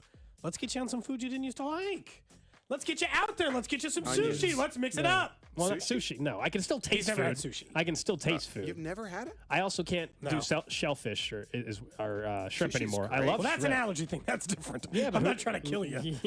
There's a new sushi place on the plaza. Oh, there's great sushi in KC, so I've been told. There's it's like a train, I think, that you. Yes, pick they deliver. I have not been there yet. It is on a conveyor belt or something. I've been Oh, meaning one of those? to I do. Huh? Should we go? You want to do a double date? Yeah, we'll do a double date. You gonna bring the kiddos? Or No, I'll leave them at home. All right, yeah. Although the last time I got sushi, I brought the kids and they ate it, and I was shocked. I didn't think they were like, sure, we'll try I it. was just talking about Emma the other night about like getting together. So maybe that'll be fun. Al, you want to come? You got a mystery date? We could. Drew's. Alex and Drew can come. No, Drew and his also wife. doesn't Drew and eat his sushi. wife. So Alex can be the seventh wheel. We can put him on the. Well, committee. if it's sushi, I won't. If it's sushi, I won't go. I just won't go. The reason why I don't eat sushi is because the one experience I had with it, I tried eel sushi, so I went as exotic as you could go. You got to start with the crab. That's like the conservative way to go, and then you like work your way. Yeah, the ones get a California roll. No one's gonna be I was like, very aggressive. Can't do no, crab. Crab is shellfish. I'm not Can't do it. pronouncing it right, probably, but my favorite is like the salmon nigiri. Yeah. And I'm like an exotic sushi man now. I will go. My wife really likes sushi too, but she still goes as short as like she won't eat like the uni. I'll eat like raw tuna. Like I'll eat all of that stuff in there. I don't care. Doesn't matter. Not picky about it at all. Yeah, you got to go raw. We were having a conversation. Having that Luka Doncic video. Perhaps. We'll never know. We won't. We won't. No visual. A scenario we were going through earlier was looking at Travis Kelce and Chris Jones a little bit and their potential milestone for this year and which one is more likely to get to a certain spot. So Chris Jones, 12 sacks or Kelce, 1,100 yards? By the way, I think both can get there, but who do you think is more likely? Chris had 10.5 sacks last year. Obviously, we know the story with Kelce. He was, 16 yards short of 1,000 because he sat out. I'll go Kelce, and here's why. I just think there could be more motivation there at this stage. With this new 2-year deal, it kind of feels like a race to the finish. This could be it. And so I got to think he's going to want to really play well his final seasons. Whereas Chris just signed a deal. He's in 5 years at least, 4 or 5 years. I could see him maybe being more, closer to like the 8 to 10 range. There's nothing. There was a period, and you understand this with all defensive linemen, where the more sacks you are able to get, the more money you make. Chris made his money now, so. But he made it one other time and still ended up being a pretty good player during that time. A little older now. Yeah, he's definitely a little older. So I think he's motivated though because yes, he got the contract, but there's the 3P that everybody's motivated for this year. And then you add in, I think he's on the Hall of Fame path. And if he has another year or two of double-digit sacks, then to me it's over. It's case closed for him. And don't put me on these like quote graphics and be like Pete Sweeney. Pete Sweeney says Chris Jones will not be motivated in 2024. I'm just looking for. We're gonna send out that video later. I mean, like if there was a case to be made for more motivation, it would probably be more motivation for Travis, in my opinion. And I think that stuff matters. Like that's why Andy Reid is always shaky and gets a little bit uncomfortable when players try to like set the other one off, because you can tell that they actually like legitimately play harder when you tick them off. So why anyway? So for me, I think Travis, especially like if he doesn't have a freak injury one day before the NFL season begins, is also like that would help him reach the 1,000 as well. That's the other part. It's like he would have been in 1,000 if he was just healthy. Right. It's like it's not even a question, I think I think he dealt with that injury for the first huge quarter, chunk of the year, half of the year. Yeah, no doubt. No, I think for Chris, some of the 12 sack number and how do you get there? How much faith do you have? Is Karlaftis? Is there another leap for Karlaftis? Are they getting something out of Felix, Andy Dike, Uzama? When Amenihu comes back, is he still the same player, or does the ACL injury really impact him? I think that has to be part of the equation because we know Chris normally is drawing the double team most of the time. Yeah, I think it's really a good break for Karlaftis that Jones didn't move on. I think he can build on that now. I would have been a little bit more apt to say that. Can you be the man? It's going to be declining because of course he's going to get more attention, but now he should get the same attention and in his third year be even stronger and have the hand weapons of Hall of Famer, Chiefs Hall of Famer Tamba Ali now. And I could see him taking a jump. I agree with you, Al. Like I think both of those guys can reasonably get to those numbers. So it's a hard decision, but I think if you just look at generally how hard it is to get sacks and how really effortlessly Travis has been able to do that in the past when he's healthy, I'd lean on that. I saw that over at Arrowhead Pride, you had to call him Luis Rees-Sama. You said he could be a future MVP in this league based off of what he did. Wait, is over that at, he's just saying at, things at now? minicamp. Is that true? He got a second media availability in a week. He must have been in high demand. I think he was in demand nationally and internationally. Yeah, so yeah. like we got him locally, and then they put him on for the national. Yeah, a lot of people are. This feels like the new Justin Ross a little bit. I think a lot of people are going crazy over this guy. I think it is an interesting and fun story, and it's going to be fun to cover. But I know that there are a lot of fans that just think he's like, well, he's the kickoff return specialist. He's on this team for sure. Like, I think he's got a lot of work to do. I think it's more likely he ends up on the Chiefs practice squad for the year as he learns, and then maybe you see what you have next year. But if he shows out in training camp and makes it undeniable, like anyone has the opportunity to make the team. You see it every year. And I don't think any of us know exactly what they're going to do with the kickoff stuff. That could go any number of ways. It's a completely different rule. Everyone's going to be experimenting and guessing a little bit. Speaking of under talked about stories, forget about Lewis. This is Mr. Dave Tobe's year. This is a new play in the NFL that nobody has been able to even work with before. And someone is going to be the best at it. I think Dave is going to be fired up. And he's, no offense to the coordinators and Coach Reed, of course, but he's the best interview when we he just is like, hey, Dave, can you tell us about this? And he just tells you the 100% truth. Oh, yeah, that's absolutely true. It's the best. He protects no secrets. No, it's the best. I love it. Any media member would love it. And so I'm really excited about that aspect of it, too. And I think you have to return it now. So it's going to be it goes from let me go get, my popcorn, let me go get a beer to we got to be on the couch at noon because we can't miss this play. What's your guess then, I guess, when we head up to St. Joe in a couple months? Xavier Worthy, is it he gets the first crack at the kickoffs? Or? Worthy will be the punt returner. Okay. I'm not sure he'll be both. But punt, you think, is pretty solid there? Yeah. Why not let Kadarius Toney do it? Just for the same reason. If you're going to hold on to him, well, I mean, get the most out of him. Can't put Kadarius back there for the first 5 minutes of training camp. We know how that goes as a punt returning. Right. As a kick returner. Yeah, I mean, right now I would tell you I'm 90% sure that week one Xavier Worthy is your punt returner. Okay. I think kick returner, will come down to the third running back or the, 6th or 7th wide receiver.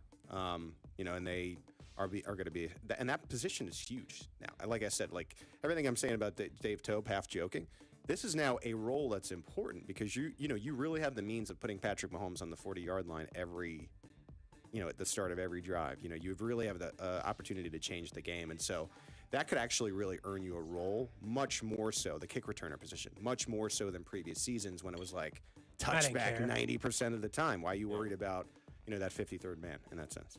So. Yeah, there was just never any point to care about it. Yeah, I'd given up on that play. That's why they had to change. It's I didn't care. This play's it's meaningless. Yeah, it could make for a player that maybe wouldn't have gotten a look to get on the team.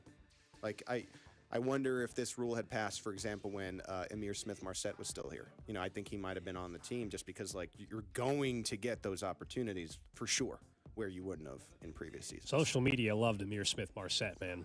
So yeah, big fan. ISM. I mean, he did return. What about LRZ though? You think LRZ though could be that guy? Yeah, I think he needs to learn how to not go off sides and have false starts and learn football first.